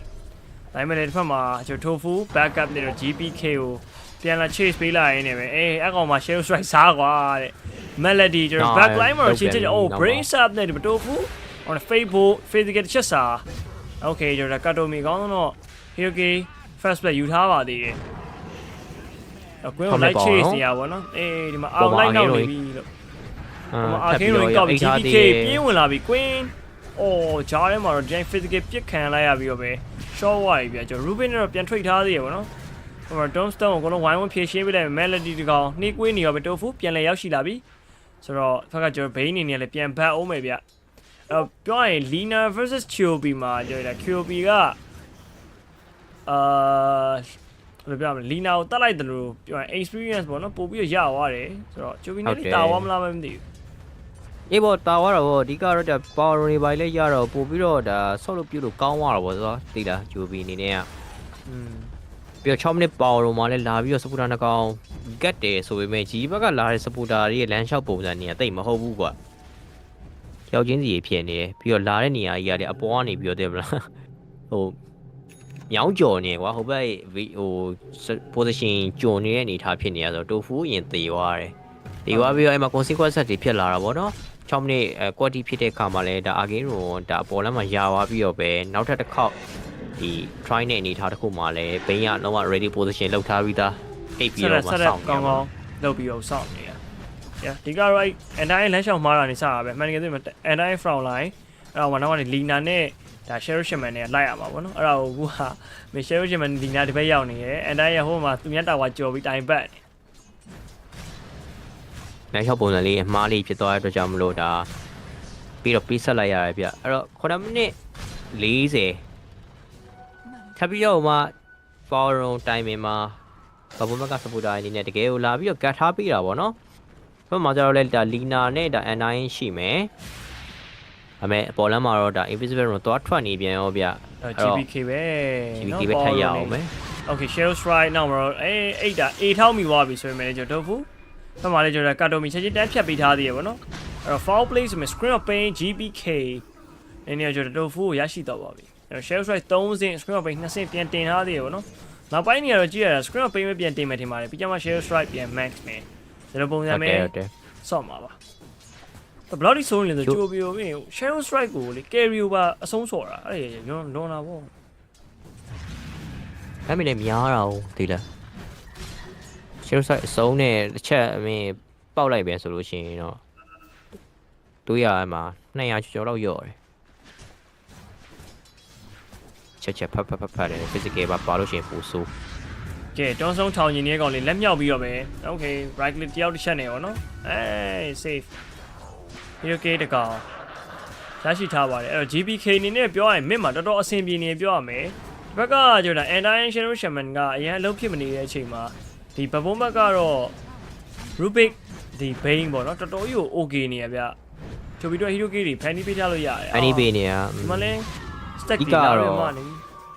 ဒီကတော့ Bane ပဲကွာဒီလား Bane ကတော်တော်လုံးဖြစ်နေပြောရမယ်အရင်ဆုံးအိတ်ထားပြီးတော့ကွာဒီလား setup လုပ်ပေးလို့ရတယ်ဆိုတော့အားသာချက်တစ်ခုอ่ะ ရမ်းမိုက်နေသူတို့အတွက်ပြီးတော့ Bane ရဲ့ night vision နဲ့ရှိနေတာပေါ့နော်position အနေထားမှာရောဒါ hero ကွာခြားချက်ကြောင့်ရောကဘဘောအနေနဲ့တော့ hero key အလဲမှာတောက်လျှောက်ကိုရနေတာလီနာတော့ရှင်းတယ်ပေါ့နော်ကွင်းတစ်ခေါက်သေးသွားပြီးကလေးကအလဲမှာလုံးဝမနေတော့ဘူးသူရဲ့ supporter တွေလည်းမယုံကြည်တော့ဆိုတဲ့နောက်မှာလို့ပြန်ပြီးအဲ့ဒါ Bane ရဲ့ night vision ပဲလောက်တာလေလို့ and time အေး and time okay don't stone ဖြတ်ထောင်ပေးပြီးတော့ပဲနောက်မှာလဲကျွန်တော်ဘာတိုင်းပဲကြာလာ Sonic Wave ဘာတိုင်းကိုပြန်ပြီးမထိန်းမိလာရင်လည်းပဲ Melody ရဲ့ခေါင်းပေါ်မှာတော့okay ကျွန်တော် 40 shield နဲ့ပြန်ကာပြီးတဲ့ Kato Mi ပြတ်သွားပြီဗျအဲ့ Shadow Strike ကိုချက်ချင်း instant တန်းပြီးတော့ dispel လုပ်ရမယ်ပေါ့နော်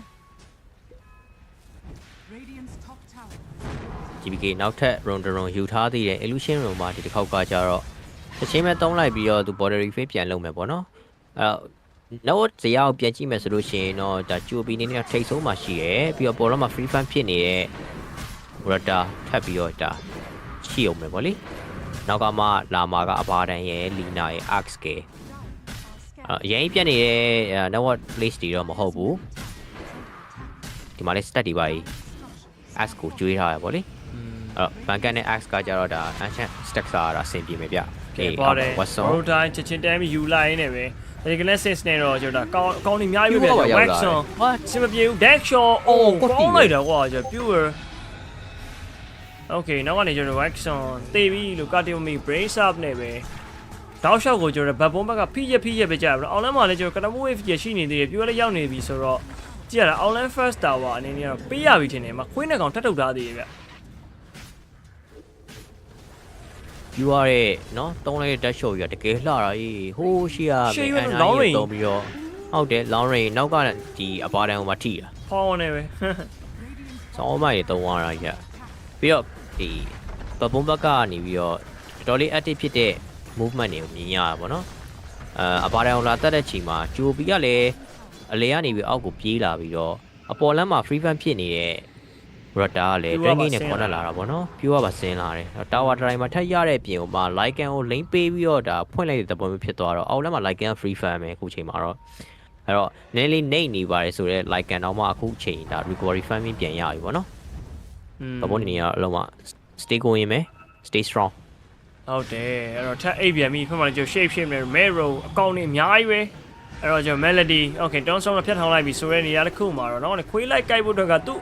ဟိုနဲ့သူပြန်ပိတ်နေရပါတော့အဲ့ Tom Stone လေးကိုပဲကျွန်တော်ဖြည့်ရှင်းမယ် Tom Stone free ရတာပါနော်125လောက်မသိအဲ့ around ပါပဲတာဝါယူ plane လာ hit နေရဗျာကျွန်တော် save နေနေရလဲကျွန်တော် 40 sheet ပြန်ခိုးထားသေးတယ်ထပ်မကျွန်တော် queen ကိုတွေ့သွားတဲ့ GPK Shadow Strike ရောပြစ်ထဲနေရောထပ်မလဲ queen ပြန်တော့ပြစ်ထားသေးတယ်ဗျာ Ax ကတော့နည်းနည်းတော့အချင်းချက်လာကြည့်နေတော့မယ်ဗောနော်ကျွန်တော် deck ပါမပါတော့လမ်းလျှောက်ပြီးတော့မှဟိုဖြစ်ရမှာ deck မပါသေးဘူးလေအခုချိန်ကြီးက play မေးပါဆက်သွားတာသေးဆိုတော့ deck timing ထပ်ပြီးနောက်ကျအောင်ပါကဲအိပ်ပျော်သွားတဲ့ Lina Sonic Wave Queen အပေါ်ဒီပဲရောက်လာပြီထမမှာအပေါ်ဒီရှိပြန်ကာပြီးသားလာရင်းနေပဲ basket ကိုဒီနေ့ရောက်လာတဲ့ Katomi ပြတ်သွားလာရင်းနေကတော့နောက်မှလည်းကျွန်တော် save ကို share ကဲနေတော့ထက်ချုပ်ပြီးသားသေးဗျအဲကျွန်တော်ဘာလို့လို့မရမလဲဗောနော် save ခေါင်းမခွဲခံလိုက်ရရင်းနဲ့ပဲ okay ကျွန်တော်10 round လေးတော့ကြီးပြန်ပြီးတော့လုတ်ထားနိုင်တယ်ပြောရရင်ဘက်ဘုံကလူဘာဝရတယ်ဗျမင်းအောက်လန်းလေးယူတယ်အလေလဲမှာလည်းရှေ့ပါသုံးပြီးတော့အေလာထောက်နေရဆိုတော့ဒါမခက်တဲ့အနေအထားမျိုးဖြစ်သွားပြီ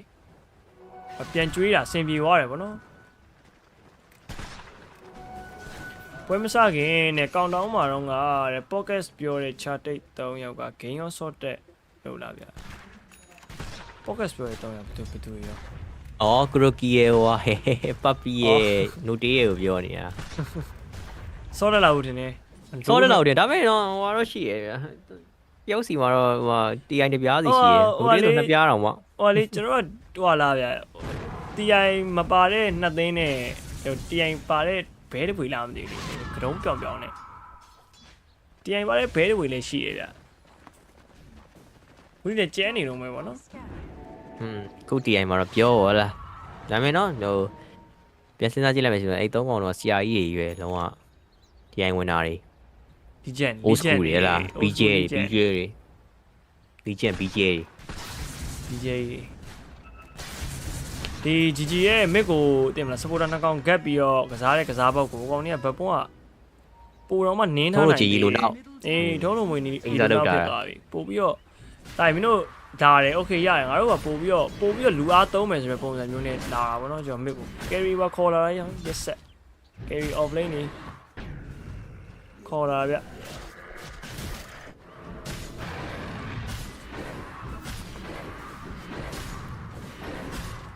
တက်တွေတော့ပြန်စားနေသေးတယ်ပြောရဆိုလို့ရှိရင် axe က timing ကတော်တော်လေးတော့နောက်ကျပါသူပြီးတော့ basic item တွေအများကြီးထည့်တာ brazier တွေရော magic wand တွေရော vanguard facebook များပါ blame me okay အရင်များပါရဲ့အဲ့လိုကြီးကြတော့များတော့ဘာဖြစ်လဲဆိုတော့ deck timing ကနောက်ကျတယ်ကွာဒီလားပုံမှန်ဆိုလို့ရှိရင်16မိနစ်ကိုအဲ့ကွာ item 3ခွက်ကထွက်တယ် stat တွေပါစားလို့ရလို့ရှိရင်ပေါ့နော်ဟုတ်တယ်ဒါပေမဲ့အခုကောင်းတာဘာလဲဆိုတော့ကြီးနေနေကလည်းအရင်မနှိမ်သွားတဲ့အခါမျိုးပါဗောနော်သူပြန်ပြီးတော့ family post ပေးလို့ရအောင်မယ်တက်ကတိုင်မင်းနဲ့မှကြီးနေနေက smoke တွေပါသွားလို့ရမှာအဲ့တော့ ask တက်ကတော့ chat တော့စောင့်ကြည့်ရမယ်ဗောနော်ဘယ်ချိန်လောက်မှထွက်မလဲဆိုတော့ဒီချိန်မှာတော့လုံးဝဒါကြီးနေနေက passive ပဲ family ဆက်ပြီးတော့လုံနေဦးမှာပဲဗျအလေကတာဝါကြီးလည်းမကြိုးသေးဘူးဆိုတော့အနည်းဆုံးတော့ကြီးနေနေကခံလို့စော့လို့ရသေးတဲ့ပုံစံမျိုးဗောနော်ပပကပြန်ကြည့်မယ်ဆိုလို့ရှိရင်လည်းပေါ်လမ်းမှာလုံးဝ rotor အနေနဲ့ထိတ်ဆုံးနောက်ဝမှာရှိနေတော့မယ် level 17ပေါ့လေသူလည်းဒိန်းထိုင်နေတော့မယ်ခုချိန်ကြီး ACC ပဲပြောမယ်ဆိုလို့ရှိရင်15မိနစ်16မိနစ်တည်းကမလုံးမရှက်ဆိုတဲ့အနေထားမှာကျွန်တော်ခုနဒါတက်ပေးထားတဲ့ duration over သမားတွေအတွက်ကတော့အဆင်ပြေလောက်တယ်ပေါ့နော်လေကြီးအတွက်ကိုပဲတကယ်ဒါ UT ပြီးတော့စော့နေတဲ့ပုံစံမျိုးRotor ဆိုတဲ့ hero တွေထားနေပြီအဲ့ဒါအရန်လူညောနီယာပြီးရင်လည်းကောင်းအောင်ပြရဖို့တဲ့ BKB အခုလိုပွဲမျိုးဆိုလို့ရှိရင်မှာ Anx ပါနေတဲ့အတွက်ကြောင့်မလို့ဒီကောင်ပို့ပြီးတော့ item ထွက်မှရမယ်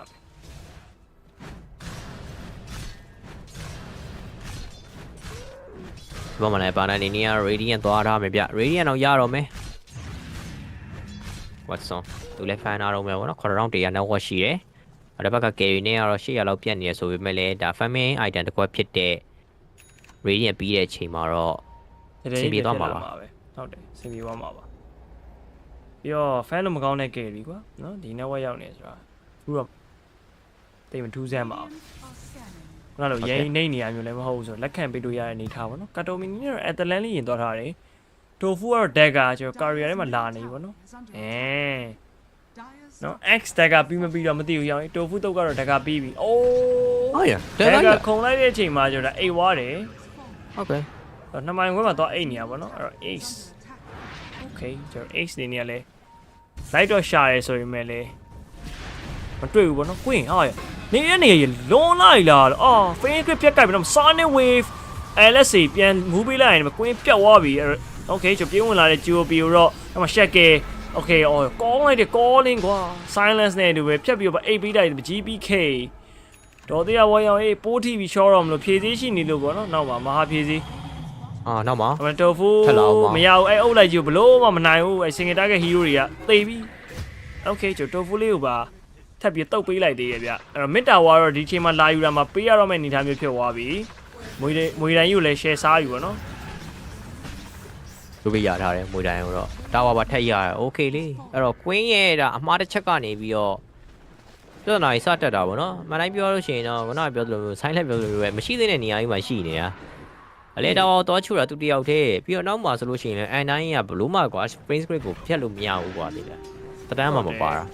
N9 နဲ့လီနာရှိနေပြီ N9 ကြော်ပြီးလီနာပဲလုံမှာဗောဒါရိုးရှင်းလေးပဲဟာရိုးရှင်းလေးပဲအားမလည်းဖျက်လို့မရပြုတ်လို့မရကာပြီးလို့မရတဲ့ hero လိမ့်မှာသာ strong and strong ပဲဒီချိန်မှကျငါပေါ်ပဲကွာအော်ရက်ဆက်တဲ့ရောင်ရေးနေတဲ့ position ကြီးကျွတ်စင်ကြီးဗျာဝိုင်းလုတ်ချင်စရာလေးဆိုတာဒါကိုပြောတာထားပေးနေရသေးရမလားထားပေးနေတာဟိုကောင်ကြီးဆရာလေးအောင်မချင်အောင်ရောင်ရေးထားပေးလို့ရှိရင်ကျွေးတာကဲချက်ပြောင်းနောက်မှာ Laguna right click နဲ့တော့နောက်မှာ Rubik ပြန်ပြီး telekinesis မှာပြီ GPK still life check နဲ့ပြန်ချုပ်ပေးထားလိုက်နေပဲလီနာပြတ်ပြီး Ethereal form right click damage အောက်မှာ Tofu တကောင်ထပ်ပြတ်အောင်မယ်ဗောနော် pure double kill ကောင်းတယ်ကွာဘဘွန်လုံနေပြီလုံနေပြီကျိုးပြီးတကောင်သွားတတ်တာတဲ့ကျိုးပြီးက blade main နဲ့ပါ power truck ကိုလည်း strand လောက်ထားတာတော်တော်ကိုသွေးများတယ် လို့မှလကူနာ play ပါညာနဲ့တေးစရာအကြောင်းမရှိဘူးပေါ့နော်ရှမန်လီနာရဲ့သွားပြီးတော့ပေါင်းတက်တာကတော့ဒါပေမဲ့မလောက်တဲ့ပြဿနာတွေပါနေပြန်ပြီးတော့ပေးစားလိုက်ရနှစ်ကောင် double K နဲ့အတူတူပဲပြူကနေရရှိထားတဲ့ hero K နှစ်ကောင် carry ကိုပေးလိုက်တဲ့ hero K နော် carry ကိုမှတစ်ဖက်က mid ကိုဘယ်လိုပြောမလဲ carry ကိုပေးတဲ့ hero K ကွာ support hero K မဟုတ်ဘဲနဲ့ mid ကြီးရဲ့ hero K ဖြစ်နေဖက်ကလီနာယူရလိုက်တာတော့ဟောအနေနဲ့ experience လည်းခိုင်သွားပြီ goal လည်းခိုင်သွားပြီပေါ့နော်ဟုတ်တယ် amplify damage GPK ထည့်ရထားသေးဆိုတော့ဒီမှာ power control မှာလည်းဘပုံကတောက်လျှောက်ကြီးတာနေတာကွာတော်တော်လေးကိုမင်းလမ်းလျှောက်တာကောင်းတယ်အဲ့ဘိန်းအားတာချက်ကေပေါ့နော်ပြီးတော့နောက်ပိုင်းမှာ level 9ရောက်လာ Rubin နေနေရလဲအနည်းဆုံးတော့ကွာ Ether 9တွေပါပါသွားလို့ရှိရင်ပြဿနာထက်တက်အောင်မှာချုပ်ရင်ဝေးလို့ပါတော့သိရမလားပြီး afford ရှိပါလေပြန်ပြီးတော့ပို့လို့ရသေးရဲ့ Rubin နေနေရဒီပွဲ Rubin ကလည်းတော်တော်တန်သွားပြန်ရောဟုတ်ပါဒါလည်းကိုတွေတွေးထားပြီးသားပါပဲเนาะ draft မှာတွေက Rubik page က let's pick PP ကောင်းနေနောက်မှထွက်လာ Rubik buffet တွေပါနေသူ solar crash သွားတာလေ solar crash ပြီးတော့မှဟိုပါဘောနော် Etherland ကိုဒေတာမှာ Rubik က shot တွေပါအောင်ရောက်သွားပြီဒါကတော့အပေါ်လမ်းမှာမိနစ်20တော့မတာနဲ့ရတဲ့ shot ပြ Okay free shot ပဲအဲ့ကိုလူကိုပြန် save လို့ရတယ်အခုဒီမှာ GG ကစ smoke နေဆိုတော့ကြည့်ရ X ရဲ့ dagger time ထင်ပါ dagger ပါလာပြီဟုတ်တယ်မိနစ်20မှာ dagger ရတယ်အရင်နောက်မကြောက်လားလို့ကြာကြပဲကဲ dagger basket ကို Rubik တကောင်နဲ့မိသွားပြီဆိုရင်တခုမှာတော့ LSA right click ပြန်ပြီးပဲကြောက်တာအေးမသေးရင်သေးရင်လည်းဘောနော်ကွင်းနေနေရတော့တော့မှကြောက်တာ Sonic Wave တွေပါတော့မှုတ်ပြီးထားလိုက်တယ်ကွင်းတော့ခွေးကြိုက်နေပြီကျွန်တော်ငကားနဲ့ပါမိ live မှုတ်နေရဆိုရင်တခုမှာ wax on afford ရှိနေနေပြန်ကာပြီး dagger basket ကိုနဲ့ခွေးကိုထိန်းပြီးသားသေးဆိုရင်နောက်မှာ follow up တွေလိုအပ်နေသေးတယ်ဗောနော်အေးငါ့ကိုမွေးပေါက်နေတာလား okay dash shot နဲ့ချုပ်နေရကောင်လေးတော့လည်းပြီးတော့ basket call again ကျွန်တော် calling silence ကြားမှာပြေးတော့ဝင်လာပြီ Mero လုံးဝပြေးလို့မရတော့ Queen Dragon Lance ဆိုရတော့ကြောင့် right click damage ကလည်းတော်တော်ဝေးနေရဗောနော်gaming gladiator နေနေကလည်း escape back ဒီ dagger timing လေးမှာအကောင်းတော့ timing နဲ့ပြန်ပြီးတော့ချလို့ရသွားပြီဗျဟုတ်တယ်အဲ့ပြီး like နေနေရလဲမှာချက်ပြောင်းပါညာချုပ်တာနေဘတ်စကာကောနှစ်ခါမိတော့ရတယ်ဆိုတော့ level 3နာပဲပဲလေသူပြေးလို့မလွတ်သွားဘူးဗောနော်နှမျိုးစရာကြီးပဲဒါပေမဲ့ number 2K လောက်ကတော့ရှိနေသေးတယ် different အနေနဲ့ကထိတ်ဆုံးမှာတော့ဒါ Rota ပဲဗောနော် okay face screen နဲ့တူပဲကျွန်တော် interior phone နဲ့ dead ပြစ်တယ်ဆိုရင်ရတခုမှာ okay ရသွားပြီเนาะ as bus ကကုန်းဝင်ခေါ်မှာဆိုလို့လေပြူအနေနဲ့ကိုဖင်အောင်ထဲမှာကို calling silence ကပြန်ချထားသေးတယ်ဗျတော့အကုန်လုံးကိုကြိုတင်တွက်ဆထားပြီးသားဆိုတဲ့ပုံစံမျိုးပေါ့နော်ဒါပေမဲ့ S ကရှိမနေခဲ့ပါဘူးတော့ပြန်ပြီးအောက်ပလေးသွားဒါကတော့ safety အတွက်ပါ safety first ပဲပေါ့နော် yeah ပုံမှန်လက်စွမ်းနေပြတ်သားနေတဲ့ Queen နဲ့ Queen ကကားချိတ် Queen ထိုးနေတာလို့ Queen ထိုးနေတာအဲ့ဆိုတော့ like ဒီ fact leader first နဲ့မှာအကောင့်လေးနဲ့ပါညာနဲ့ဆိုတော့ Russian လောက်ရတယ်တော်တော်လေးကိုလွယ်နေပြောရမယ်ဘဘောအနေနဲ့လုံးဝ pure ကိုပဲ ages တွေပါပေးထားသေးတယ်ဗောနော် Murata ကတော့သူ့ရဲ့ဒီဖြတ်တန်းလာတဲ့ပွဲတစ်လျှောက်ဒီနေထားလေးကတော်တော် smooth ဖြစ်တယ်ပြောရမယ်အမျိုးမဲ့မတင်သိရမလား carry ကိုမတာပါညာနဲ့ပြီးတော့ပေါ်လမ်းမှာလည်း free fan ဖြစ်နေရတဲ့လုံးဝ pure အနေနဲ့ဒီပွဲဆော့တာတော်တော်လေးလွယ်တယ်ဗောနော်ပြောရင် Murata လောကောင်မျိုးကအရက်ကူပါလူပိုင်းမှာဆိုပြီးတော့ all ရတဲ့ hero တင်မလားငါပစ်ချင်လို့ပါတိုက်လို့ဟော stand ပေးကြပါဖမ်းပေးကြပါလှုပ်ပေးကြပါကင်ပေးကြပါဆိုတဲ့ hero မျိုးပြောရင်ကွာဟိုပြစ်ခွင့်ရလို့ရှိရင်လည်း damage အများကြီးထွက်တယ်ဆိုပေမဲ့လည်းပြေးရလည်းလွယ်တယ် attack range ကလည်းနီးတယ်ဗောနော်အဲ့တော့ Murata ကစားရတာအတင်းကသဘောပေါက်ပြီးတော့တေးချာဆော့တဲ့ လိုက်ဆော့တဲ့မှာအေးအဲ့ဒါမှအဆင်ပြေမှာဗောနော်အဲ့တော့မိုက်တယ်ကိုရတော့ခဏလည်းထပ်ပြီးတော့ကျွေးခံလိုက်ရတယ်ဆိုတော့ဖျားသွားလောက်ပြီးပါတေးတာမှာနောက်ကြည့်လိုက်အောင်အောက်ဆုံးဖြစ်နေတာအပေါ်တဲ့အောက်ကတော့ရန်တော့မကောပါဘူး2000လောက်ပဲပေါ့နော်ဒါပေမဲ့လည်းလီနာဆိုတဲ့ဟီရိုကအဲ့နောက်မရှိသေးတဲ့နောက်လောက်မှအဆင်ပြေမှာပြောလို့ရှိရင်လေဟုတ်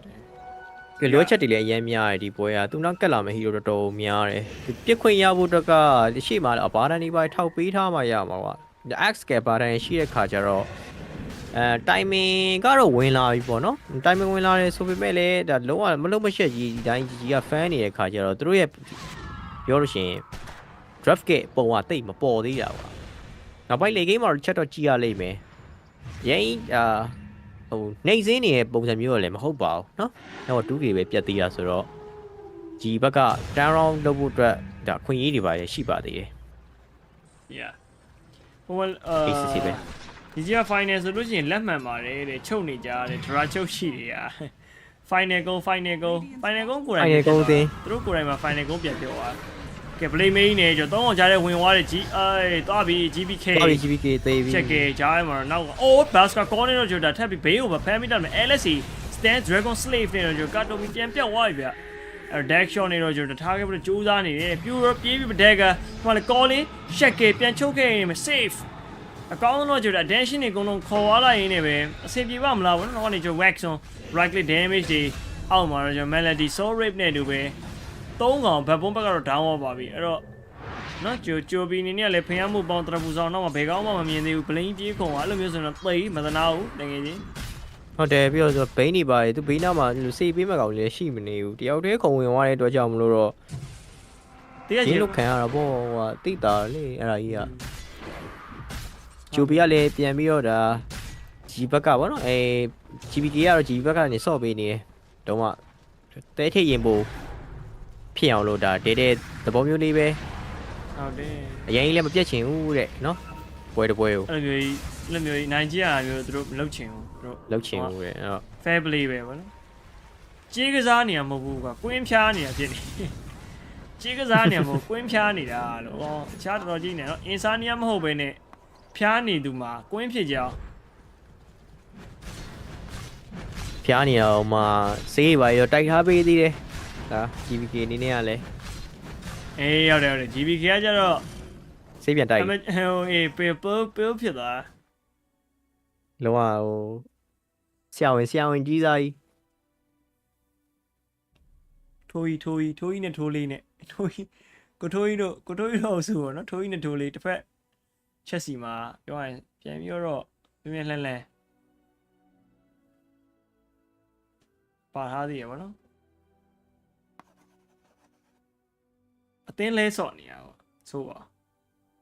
ဒါတော့ fair ဖြစ်တယ်ကွာသိလားပြန်စဉ်းစားကြည့်မယ်ဆိုလို့ရင်ကွင်းဘလောက်ထိုးပြီး GBK ပြန်ထိုးပေးရတော့ဒီမှာ equilibrium မှာပြန်ညီသွားပြီဟုတ်ပါ GG collaboration with the Arsenal စင်မြန်ကြီးစီတူလင်လားစီတူလင်ဖြစ်သွားပြီလားစင်မြန်ကြီးဖြစ်နေပြီလား GBK ရဲ့ main စေဂွေးပြန်ကြီးကောင်းလိုက်လားဂွေးပြန်ကြီးပေါ့အေးဟုတ်တယ်တော့နော် GBK ဆိုဂွေးပြန်ကြီးဟုတ်တယ်ကိုတော်တယ်ဗျာအဲ့မျိုးကြီးကြတော့အုံနောက်ကသွားလှုပ်နေ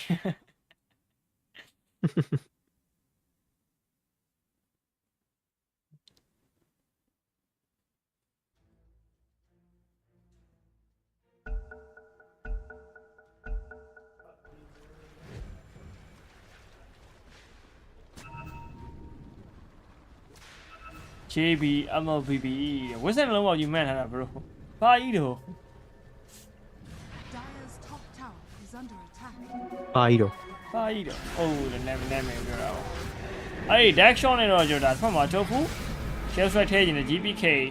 Silencz Kelvin Layy ကျမှကွင်းပြန်တော့ပြစ်ထားသေးတယ်ဗောနော် pure အနေနဲ့လည်းကျွန်တော် ages နဲ့ဆိုတော့နည်းရွာချင်နေရဗျ second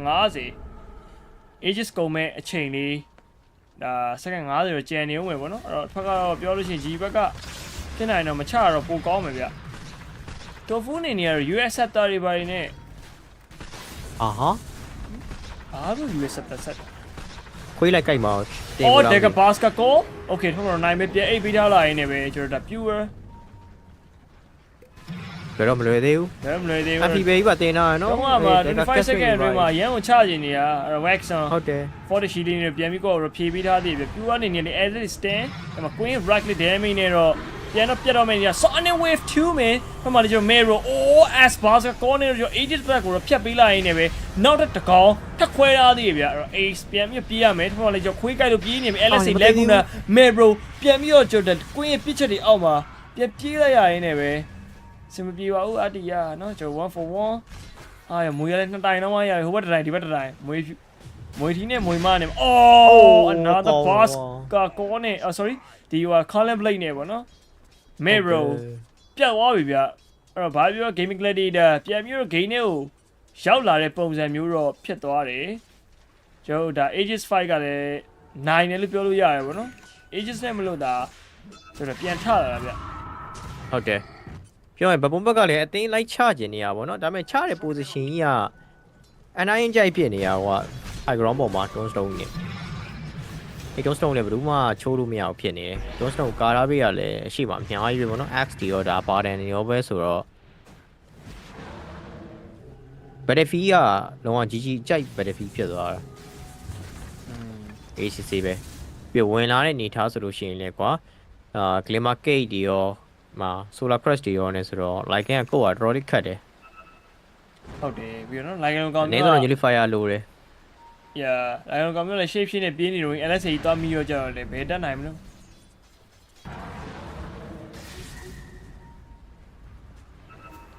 ဝေးဖြူကြီးရောမဖြစ်နိုင်ဘူးလားတဲ့ဝေးပြန်ကြီးပါတဲ့ဆွမ်းနာကပွဲရနာမည်ပေးလိုက်တာတဲ့မင်ကင်းမန်ဒူဇာခေါင်းပေါ်ကိုတက်ပြန်တက်ပြီးတော့ပြစ်တာငကပြန်ကြီးနဲ့โอเคကိုလေးတို့ကပါတို့ကွာမြန်မာနိုင်ငံကလေးတွေအများစုကိုနာမည်ပေးရဘူး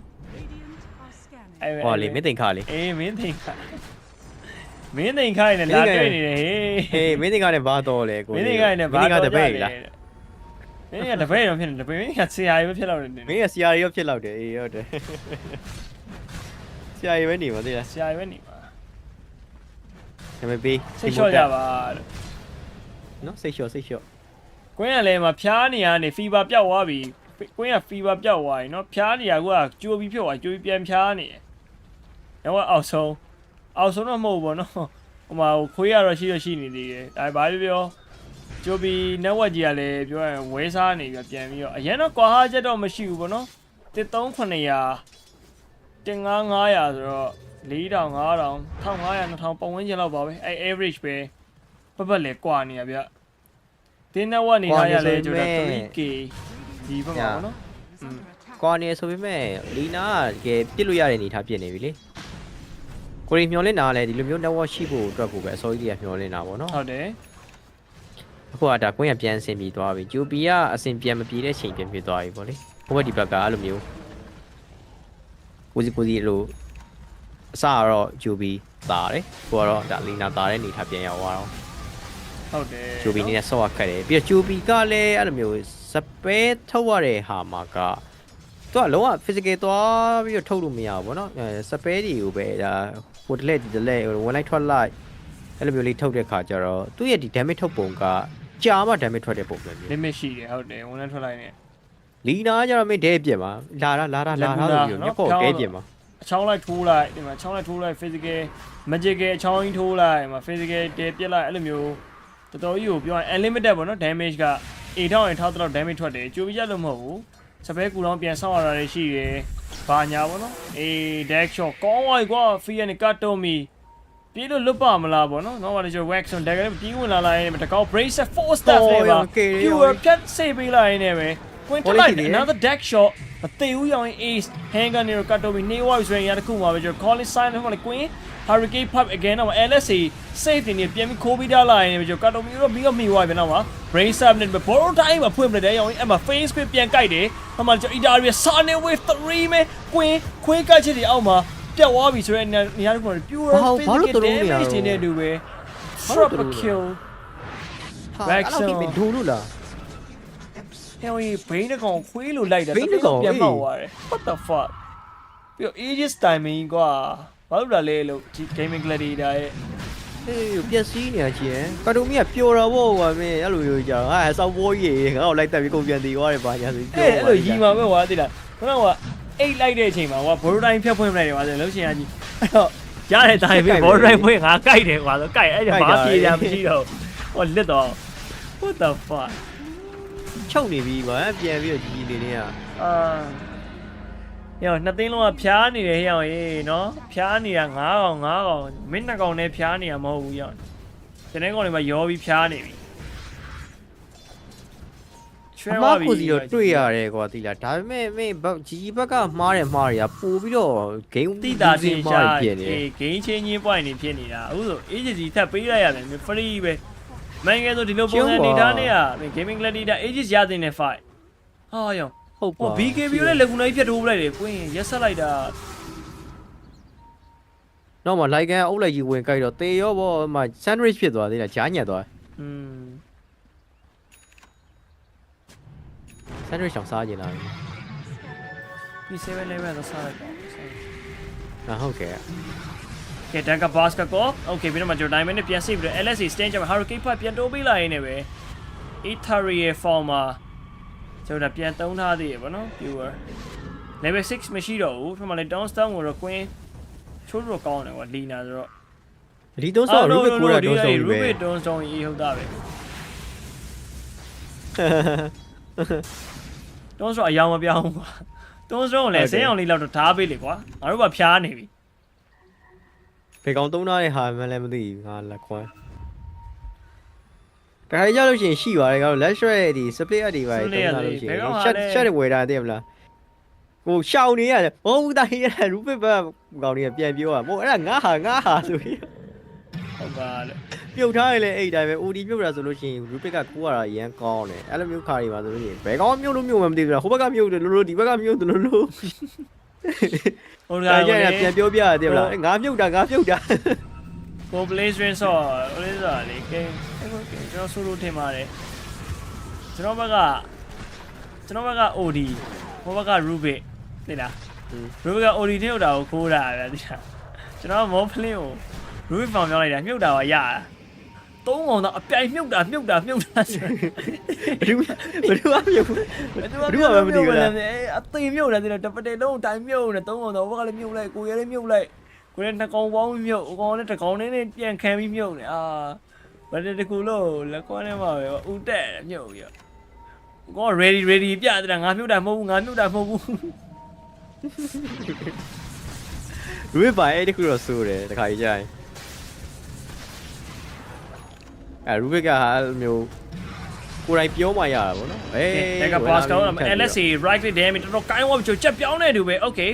ကျွန်တော်8ပေးထားတော့မယ်ဗောနော် Sonic Wave ပေးလို့ချင်းချက်ကြည့်နေလို့မဆိုရင်ရတစ်ခုမှာဝင်ချုပ်လိုက်တဲ့ကောင်ကြီး shape တဲ့နောက်မှာကျွန်တော် Mero ဝင်ကြိုက်ပြီးကြိုးစား Sonic Wave Queen BKB pop up လုပ်လိုက်တယ်ဆိုရင်တော်ကိုင်းတော့ပါပြီကျွန်တော် Ethereal Fall ဟိုကျွန်တော် Laguna နဲ့ပဲဆုံးသက်ပေးထားလိုက်မယ်ဖက်မှာလေကျွန်တော် face rate ကိုက်ခံထားရတဲ့ကောင်လေးကျွန်တော် Wax BKB pop up လုပ်ပေးတယ်ကျွန်တော် pure နောက်တော့ပြေးကတ်သွားပြီအဲ့တော့နောက်မှာ basket call အဲ့တော့ basket call ကောင်ရင် show သွားပြီးအောင်ရင်လောက်ကြပါဦးလို့ Wax on ပြီးတော့အုပ်လိုက်ကြီး prototype မရှိတဲ့နောက်မှာတော့ Wax on တကောင်မှထပ်ပြီးရောင်းမယ်ဆိုရင်ရတဲ့ခုမှာကျွန်တော် GBK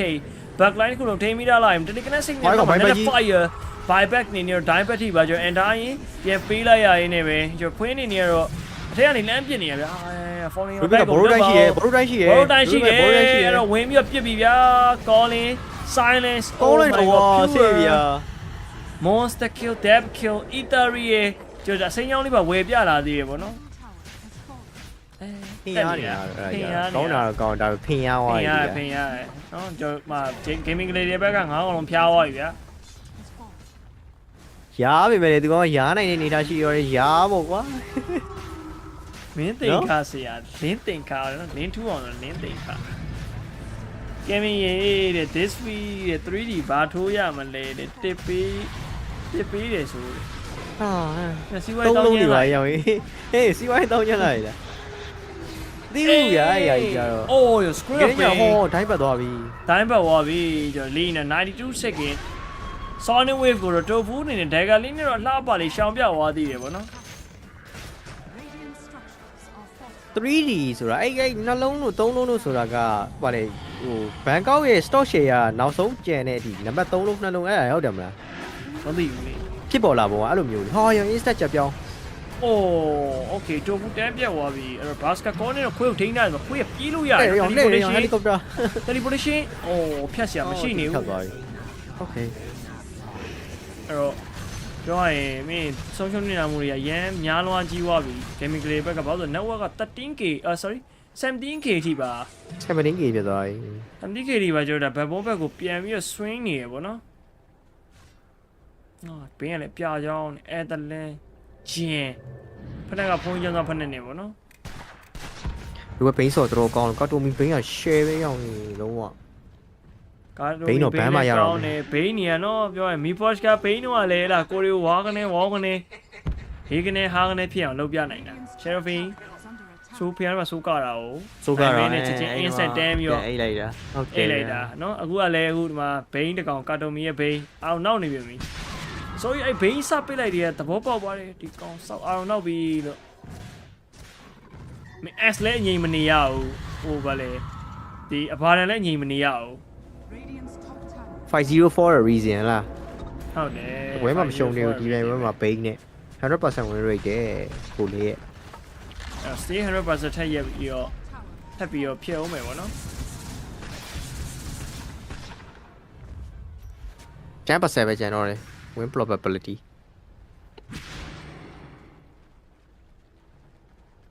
2D is times law 3D is time law 3ဟုတ်တယ်အဲ့ဒါမြန်မာတွေကလေဒီလားတကယ်နော် time stores share ဈေးကွက်ပေါ်လေနောက်ဆုံးကျန်နေအဲ့နှလုံးကိုပြန်ပြီးတော့ 2D ဆိုပြီးသုံးတာတဲ့ဟမ်နှလုံး3လုံးဆိုအဲ့ဒါနေစတာလက်ခွန်းဒီပါရည်တွေတောင်းညံ့အေးဘယ်လိုမျိုးဟိုကျွန်တော်စီးပွားရေးတောင်းညံ့ပြီးတော့ဘယ်လိုမျိုးဟိုအုံနောက်တွေနဲ့အဲ့လိုထိုးနေကြလဲမသိအဲ့လိုမျိုးနှလုံး3လုံးကိုလည်းဟိုဟုတ်တယ်ရှားနေရတယ်ဆိုပြီးတော့ပေးတဲ့ဟိုဟာတွေတီးသက်ရှိသေးတယ်ဘူးတော်တွေမဲတော်တွေကလည်းရှိသေးတယ်လက်ခွန်းရက်ဆက်တယ်ဘိုင်းမလည်းမသိအဲ့လောကတော့တိတ်မသိပါဘူးရဲ့နော်အဲ့မသိမပြောတာပိုကောင်းပါSon away ဖူး Show away melody အမှုတ်တစ်ချက်နော်ကြောက်ပျောက်သွားပြီအဲ့တော့နောက်ဝင်ကတ်တော့ပြန်တော့ပေးထားသေးဆိုရင်မနေကျွန်တော် X teleportation တော့ပြေးတော့လို့မရနေဘူးအဲ့တော့ pure damage တွေအောက်မှာတိုဖိုးမထက်ပြီးရလာရင်းနဲ့ပဲ GG ဒီနော်53ကောင်နော်40ဖြစ်သွားလား40ဖြစ်သွားအော်မဖြစ်ဘူးအောင်မဖြစ်ဘူးအောင်40ကိုတိအိုး39 59နဲ့ပြီးသွားတယ်ရှော့ဟာ40 over သမားရတော့အဆင်မပြေသွားဘူးပေါ့နော်ဒါပေမဲ့38 39သမားရတော့အဆင်ပြေတယ်ဒါကတော့ကိုရွေးချယ်ထားတဲ့ဒီ odd အတိုင်းဖြစ်သွားမှာပေါ့နော်total game over duration over တော့ဒါမှန်တိုင်းပြောလို့ရှိရင် generate ရတော့အဆင်ပြေတယ်လို့ပြောရမှာပေါ့နော်ကျွန်တော်ကပြောလိုက်တာလေ38 over 39 over လောက်ထိပဲသွားလို့ပြောပါတယ်အဲ့တော့ yeah အဲ့လောက်ယူထားတဲ့ brother တွေတော့အဆင်ပြေမယ်ထင်ပါတယ်เนาะ tip တွေကတော့မှန်တော့မဲ့ပြခုချိန်นี้ game number 1မှာတော့ကိုရီယူထားတဲ့ဝင်တာလေးမှန်တယ်နော်ဟုတ်တယ်ဝင်တာတော့ပေးရတာဆိုတော့မှန်တယ်ကဲတီးသူဖော်စားပါနော်ကျွန်တော် stock ဈေးရည်ပါတော့မကြည့်ဘူးဗျ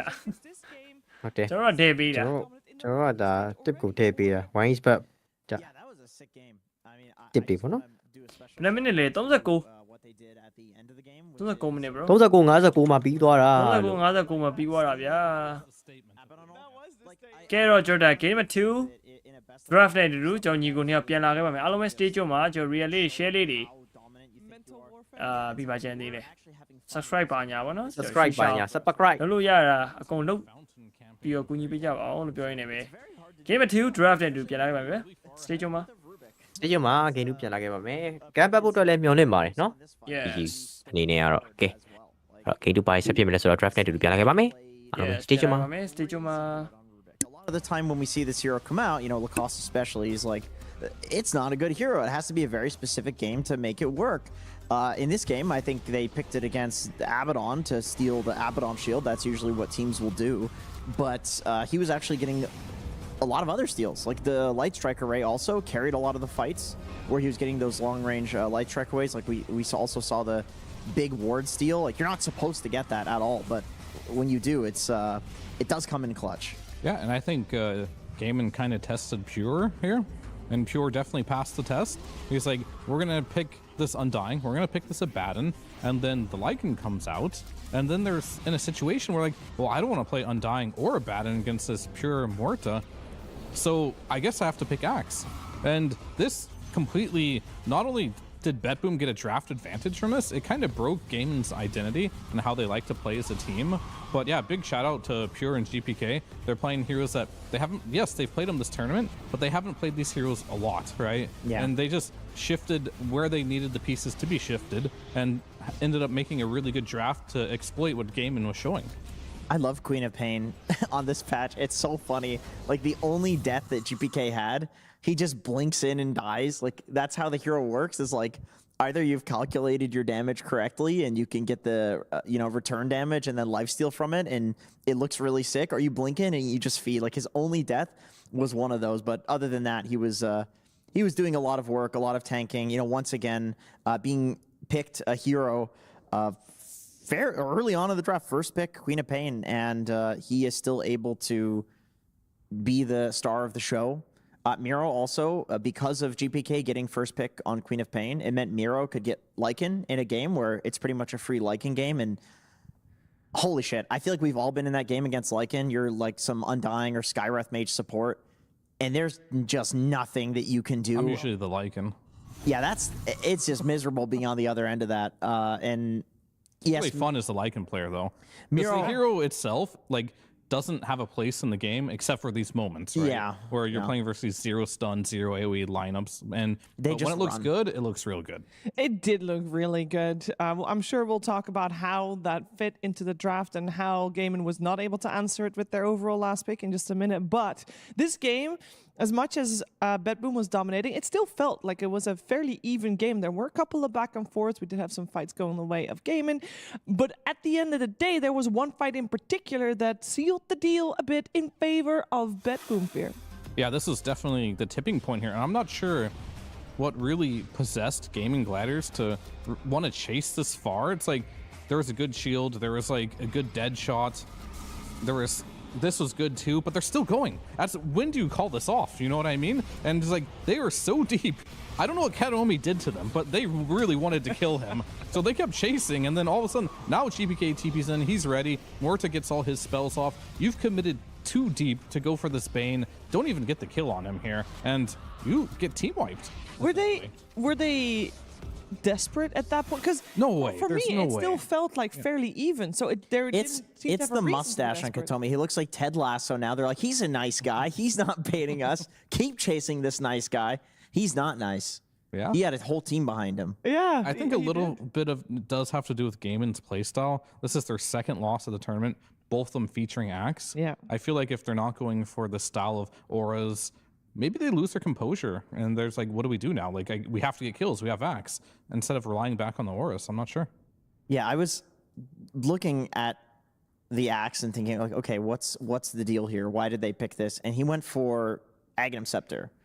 Not a very usual thing that we see on Axe currently. It's a lot more about like the Aghanim Shard as an item and playing around Battle Hunger, going for those talents. He didn't do that this game. And I guess the idea is that you're getting the Aghanim Scepter, you're spinning a lot, you're reducing damage, and it's kind of a way of playing like utility Axe, kind of a way of dealing with the summons. But, and we did see one fight where they won after he got the Ags, but to be honest, I don't know if it was the Ags that really did it for him in that fight. And to me, this game, it shows like definitely what Fear is saying, which is I love Ace when he can just be on his regular actual utility heroes rather than trying to go for some like old nerfed build to make Axe into a utility hero. It's like, you could just go Dawnbreaker. Just go Dawnbreaker, last pick Watson as hero, do the same formula. More competitive. I mean, there were definitely a few options still on the board also when they went for that Axe as overall last pick. We're going to find out what's going to happen in the draft of game number 2 after a short break.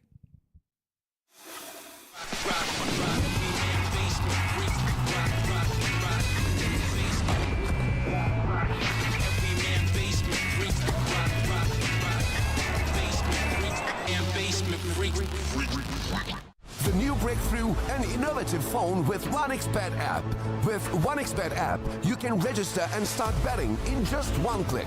Intuitive interface and thousands of sports events every day. User-friendly app. Big wins, fast payouts. The human body was built to move. Not trapped at a desk in one singular posture for 12 hours a day. It's time your chair evolved. This is Secret Lab Titan Evo. Ergonomically engineered for you. Gamers, hybrid workers, artists. Backing your every move. It's time for Guess the Highlight, where we're going to be asking a pro player which other pro player is playing in this highlight clip. I'm here with Maldi from Gaming Gladiators, Paulson from Extreme. I'm here with Omar from Nigma, and we are going to be showing you a highlight from a previous Wallachia game. Now I'm going to tell you a hero of that game, and you have to tell me who was playing that hero. Do you think you're going to do well at this? No. Good stuff. All right, brilliant stuff, Omar. Do you watch much Dota when you're not playing? Do you watch a lot of the competitions or the Wallachias? I do. I do watch most of the competitions when I'm not playing. Yeah. I don't know shit about highlights. Okay, all right, very good, very good. Well, you'll be terrible at this game then, so let's pull up the first clip.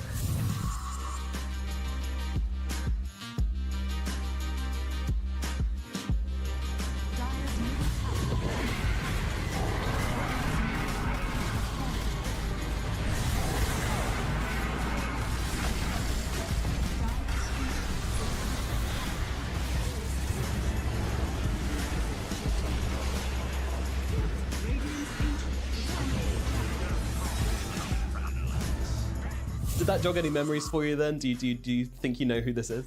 No, I do watch most games, but I don't really remember like what happened in the game and stuff. Like I don't remember the details. Yeah. Some insane things. It's like late game. It's minute 90. Yeah. Yeah, it's pretty late on. 3 rapiers going for the backdoor attack on the enemy base. If I'm not mistaken, Dire. Oh,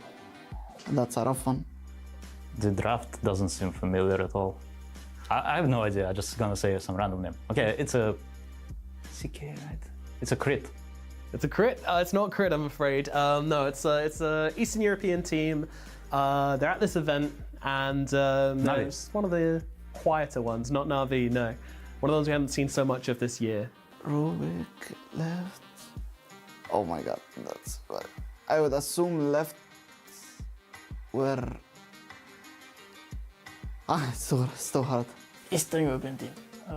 What teams are there? I can't say that would be that would be a little bit cheating for us. Aurora wasn't from back then. No, they weren't around. They haven't been at many events this year. Oh, I know, Bet Boom.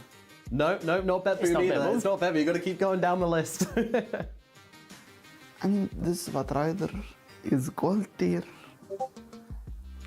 Trust me, I've got some skills in this guessing game. It's gold tier. Looking forward to seeing them, Omar. Was it Antares? No, he's level 30, but couldn't be him. Who?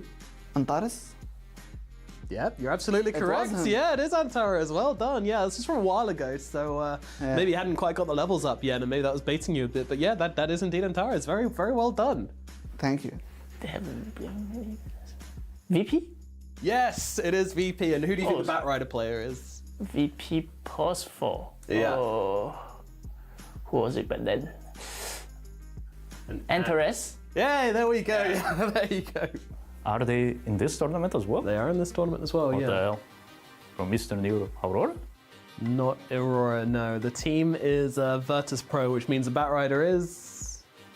Antares. Absolutely correct. Yes, that is Antares playing the Batrider. Yep. So, they go for the base push here against Team Secret quite a while ago. And yeah, it doesn't quite work out for them. Yeah, this game looks like a shit show. Yeah, it kind of is. The triple rapier backdoor attempt. It's a rare phenomenon indeed, and I think we're seeing why it's rare in this clip. I could recognize him from the set actually, because I used to watch replays. His replays. I see. I was thinking, which Batrider have this set? That's interesting. Wait, is this actually the play they're going for on Terrace? Well, he's got so many rapiers. Oh my god, oh my god, oh my god, he's gonna go for it. They're keeping it, they just went out of the game! Virtus Pro! Coming in for the finish, do they have enough? The lassos are there, they try and take him down, they get to the sword, it's not gonna matter! It's not gonna matter, no! Squadix goes down! They didn't have enough! Oh, Virtus Pro, you went for it all and you came up short. How?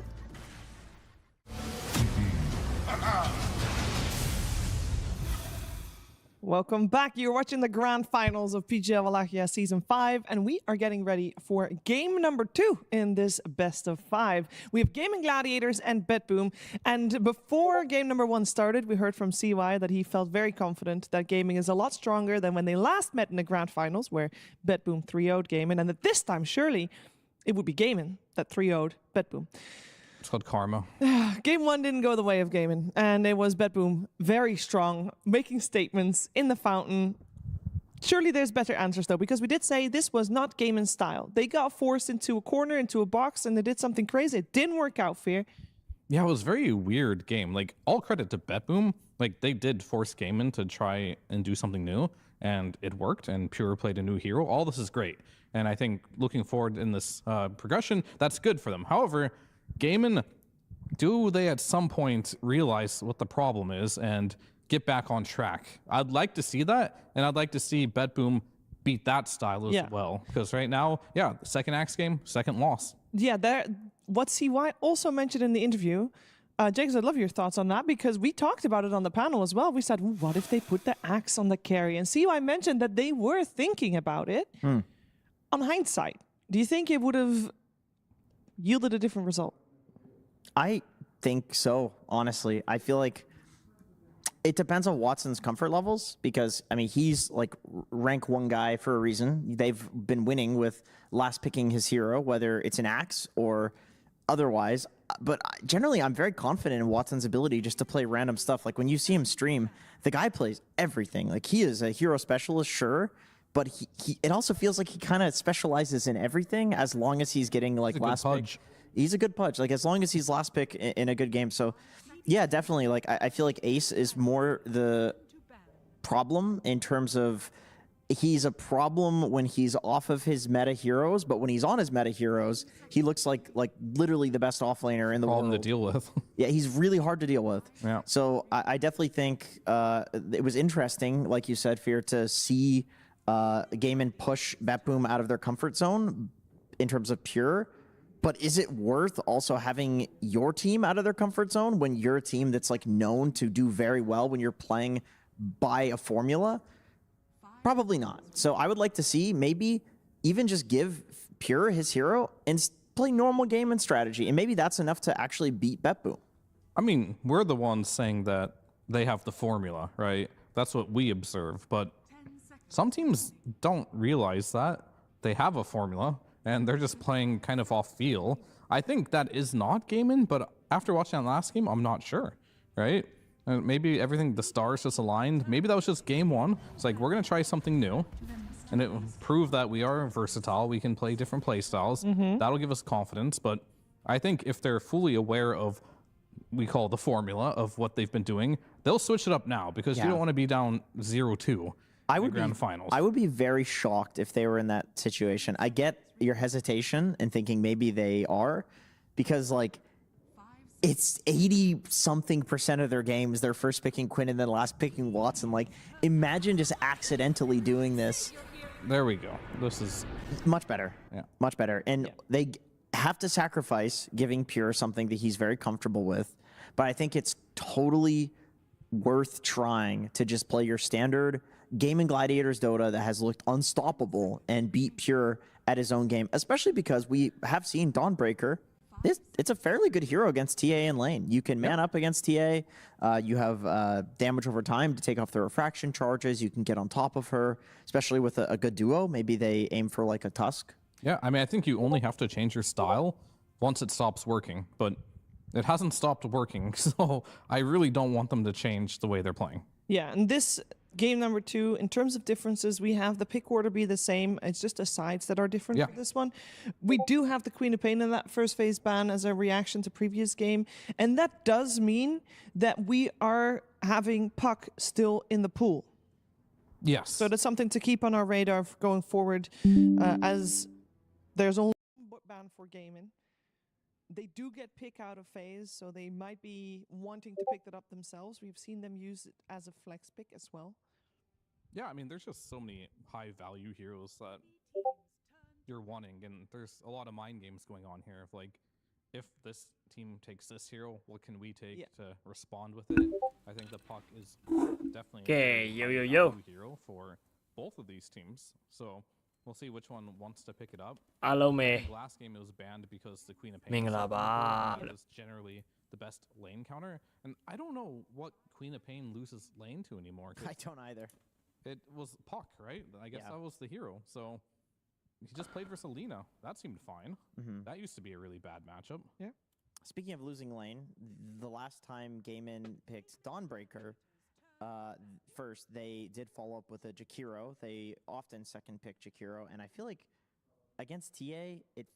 would feel really good. ကျွန်တော် Best of 5 series ကျွန်တော် Grand Final Game number 2ကနေပြီးတော့ပြန်လဲပြီးတော့ကြိုဆိုလိုက်ပါတယ် That's good as well, but they could Babon versus Gaming Gladiator Tusk Jakiro. They for some reason just seem to think Champion title အတွက်ကျွန်တော်ပြန်ရမယ်ပေါ့နော် Babon ကတော့ကျွန်တော် Game number 1 ရထားတယ်ဆိုတော့ Game number 2မှာတော့ Babon ထပ်ပြီးတော့နိုင်ရရှိသွားမလား Gaming Gladiator ကပဲကျွန်တော် turn around လောက်သွားမလားဆိုတော့ချက်ကြည့်ရပါမယ် Looked really good on Monkey King. It's good versus TA. All right, team, we're transitioning to Flak, but tasks are still going to be on Bullfrog. Did nobody see my poppycock post? There was no Ah, clappy yeah. claps on it. Sorry ပါကျွန်တော်ညာလေးဝင်သွားရပါနော် Really bad. ကျွန်တော်တစ်ဖြက် Jumping into the middle of like some Monkey King or a boat, something like that. It is pretty funny to see that. ကဲအဲ့တော့ a single game this one. ဘာတွေပစ်ထားလဲဆိုတော့ကျွန်တော် Temple Assassin first bit ဘောဘကပစ်ထားတယ်ဘက်ကတော့ကျွန်တော် Temple Assassin ကောင်တာဖို့အတွက် Downbreaker တွေရော Venomancer တွေရောစပြီးထွက်လာပြီးတော့ first bit တွေရဲ့အားနည်းချက်ပဲပေါ့နော် Downbreaker Venomancer Yeah, you keep mixing that up. Okay အဲ့တော့ Banhai နေရာတစ်ခုမှာကျွန်တော် Shadowfang Tailblade အရောမှာ Dexier and Die Mangy ကျွန်တော်ဘောဘက ban ထားပြီးတော့ Gaming Gladiator ဘက်ကတော့ကျွန်တော် Bad Rider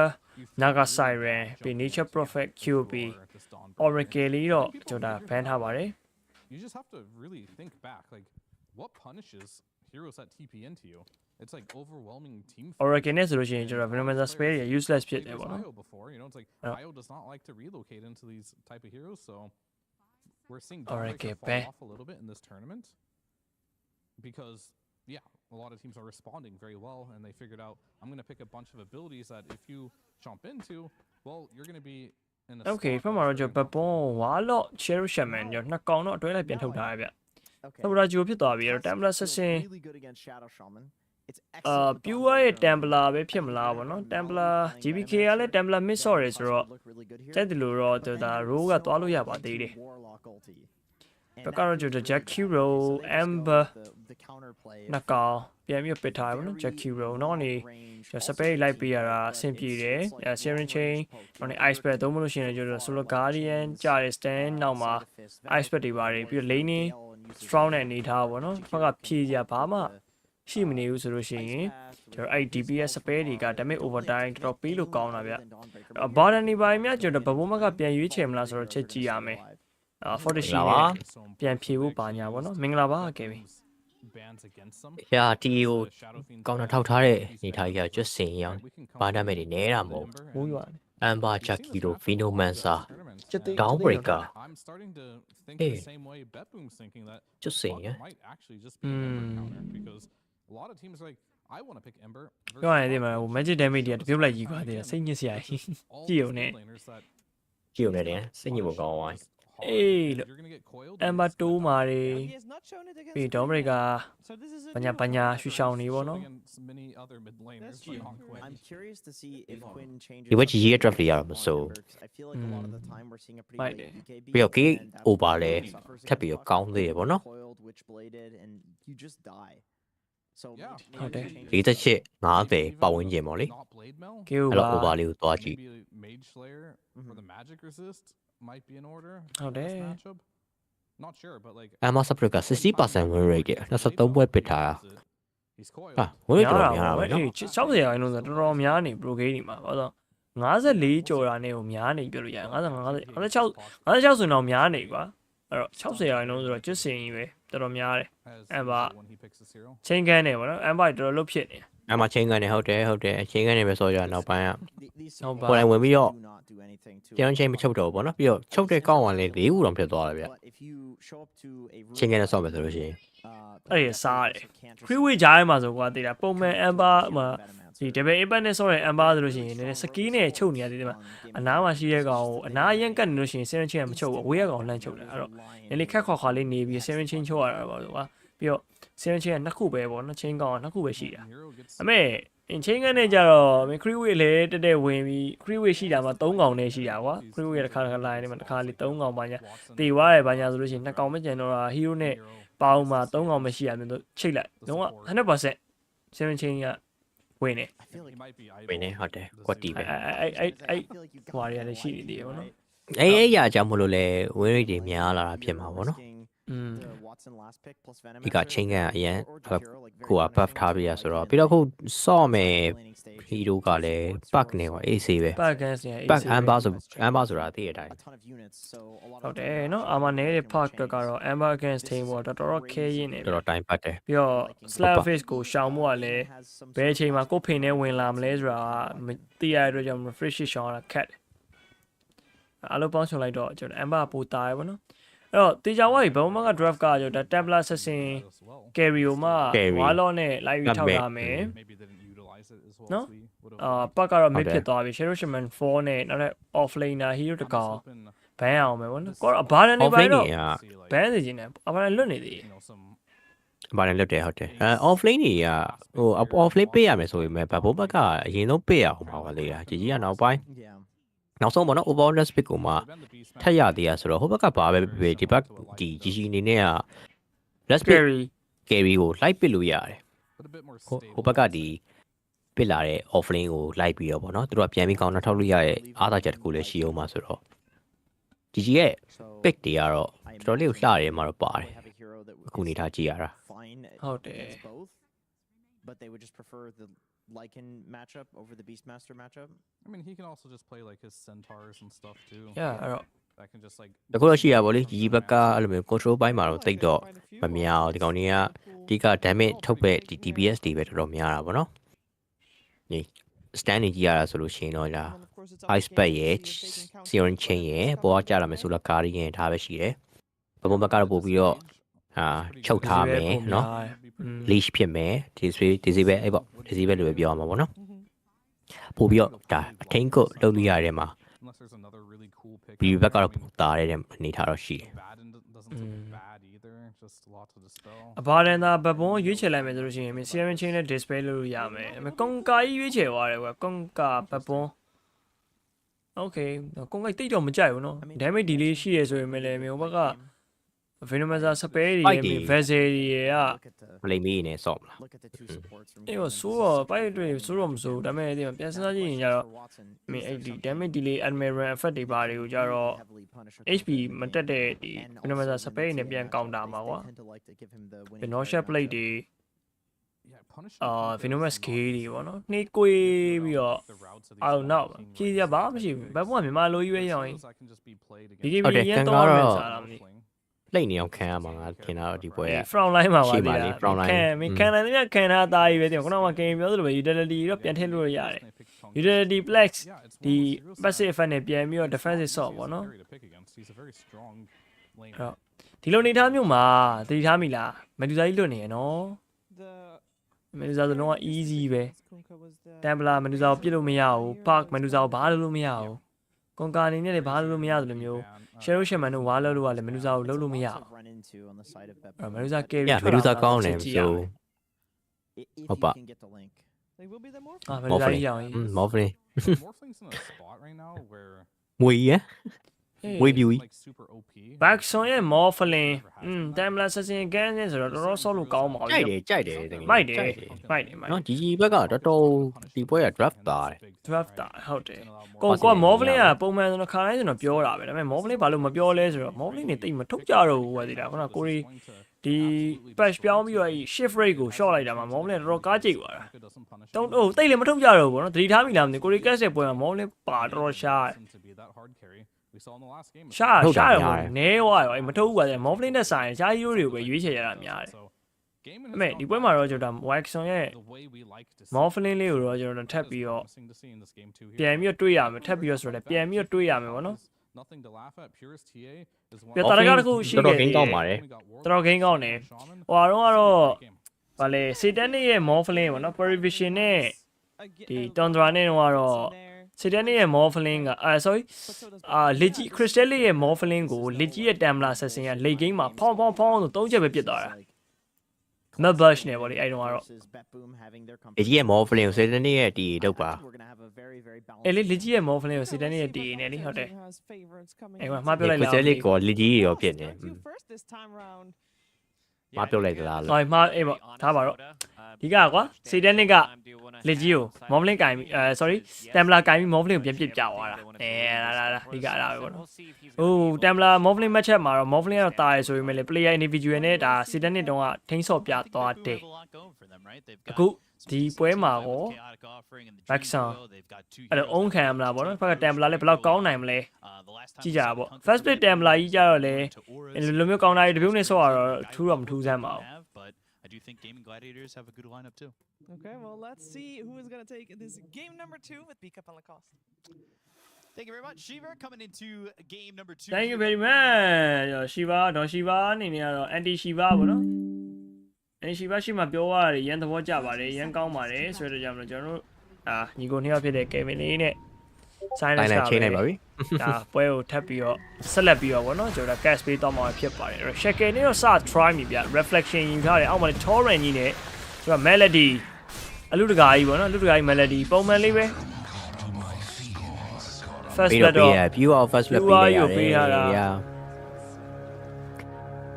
draft ရတော့ GG ကိုတော့ကြိုက်တယ်ဗောနော်ဒီပွဲဝင်တာရွေးရမယ်ဆိုလို့ရှိရင်တော့ KO ကလည်းကြိုက်တယ် GG ဝင်တာလည်းကြိုက်တယ်အဲ့တော့အဲ့တစ်ခုကတော့ဒါထည့်မယ်လို့အတွက်ဒါတစ်ပေးဆိုလို့ရှိရင်တော့အဲ့ဟာလေးတော့သဘောကျရပါတော့ထည့်ရင်တော့ထည့်ရင်တော့ထည့်ဂိမ်းမှာ2စပါပြီ G ဝင်တာဆိုတော့ G handicap လေးနဲ့တွဲပေးရမှာပေါ့ဟဲ့အဲ့တော့ handicap တော့ကြိုက်တဲ့ဘက်ကယူပါ plus or minus တစ်မျိုးလုံးရွေးချယ်လို့ရတယ်ပေါ့နော်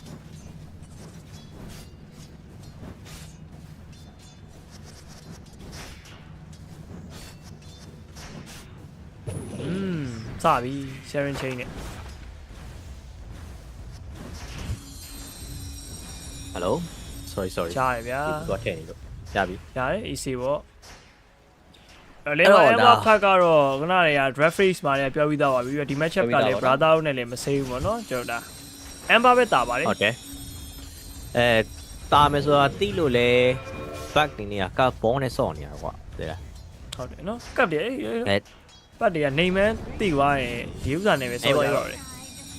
သူ့ဘက်ကကြည့်မယ်ဆိုလို့ရှိရင်နေမန်းတိလို့ပေါ့နော်နေမန်းတိလို့ကပ်ဘောလေးနဲ့မြန်မြန်ဆန်ဆန်ပြေးတာလွှားတာလေးလုပ်မယ်ပုံမှန်တော့ထပ်သေးပြီးအောင်အလူတကာကြီး melody ထပ်သေးပြန်ပြီအဲ့တော့ safe bound play ဖြစ်သွားပြီဆိုရင်ရတစ်ခုမှာပဲရှေ့ကနေကျွန်တော် right click verifier okay crit damage နဲ့တော့ပြန်တော့သေးသွားသေးရပေါ့နော်အဲ့ trick သွားပြီဗျအလူတကာကြီး melody ကတော့နှစ်ခါသေးနေပြီ first blood လည်းလူထားတယ်အခု second blood ထပ်လူထားပြန်ပြီonline ရယွန်စရိုက်ကွာတောင်းရိတ်ကဗီနိုတဲ့ဟာဒါပေမဲ့ fadeable damage တွေနဲ့တော့ရစုပ်ပြတ်တတ်နေရဟုတ်တယ်ခရီးလည်းများနေဘာဖြစ်မလဲမသိကြည့်ရတယ်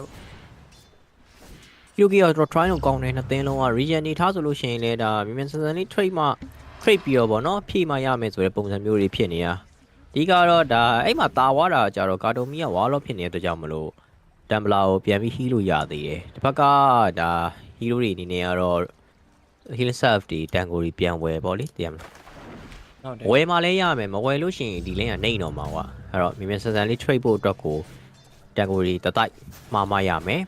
အဲ့တော့ level 3 time မှာတော့ဒါ ace k celity hammer 2ဆင့်နဲ့နောက်က tofu ရဲ့ venomous key နဲ့ဆိုလို့ရှိရင်တော့ hero key တကောင် try ရတော့တော်တော်လေးအဆင်ပြေဟုတ်တယ်နော်ဒီလိုနေထားပြီးမှာဒီအနေနဲ့ကငါထင်တာတော့ဒီ lane မှာဖနက်ကိုရင်ဝင်မှရမယ်ထင်တယ်ဒီကအချင်းကြီးတော့ချက်ကြည့်နေတယ်ဘာလို့ပတ်စံလက်ထဲမှာ900ကျော်ရှိရဲဆိုတော့ဗာလေးများရင်သွားမလဲမသိဘူး Falcon Blade ကိုတော့ထည့်ဖို့တက်တာ Blade of Attack ကိုရင်ဝယ်ထားတယ်comment ပေးရင်တော့လာဖနက်ကိုပဲရင်တော့ comment ပေးရင်တယ်အမြဲစစ်ဟုတ်တယ် one speed ဘယ်နှမစားတော့ပါပြီးတော့ post မှာရမှာဘယ်နှမစားတော့ပါနေလို့ရှိရင်အဲ့ဥစားဝယ်ထားတာအကောင်းဆုံးပဲ ဘယ်လင်းကိုကြိုက်လဲဆိုတော့ကြီးတက်လာမယ်တိုင်မင်းအနေနဲ့ကတော့ဒီလိမ့်မှာတော့ကြီးလိမ့်ကိုပဲပူရသဘောကျတာဗောလေဒါမှတခုရှိတာကမနေ့ကလိုမျိုးပဲဗောနော်ဒါဝက်ဆွန်ရဲ့ဒီပုံစံမျိုးဖြစ်သွားမလားတော့မသိဘူးပူသွားမလားမသိဘူးအဲ့ဒါလည်းချက်ကြည့်အောင်မယ်ဒီကထိန်းလို့မရအောင်ဟုတ်တယ်လှုပ်ပေးစောကွက်တွေရမ်းလောက်တာခုနကလည်း first play ရတာကွာသိလား network ကဒီကောင်ကများနေတာဆိုရင်အေးရှင် star breaker မှွေလိုက်တယ်ကာတိုမီရှော့မတော့ဘာမှလဲကြတဲ့ pure တောက်လျှောက်ကြောကြီးပါပြန်ပေးပြီးစားနေပါအဲ့ဒါ hero key trend တော့ကောင်းတယ်ဆိုရင်ပဲပြန်စဉ်းစားကြည့်လို့ရတယ်မလက်တည်းသိတယ်ရောက်ရင်3ခါလုံးသူ့ပဲတည်တယ်မင်းဘဘုံကခရတဲ့ hero key 3កောင်လုံးမလက်တည်း sponsor ပေးထားတာဗောနော်မလက်တည်းဖြားနေပြီလို့ supporter protein fight တကောင်နေအဲ့လိုမျိုးလိမ့်မှာနှစ်ခေါက်စလိုက်သေးသွားတာဆိုလို့ရှိရင်တော်တော်လေးကိုစော့ခတ်သွားသေးလားဟုတ်တယ်တိုင်မင်းကြီးကလွဲကုန်တယ်ကွာပြီးတော့ TP ပါကြာတာဘာညာနဲ့ကကြတော့အဲ့မျိုး level ရမရပြန်ဘူးဒီဝါတော့ကြောင့်မလို့မှာ level နှိပ်ပြီးလို့ရှိရင် network တွေနှိပ်အဲ့လိုနဲ့ပဲချမဲ့တိုင်မင်းတခုရောက်တာတော့မှမချနိုင်ပဲနဲ့ defensive အရင်ဖြစ်သွားတာမျိုးကြီးကိုယ်တိုင်လည်းကြုံမှုတယ်အဲ့တော့လိမ့်မှာခဏမသေးဘူးကတော့ supporter အနေနဲ့အရေးကြီးတယ်ပေါ့နော်ဂျာဂီရိုးကြီးပစ်ပြီးတော့ကွာဒီလားကိုကမင်းဟိုဘက်ကကောင်တွေကိုလုံးဝ harass လုပ်လို့မရဘူးဖြစ်လိမ့်မနိုင်ဘူးဖြစ်နေတာလို့ပျက်စီးနေတယ်အဲ့တော့ဂျာဂီရိုးတွေ့လို့ရှိရင်အဲ့လင်းကိုပေးလိုက်တဲ့အထီတောင်မှအဲ့တော့ရွေးချယ်တာဒီ patch မှာဟိုကပြောင်းမြန် melody အနေနဲ့ကတော့ individual နဲ့ div တွေရပါတော့အေးထပ်သေးဦးမလားမသိဘူးအောင် ace man နဲ့ melody အော်ထပ်သေးတယ်ဗျာဟဲ့အောင်ပြောမခေါပုံတော့တိုင်းမင်းတော့မဖိနဲ့လေးဘက်ပုံးဘက်က4កောင်တတ်ထားတာ melody ပဲ4កောင်သေးတယ်ဗျာကျေးဇူးတင်ပါတယ်လို့04အခုတော့ shaman တကောင်တော့ရလိုက်တယ်ဆိုပေမဲ့ဒီကောင်အနေနဲ့ပြန်စဉ်းစားကြည့်မယ်ဆိုလို့ရှိရင်ဒီပွဲကမင်းစိတ်ညစ်စရာကြီးဆော့ရတာဟို shaman ဘက်ကပြန်မလေးကသေးတာကွာ shaman ဘက်ကပြန်တန်တာပေါ့သိလားတာကြီးကောင်ရ trade လေးရတယ် trade လို့တော့ပြောမယ်အဲ့လိုမျိုးကတော့ off lane ပုံကောင်ဘာလို့မရတော့ဘူးပြီးတော့တစ်ခုရှိတာကအဲ့လိုအရန်တေသွားပြီဆိုလို့ရှိရင်လေမော်ရဲကြောက်လူကလေ V score ကြီးပြီးတော့0ဘူးလားရောက်တဲ့ဘူးလားဘူးလားဟုတ်ပါကိုယ်တိုင်လည်းမဟုတ်ဘူးအတင်းသားရွာဘူးလားဒီလားဒီကောင်တေပဲတေနေတယ်ကွာတကယ်ကြီးရောင်းရအဆင်ပြေလားဘာညာပေါ့ထက်လို့ပြန်ပြီရောင်းရင်9မိနစ်ပွဲမှာ level 2ပဲရှိသေးတယ်မင်းမသွားပြီသွား6နေပြန်ပြီတော့6မိနစ်ပေါ်တော့ရတော့မှာဆိုတော့အဲ့နားမှာတဝဲလေးလေးလုံနေတယ်အဲ့ level 2ကတက်မှာမဟုတ်ဘူးသိလား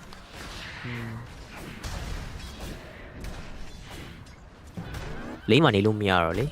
level ကလည်းမတက်ဘူး level 2နဲ့ power ကိုကပ်ပေးဦးမှာတယ်သူကဟုတ်လားပေါ့လေကွင်းရောက်ပါတယ်ဟုတ်ကဲ့နောက်က save ကိုတို့ချက်ချင်းပဲ2 vs 1 situation ဖြစ်သွားတဲ့အနေအထားတစ်ခုမှာတော့ပါပြီ okay တို့ save လေးတော့ပြန်ရရပါ melody ဒါပေမဲ့ဒီတစ်ခါတော့ပြောရရင် amber အယောင်နဲ့ပဲနည်းနည်းပါပြောင်းသွားတဲ့ပုံစံမှာရှိတယ်ဗောနော် GBK ကျွန်တော်နေမျက်နေစဲပဲဖြစ်နေအောင်မယ်ကျွန်တော်အုံးခံထားရတယ်ပဲလိန်တော်တော်ကြီးကို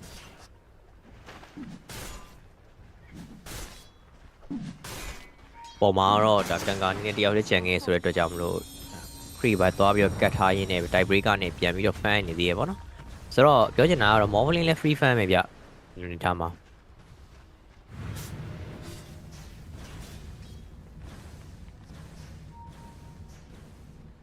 လေမလေးအမ်ဘာနေနေဒါလက်စစ်40ဘက်က36កောင်ဖတ်စားတာဆင်ပြီးပါတယ်နော်မနေသေးဘူးလို့ပြောရမယ်အရင်လေရတော့ဒါခြေလင်မယ်အကောင်လုံးကပြက်နေရတယ်မှလည်းမပါဘူးပြက်နေတာအောက်လန့် down breaker ပြက်နေတာဒီကိုလုံးဝသူpressure ပေးလို့မရဘူးဖြစ်နေတယ် Venomancer ကလည်း lane leaf သွားပြီးတော့ဘာလုပ်နေရလဲတော့မသိဘူးဟိုသွားယူနေရ Wisdom သွားယူနေရပြန်လာလို့ရှိရင်တော့မင်းခု level 6ရောက်တော့မဲ့ Templar Assassin ကိုဟိုနေ lane pressure မပေးထားနိုင်ဘူးပြောရမှာပေါ့နော်အေးကြပြောင်းရရှင်းမလဲထားဘူးနော် Waxon ဒါပေမဲ့တေးတော့မသေးပါဘူး What's my waffling ဘာလို့အနီရောင်နေဖြစ်နေဘာချမ်းပါလို့လားဟိုပါလေလက်ကဟို aim share လက်ကပါတဲ့ effect ဒေါ်လာတရားမသိဘူး Wallachia နဲ့ လက် လက် ဟီရိုပေးတာစင်လာတာနော် ကဲ dream ကွာဖက်မှာကျတိုဖူ nearly ကြုံရတဲ့ situation မှာတော့ pure damage ကို လိုက်ပစ်နေတော့မယ်ဗောနော် last free off နဲ့တော့ GPK ရုပ်ကြီးတကောင်ပြန်တော့ရထားသေးရဲ့ဗျဖက်မှာလည်း amplify damage ရသွားတယ် Meroni နဲ့ပြန်ဒိုးသွားပြီမင်းမှာဘက်ဘုံကတိတိတသားပဲလူတွေသုံးပြူပြီးတော့ဆော့နေပဲဂိမ်းထဲမှာ wall နေရပါနော် gaming gladiator လိုမျိုးgaming gladiator မျိုးမြစ်ကိုအထောင်ဆော့တတ်တဲ့အသင်းကိုမင်း why ချိုးနေသလားထင်ရတယ်ထင်ရမို့ချိုးနေရတကယ်လည်းချိုးနေရပါ ချိုးနေတာပါပဲဟုတ်ပါပြီးတော့ first pick ပေးထားတဲ့ TE ရမင်းကောင်တာတစ်ပြုံးနဲ့ဆော့ရတာမှာ top 10 web ဖြစ်နေရဆိုရင်လည်းပြောမကောင်းဟိုဘက်ကကြည့်ရင်ပြောပါဒီဘက်ကကြည့်ရင်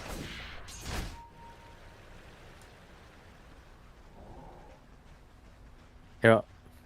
တီကို pressure ပေးရတာလဲစာပိုင်းမှာအဆင်မပြေတဲ့ခါကျတော့တခုတော့လုံးမရမယ်ဗောနော်အမ်ဘာလေးပဲလောက်တာကိုစောက်မလားဘာလားကြီးနေနေကတစ်ချက်တော့ဒါစောင့်ကြည့်အောင်မယ်စောင့်ကြည့်ရမယ်ဆိုတဲ့တဲမှာကဒါ down breaker ရဲ့ solar guard ရဲ့တော့ရှိနေပြီနောက်ထပ် better signer ပါညာဆိုလို့ရှိရင် down breaker ကိုလမ်းခေါ်လို့ရတယ်ဗောနော်ပြီးတော့ morphling တကောင်အနေနဲ့ကလည်းမစိုးသေးဘူးနောက်ကဒီနောက်ကိုလိုက်လာတာခုချိန်မှာ300ပဲပြတ်သေးတယ်ဗောနော်ကဲ dream by ကျော်တယ် all foreign နဲ့တော့ကျော်တယ် amber chase ကန်နေရပြီအဲ့တော့နောက်ကနေ bush မှာဖြတ်တိုက်ပြီးတော့ GPK ဝင်းကိုပေးရစပေးရကြောက်ဖို့တော့ကောင်းနေရော ultimate 3ခုပေါ့နော်တော်တယ်စာပန်ဝက်ကမောင်ကောင် save ကဟိုစာပန်ဝက်မရသေးလို့မရသေးတယ်ပိုက်လို့ကြည့်ပြီလို့ရရင်တက်ပေးအောင်ပါအော်တမ်လူပါးကြီးလာဝနေဒီဘက်က medium camp တွေပါလာစားနေဗျ stack ထားတာပေါ့နော်ဒီဘက်ကတထားရဟာတွေပါအကုန်ကြိတ်ပြီးတော့အမ်ဘာကိုဆိုလာဂါဒီယန်နဲ့မကြပဲရောင်ကြီးရက်ဆက်တယ်ရုပ်ကြပဲလေတေးမယ်ဆိုတဲ့ဒီထားကြီးဖြစ်နေတာစပယ်ရမ်းများတဲ့ခါကျတော့သူပါတခါလဲတေးသွားမလားဆိုတော့တွေးနေပေါ့နော်ပါဆယ်မဖြစ်ချင်လို့မကြပြီတော့ဆိုလာဂါဒီယန်တော့ stage ရှိနေသေးတယ်မော်ဖလင်းပေါ်မှာဒါဒီမော်ဖော်ရီတွေပါရောပြီးသွားပြီပုံမှန်တိုင်းပဲပေါ့နော်နိုင်ငံတော် item ဖြစ်တဲ့ဒါမနက်ဆိုင်ထပ်သွားအောင်မယ်ဗျ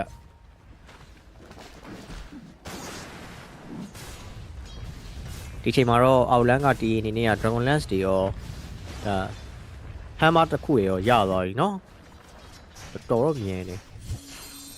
10မိနစ်ကျော်အတွင်းမှာပဲပြီးတော့လေတာဝါကြီးလည်းကျိုးသွားပြီရောပတ်နဲ့ Amber ကြားထဲမှာဟုတ်တယ်အဲ့ဘက်ကပို့ပြီးတော့ဖတ်နေရိုင်းထောက်တဲ့ပုံစံကြီးကတော်တော်ပိုအဆင်ပြေနေတာဒီကအဲ့ Amber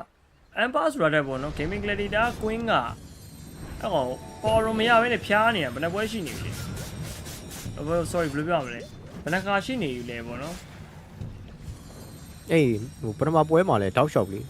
3ရုံလား4ရုံလားပြီးစတာ4ရုံလောက်တောက်လျှောက်ပေးလိုက်ရတယ်အကုန်လုံးနှီးပါပဲဖျားတော့ဘာလို့မရအောင်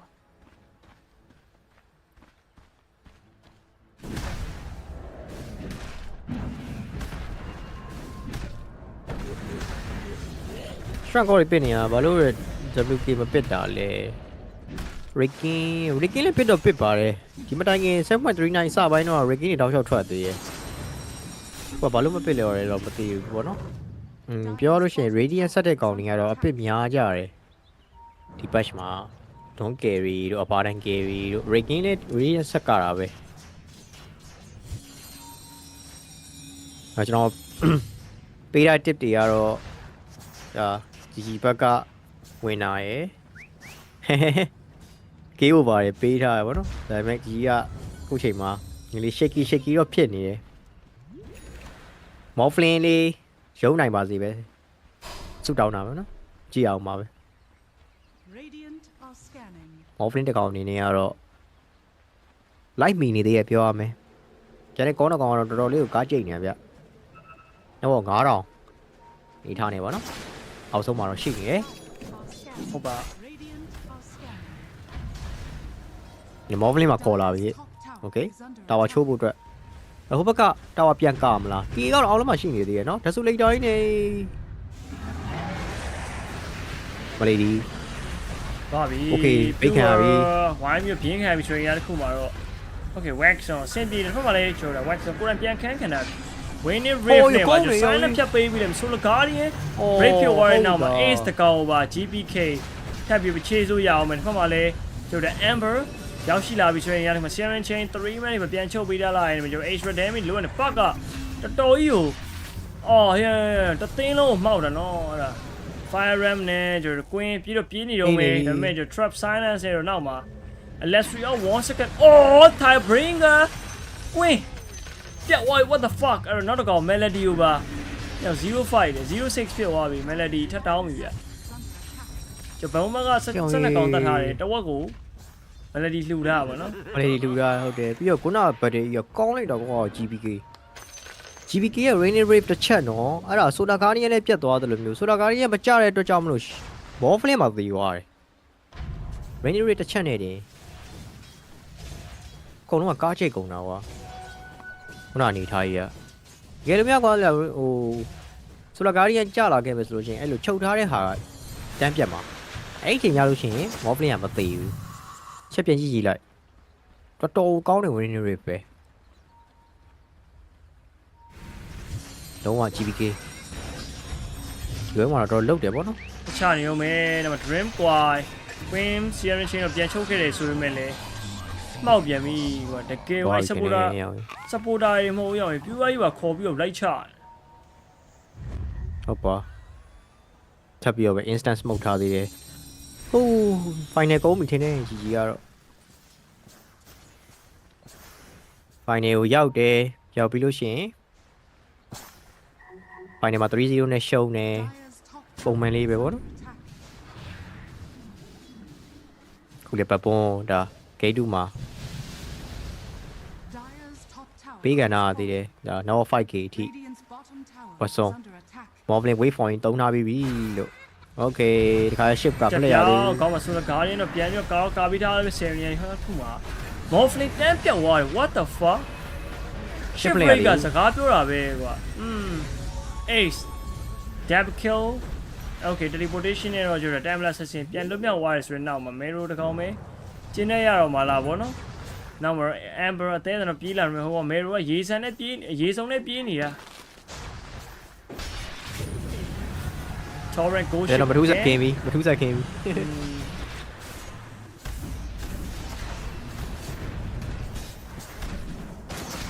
သိပါပြီပြတ်သွားပြီဗောနော်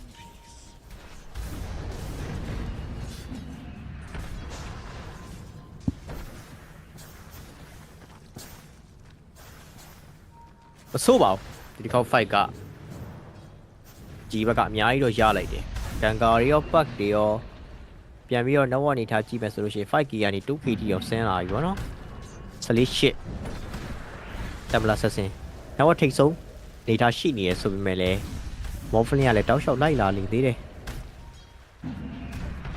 ဒါပေမဲ့ခုနကတော့ moblin ကပြတ်သွားတယ်ကွာနှစ်ခေါက်စလိုက်သေးကွာဒိုင်းဘက်လိုဖြစ်သွားတာဟုတ်ပါအမျိုးစရာကြီးဒေါမရီကနေနေရတော့ပတ်ကိုဖမ်းဖို့အတွက် orchid လေးရောထည့်လာတယ်ဗောလေအဲ့တော့ပတ်ကလည်းပြန်ပြီးတော့အချိန်ကြီးစောင့်ကြည့်နေတာသူဒါအရင်အစာပိုင်းတော့ဓာတ်ကသွားဖို့တည်ရတယ်ဆိုပေမဲ့လည်းအခုက user ဝက်တည်လိုက်ပြီ user ပြီးဖို့အတွက်ကလည်းနည်းနည်းပဲလိုတော့တာဗောနော်900ကျော်600လောက်ပဲလိုတော့တယ်အဲ့တော့အနည်းဆုံးတော့ဒေါမရီကရဲ့ဒီ orchid တွေကိုပြန်ပြီးတော့ဖြည့်ပေးလို့ရပြီ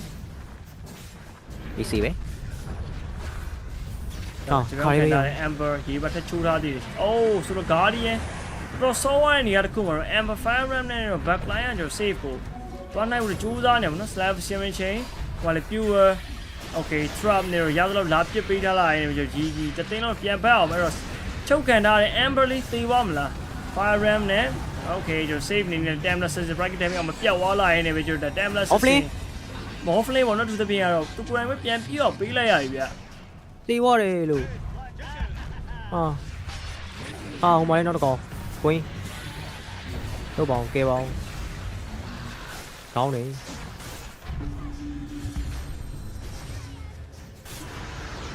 ဒီစပလာတင်နာသေးအောက်ပြန်ကြလာရင်တော့ထပ်ပြီးသေးရအောင်မယ်4 man down 1 for 4 trade okay တကယ်အောက်ပလေးနေပြီလို့ဘယ်ရှူတော့ဆိုင်ဆိုင်ဝဲဘယ်ပုံကတာနေတယ်လို့ဖြစ်နေလားဟုတ်ပါ မောပလင်းနေနေရတယ်မှာဖောင်သုံးပြီးတော့ဒီကောင်ပြန်ပြီးဖြတ်လို့မရဘူးပြင်တယ်မှာ silent နေမိနေတာဗောနော်နောက်ကောင်ထပ်သေးအောင်မယ် GPK solo K ပဲဗျ again 517 KDA ကတော့လုံးဝကျွတ်စင်ကြီးဗောနော်618ကန်ကာနီနေရလဲလုံးဝဒီပွဲမှာ from 9တောင်ဝင်ကိုကြည့်ပြီးတော့ထမ်းဆောင်တာလည်းပြောရမယ်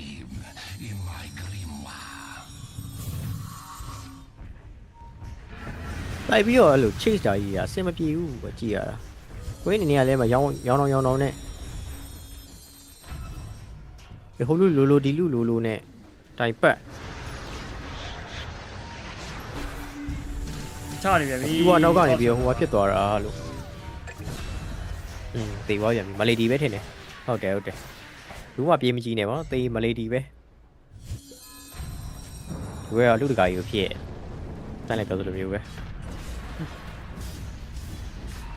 ဟိုပြစ်သွားတော်လှတယ်ပြူရရဲ့ဟိုပါဗောနော်တမ်ဘလာဆက်စင်က save plate နဲ့ဟိုပါရှော့ကိုချပြီးပြစ်သွားတာ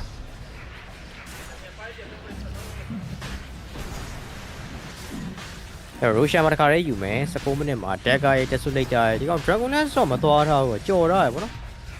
dragonlance မပါဘူးရှက်ကတော့ဝယ်ထားပြီးသားအဲ့တော့ဒီဒါ aegis ကိုပါရမယ်ဆိုလို့ရှိရင်တော့ဒီနေ့ကလုံးဝကြောက်စရာမရှိတော့ဘူးနော်ဒါတခြားဘက်က hero တွေကိုဘက်ကအကုန်လုံးကောင်းတာထောက်ထားရဆိုပေမဲ့ဒီအနေနဲ့ကတော့ fuck off ပဲဒီဘက်မှာကောင်းတာထောက်လဲထောက်ဆိုပြီးတော့စော့နေတာတောက်လျှောက်ပဲဒီ game ကတော့ချောမွေ့နေတော့ဗောနော်ခုချိန်ကြီး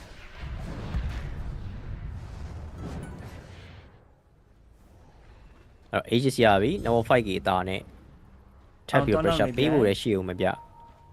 ရားတဲ့ပေါက်ကနေသွားပြီးအာရုံနောက်ပြီးမောင်းထုတ်နေရအောင်နော်ဟွာရအောင်ပါမေးဖောင်နေနေကတော့လွန်မှာဟိုထားပါတော့ဘေးစေးကနေအောက်ကိုပေးမစေးညုံဖြစ်နေဘက်ကောင်ကတောက်လျှောက်တွေဖိရတယ်ဟုတ်ပါ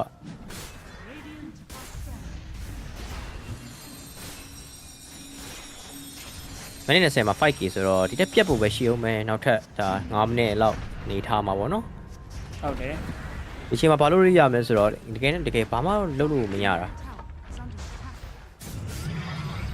Templar Assassin ရဲ့ Aegis ကိုချနိုင်မှအဆင်ပြေလိမ့်မယ်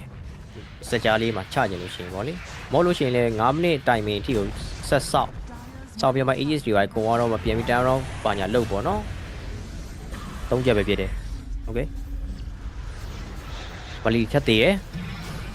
ဒီ iron တက်လာပြီအဲ့တော့ tofu နည်းလေးပြဿနာတက်နေဆွေးရအောင်ကျွန်တော် park right lane နဲ့တို့ပဲ GPK dominate ဒီချိန်မှာကြောက်လေကျွန်တော်ပတ်ကိုထိန်းစရာဘယ်သူမှနော်ချိုးဆိုသိမလား item timing နဲ့ပြန်ပြီးထိန်းကြရဲ orchid တွေကြက်ပြောင်းနေဒါပေမဲ့ orchid ကြက်ပြောင်းထွက်ဖို့နေတာသူတို့တော့မှမနေ့သက်ရှင်အောင်နေရတာကဲကြက်ပြောင်းနေတူပဲဘေးထဲမှာ pure right damage ကြက်shit ကဲအလှလေးပဲ6 ဖြတ်တိုက်ပေးလိုက်ပြီ Mero Amber အဲ့ကွာကြီးနဲ့တေသွားတာပါတဲ့ gaming gladiator အဲ့ဒါကြည့်ရကျွန်တော်27မိနစ်မှာ high ground လေးပေးရမှာထင်တယ် high ground တွေတက်လာပြီAmber မရှိတော့စက္ကန့်30ကျော်သေနေတယ်အဲ့တော့4ယောက်5ယောက်ဆိုတဲ့အနေထားမှာဟိုဘက်က agency နဲ့ဗတဲ့ဆိုင်ဖို့အတွက်ကတော်တော်လေးခက်ခဲမယ်ထင်တယ်ဗောနော်ဒီအနေနဲ့ကဖင်သွားရပြီးတော့ဖင်သွားရတာမြင်လိုက်လားမသိဘူးတွေ့တယ်နိုင်တော့မယ်ဆိုလို့ရှိရင်တော့အဲ့တိုင်းမမြင်နေမယ်ဖင်ရားနေတဲ့ပပွန်လေးတော့တွေ့ရမှာဖြစ်ပါတယ်အဲ့တော့ဒလန်မက်ကရပြီးတော့ပဲအေးစစ်စစ်လေးပြန်ပတ်သွားပြီ Oh my god ဒီ game number 2မှာလဲဘပွန်နေနေကအตาရထားပြန်ပြီဗောနော်ကြည့်ရတာအဲ့လိုမျိုးတစ်ဖက်သက်ကြီးကိုထပ်ဖြစ်အောင်မလားမသိဘူးဒီပွဲတော့ထပ်ပြီးရှုံးရမယ်ဆိုလို့ရှိရင်တော့ GG အနေနဲ့သွားပြီမန်ဒေတောင်းပြီခင်းနေမှာ3ကျ3-0မလားမသိဘူးဒီလိုမိထားရဒါတော့မှတော့မင်း GG ကဒီပွဲရသူက draft ကတားတယ်လို့ပဲပြောရမှာမသိဘူးမလားဒါပေါ်မိထားအဆင်ကြီးရတာလေဒီ game အဆင်ပြေတယ် Moblin ဆိုလဲ free game ပဲဒါပေမဲ့ Moblin ကလည်းတွန်းနေသူကြောင်ပြောက်နေပါကွာဘာနဲ့သိနေလဲမသိတော့ပြောရင်ကို lane state တွေကခက်ခဲနေတယ်ဒီလားမလုတ်တဲ့နဲ့မှားရလုတ်တယ်အဓိကမလီဒီကိုပဲပြောရမှာပေါ့နော်ဆောင်းပိုင်း lane state မှာဆိုလို့ရှိရင်တော့တောက်လျှောက်တေသွားရဲဆိုတဲ့အတွက်ကြောင့်မလို့အဲ Moblin နဲ့အဲ့လိုမျိုး PK try လို့မရတဲ့အပြင်ဟိုမှာဟိုဘက်ကိုလည်း experience တွေကိုအလကားပေးလို့ပြည့်တယ်နောက်ခေါက်3ခေါက်စတိုက်တီတေတာ09ဖြစ်နေပြီအဲ့လိုမျိုးရ consequences တွေအများကြီးပဲကွာပြောရင် ဟိုဘက်ဒီပဲ smoke ထားတယ် okay Aegis ကတော့တမင်ခွဲကြံသေးရနော် There Amber ကျွန်မ dream ကိုချိန်ခံလိုက်တော့ဆိုတော့ကားလေးပြန်ပြီးဟီးပြီးလိုက်တယ်ဆိုရင် Templar ဆင်း damage တွေအောင်ပါတန်းပြောက်သွားပြီ Aegis Templar ဆင်းကြောက်သွားတဲ့နောက်မှာတော့ဘာလို့ရသေးလဲပေါ့နော်တတင်းတော့ပြန်ဘက်အောင် Melody နားတော့ Park တင်းနဲ့လိုက်သွားလိုက်မှာ Silent Trap နဲ့ရတော့သွားပြီ Melody down ဟိုမှာလေးကျတော့အိုးချက်ပြောင်းနဲ့ Waxon တုံးလို့မရလိုက်ဘူးရောင်ကြီး48 second Ace တကောင်ပါပါစေထပ်ပြီးတော့ရောင်းမယ်ဆိုတဲ့အနေထား Pure Triple Kill နဲ့တူပဲဟိုမှာလေး GP ကိုဖူးကိုထပ်ပြီးတော့ရှားသားသေးဗျအေးပေးရင်တော့ပေးလို့ရတဲ့အနေထားဖြစ်သွားပြီပေးလိုက်ပါတော့အဲ့ရအရန်ကြီးကိုတစ်ဖက်သက်ကြီးဖြစ်နေဝိုင်းလောက်တာရောင်းကြီးလှုပ်ပွဲဝက်ဆွန်ဝိုင်းလောက်တဲ့ပွဲလုံးဝလှုပ်လို့တော့မရလိုက်ဘူး hash ပြောင်းချုပ်တာဘာညာနဲ့ship တောင်မလှည့်လိုက်ရအောင်ရမ်းပြတ်နေတာဗောနော်မိထားကြီးဒါပေမဲ့9000ကျော်ထုတ်သွားတယ်ဒီအနေနဲ့ကောင်တာထောက်ချင်ဆိုပြီးတော့စော်လွတ်နေတာဘီနိုမန်ဆာဟဲ့လားဟမ်အမ်ဘာဟဲ့လားဂျာကီတို့ဟဲ့လားလောက်တော့မလောက်လောက်တော့မလောက်ပြီးတော့ကဲပြောတယ်မှာ utility တပြုံးနေဟိုမဲတို့ကပိုက်ကြီးနေဖက်က damage ကမလောက်ပါဘူးဆိုမှ magic damage အများကြီးပဲထွက်နေတဲ့ gaming clarity တောင်ပိုက်တစ်ချောင်းနဲ့ကောက်လာလိုက်တော့ဟိုကားကြိတ်တော့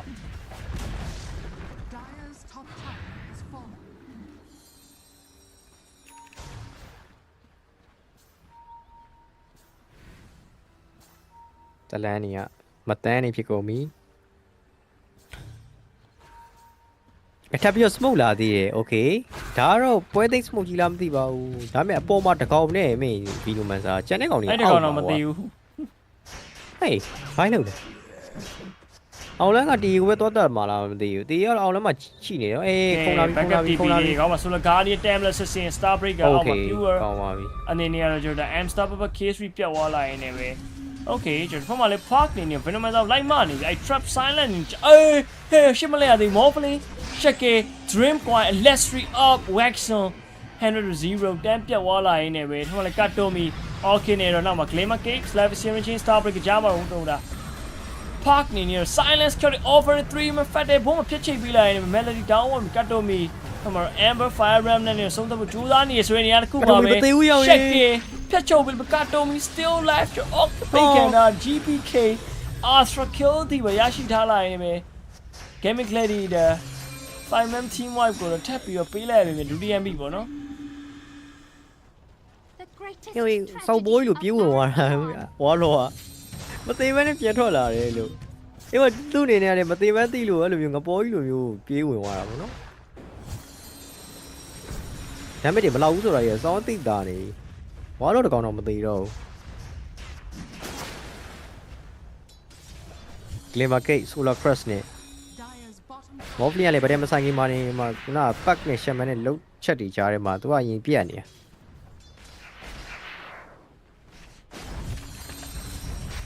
ဟာဒီဘက်တွေမိုးလင်းဒီကတ်ခိုင်းမလို့လေ8နာရီနဲ့အိတ်ခမ်းရတော့မှာလားဟုတ်တယ်နော်ဘဘုံကလုံနေပြီလို့ကိုရီဘဘုံမှာလို့အဲ့လိုမျိုးလေးလည်းလုံပေးဦးမှာပဲဒါပေမဲ့လည်းပြောမစောသေးပါနဲ့ဟုတ်ဘာမပြောရသေးဘူးတည်မလားဘာမှမဖြစ်သွားနိုင်ဘူးဟုတ်ပါဘာဖြစ်သွားနိုင်ပါသေးတယ်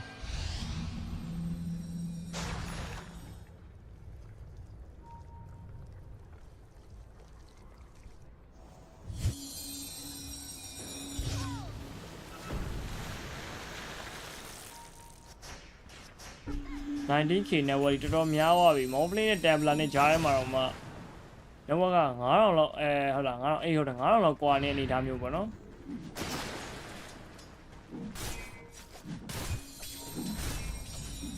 9000လောက်ကွာနေတယ်9000လောက်ကွာနေတယ်အဲ့တော့9000ဆိုတဲ့ပတ်ဝန်းကျင်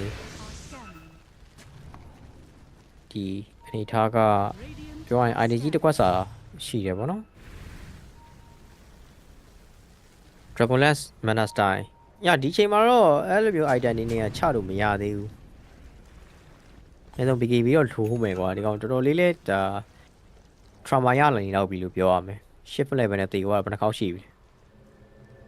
ရေးတဲ့ထိန်းနိုင် share မယ်နော် share မယ်တော့ share ထိန်းတာဟုတ်တယ်ကဲတော့ဘူးလာနိုင်ဖို့ကြိုးစားနေဆိုရင်ရတစ်ခုပါပဲဟိုမှာလေ park electric up ဘာလို့လဲကောင်းလေး တန်းပြောက်သွားပြီထိုးဖူးကျွန်တော် GPK အနေနဲ့တော့ဘီယင်းကောက်လိုက်ထိပဲရရှိထားတယ်ဗောနော် GPK ရှိုးပဲဟမ်15အောင်တတ်ထားတယ် တမ်ဘလာဆက်စင်နေနဲ့လည်းကျွန်တော် gaming player ဘက်က trial wisdom ကိုရထားသေးတယ်ကဲချက်ပြောင်းမောင်းနဲ့တဲခွဲတာပြောင်းပြီး3စောက်ရနာလိုက်တာကွာ Desolator charge 16ခုမှာ data lax နဲ့ဆိုတော့လေ damage အရရော chance အရရော share ပဲဖြစ်နေတယ်တမ်ဘလာဆက်စင်ပူးနေပြီအဲ့ဒါ first bit တမ်ဘလာလို့တာပဲဟိအောင်မင်းတို့ကောင်နေထိန်းတာလေ ဟုတ်ပါမနေ့ကအတိုင်းပဲသိရလား အဲ့ဒါမင်းဘက်ဘုံကကောင်းတာမဟုတ်တော့ပဲနဲ့ ဒီကြီးကတော်တော်ဆိုးနေတာချုပ်နေတာတကယ်ချုပ်တာမင်းဟို player တိုင်းချုပ်နေတယ်လို့ဖြစ်နေဘလို့ဖေးသွားလို့တော့ခေါ်လို့ခေါ်ရမှမသိဘူးဟိုကောင်တွေကတောက်လျှောက်အောက် player ဘက်ဘောကဘက်ကချုပ်နေမှန်းသိလို့လေအဲ့လိုမျိုးနင်းလွတ်တာသိလား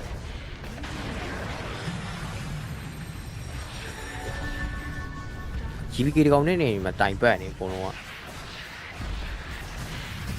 Garon တက်လာပြီဆိုတော့ ages မပါဘူးဗောနော်ဒါပေမဲ့လည်းတက်လို့ရတဲ့အနေအထားမျိုးပဲ Rainrush ကိုအရင်ဆုံးချိုးမယ်ဗျအဲ့ Dawn Break ကပြန်ပြီးထွက်ကန်ဒီ10 second အလိုမှာပဲဘဘောနဲ့လေးကပြန်ပြီး respect တော့ပေးထားသေးရဗောနော် Park နေနေတော့ပြီးရွာနေရအောင်ဘယ်ချက်သိမလဲမသိဘူးကော ဖမ်းမှုတော့ကဘာမှတော့မရှိဘူးကွာမင်းဒီကောင်ကအခုချိန်ရွာချင်နိုင်ရွာလို့ရတဲ့အနေအထားဖြစ်နေ Patch တွေပါလည်းမပါဘူးဘက်ကိုဖမ်းမှုတော့ကဘာစပယ်မှမရှိတာရအောင်တကယ်ဘက်ကဒီပွဲကအေးစစ်လို့ရန် free နေရန် free နေအောင်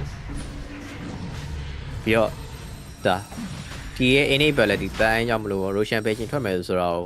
ချက်ချင်းသိနေတယ်ဟိုဘက်ကလည်းလာပြီးတော့ဒါဗယ်ဆိုင်မှုတော့ကြည့်နေရဗျ Russian ဒုတိယမြောက်ကိုတော့မပေးချင်ဘူးဗောနော်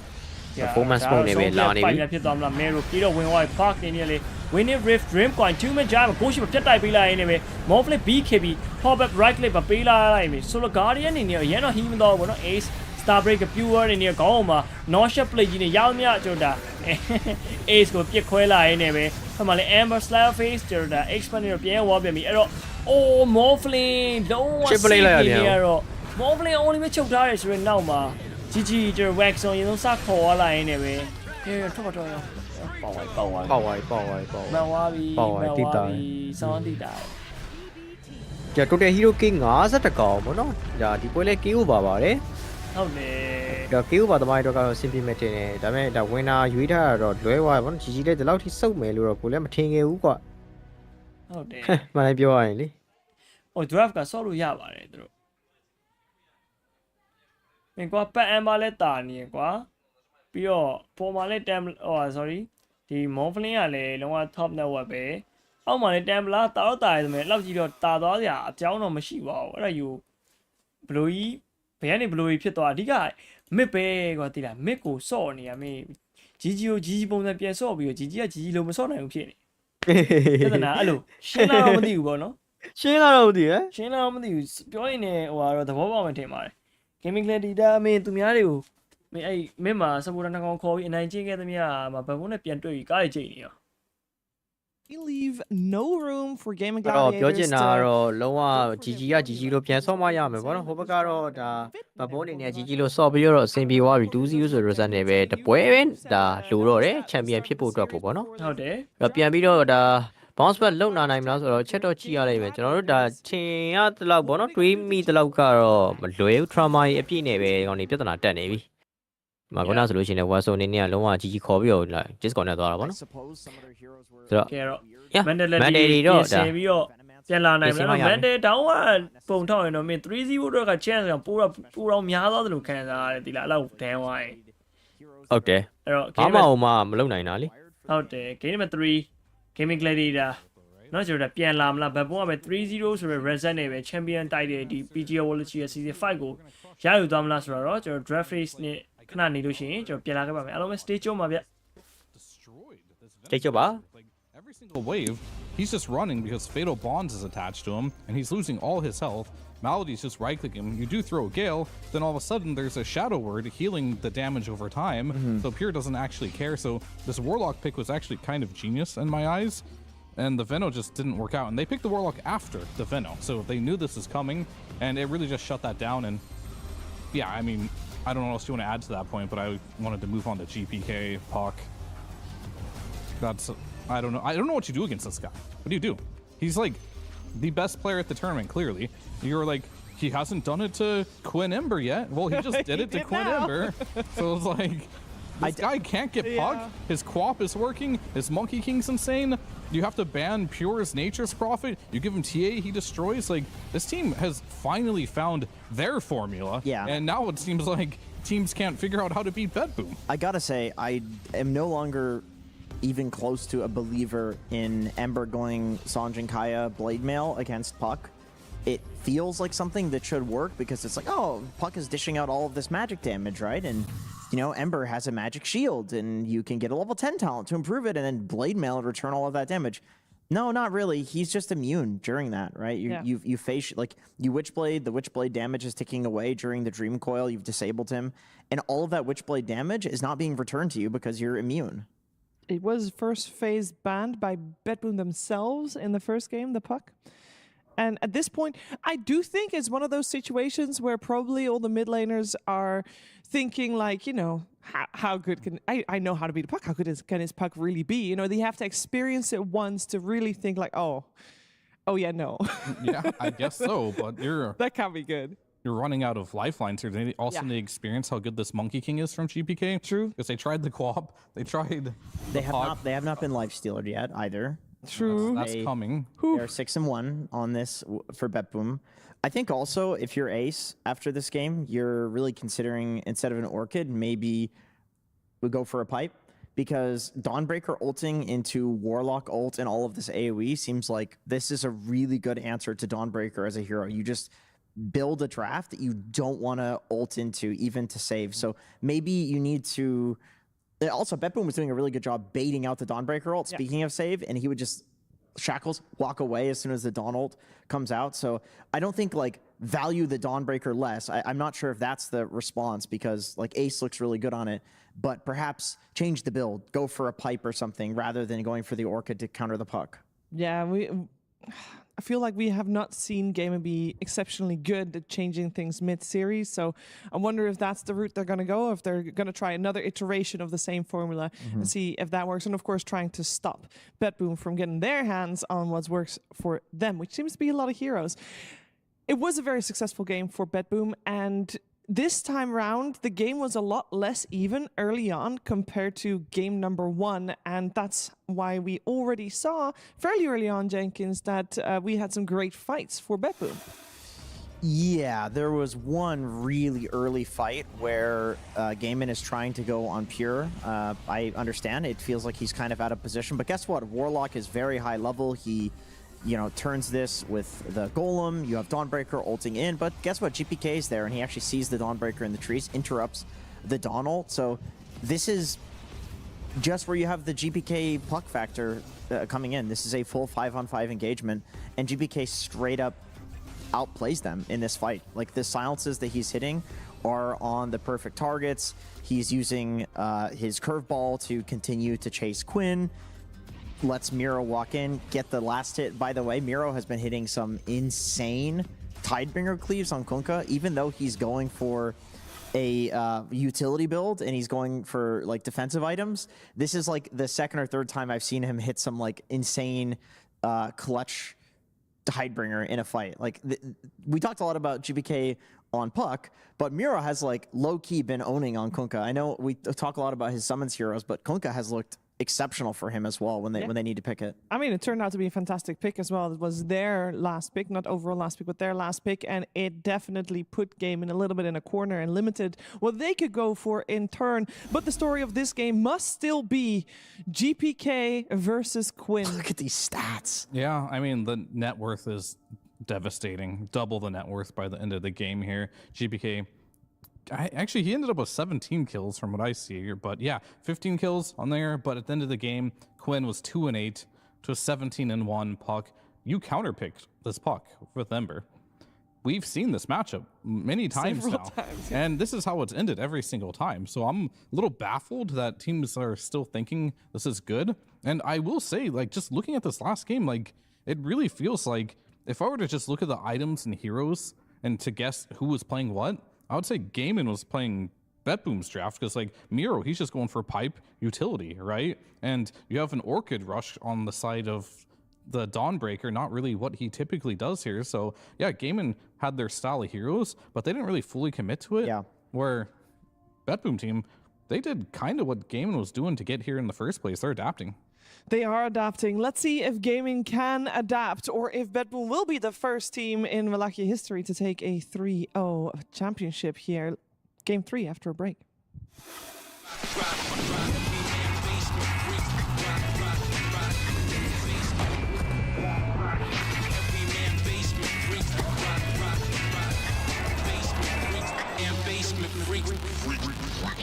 The new breakthrough and innovative phone with 1xBet app. With 1xBet app, you can register and start betting in just one click.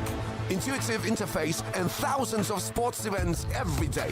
User-friendly app. Big wins, fast payouts. The human body was built to move.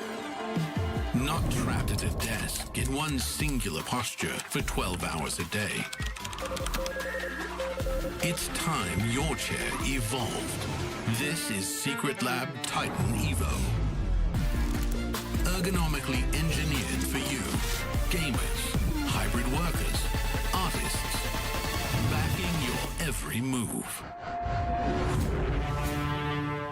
Welcome to Guess the Highlight, where we're asking pro players and coaches to name the player in these clips. I'm here with Sunbeat from Edge. I'm with Ace from Game & Gladiators. I'm here with Shad from OG. Shad, do you watch a lot of Dota when you're not playing? It depends. Sometimes, like, when we're eliminated, I don't want to watch more because it's just, like, sadness, but, you know. Fair enough. I don't pay attention to other scenes that much. I have been lately, yeah. I mean, yeah. Okay, well, it's going to be from all of the previous Wallachias, so... Uh-oh, okay. Let's see. Drop in confidence, but let's see. Let's throw up the clip and see if you know who this is.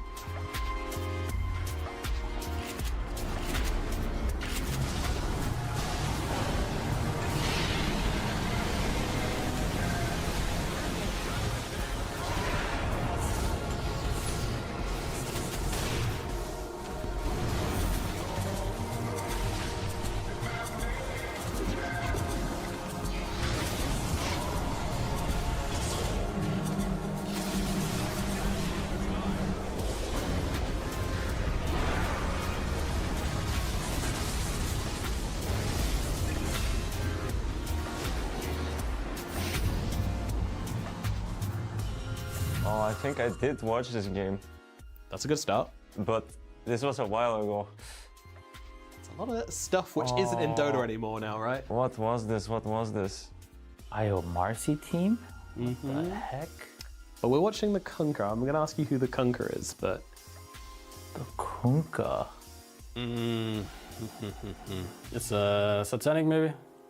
It is not satanic, no. Because it looks like it's a carry Kunkka, maybe? No, it's in fact, I can give you the role. It is actually an off-lane Kunkka. Okay. So it's win range carry, I guess. Yeah, it's a while ago then. Oh yeah, this is an old one.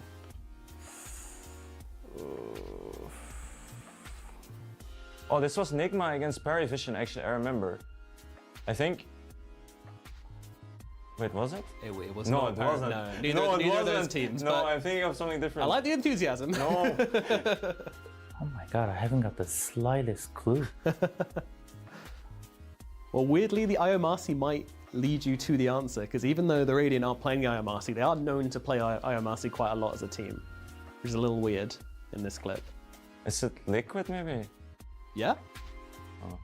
Is it Nisha? It's not Nisha. It's not no. Nisha.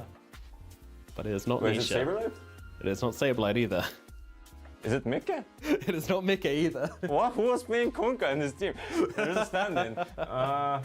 It wasn't a stand-in either. It wasn't? What? So, it's from a Western EU team, a team which you know very, very well. Saberlight. Close, very, very close. 3-3? Yes, it is 33 playing on that Kunkka off lane, yeah. Who was it? Oh, was it Netta? Yeah, absolutely right. I see, It was. I see. A mental block. Broken through those chat and we did get there. Yeah. Dude, I don't even remember who Liquid's offlane at the time was. That's interesting though. Oh man, I don't even remember what I ate yesterday. This is too hard. Okay, I don't know. Ace?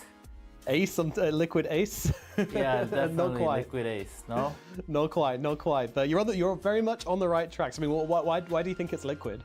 I mean that's, I don't know. Maybe that's like Mickey Windrunner or something. Okay. It's like that's correct. That's correct. We're nearly there. I'm not 33, I guess, at the time. Yeah, absolutely correct. Yeah, well done, Sunby. That is indeed 33 playing the Kunkka. Damn. Wow. I'm shocked at how you managed to get from like seemingly lost in the woods without a way out to suddenly like seeing the light of liquid. How did you get that? I have no idea who Dyer is, but I mean this was when Windrunner was super duper broken, and I think Mickey did enjoy playing this hero. He sure did. Yeah, so it had nothing to do with the Kunkka. It was just the carry player that kind of made me guess. Hey man, the journey doesn't matter as long as you get to the destination, and that's exactly what you did. It is indeed 33 playing the Kunkka against Nouns actually in Wallachia Season 1, so big throwback here. But yeah, well worked out, Sunby. They try and run away. Can they hit it? Can they kill it? Roche is so low. They're waiting desperately, and they move through. They go through. Wait, Roche is dead. Wait a minute. Wait a minute. The ghost ship comes down. Aegis on the ground. Every damn thing. 33 got it. He takes it away from them, and now they're going to chase down Corden. Mickey's on top of him. Corden in some trouble, but Mickey is too. Force Staff to get to the far side. The relocate, but now they can pull him back. Corden separated from the rest of his team. They have a nightmare. The boat is out, but do they have enough damage with that black hole to take him down once? But guess what? He's got an Aegis. Nisha has now shown up to the party, and Secret, they're going to get punished hard as they kill them all off again. Puppy going to get X'd and pulled back. Boom, the lone one surviving, and well, he might not be able to get out of there either.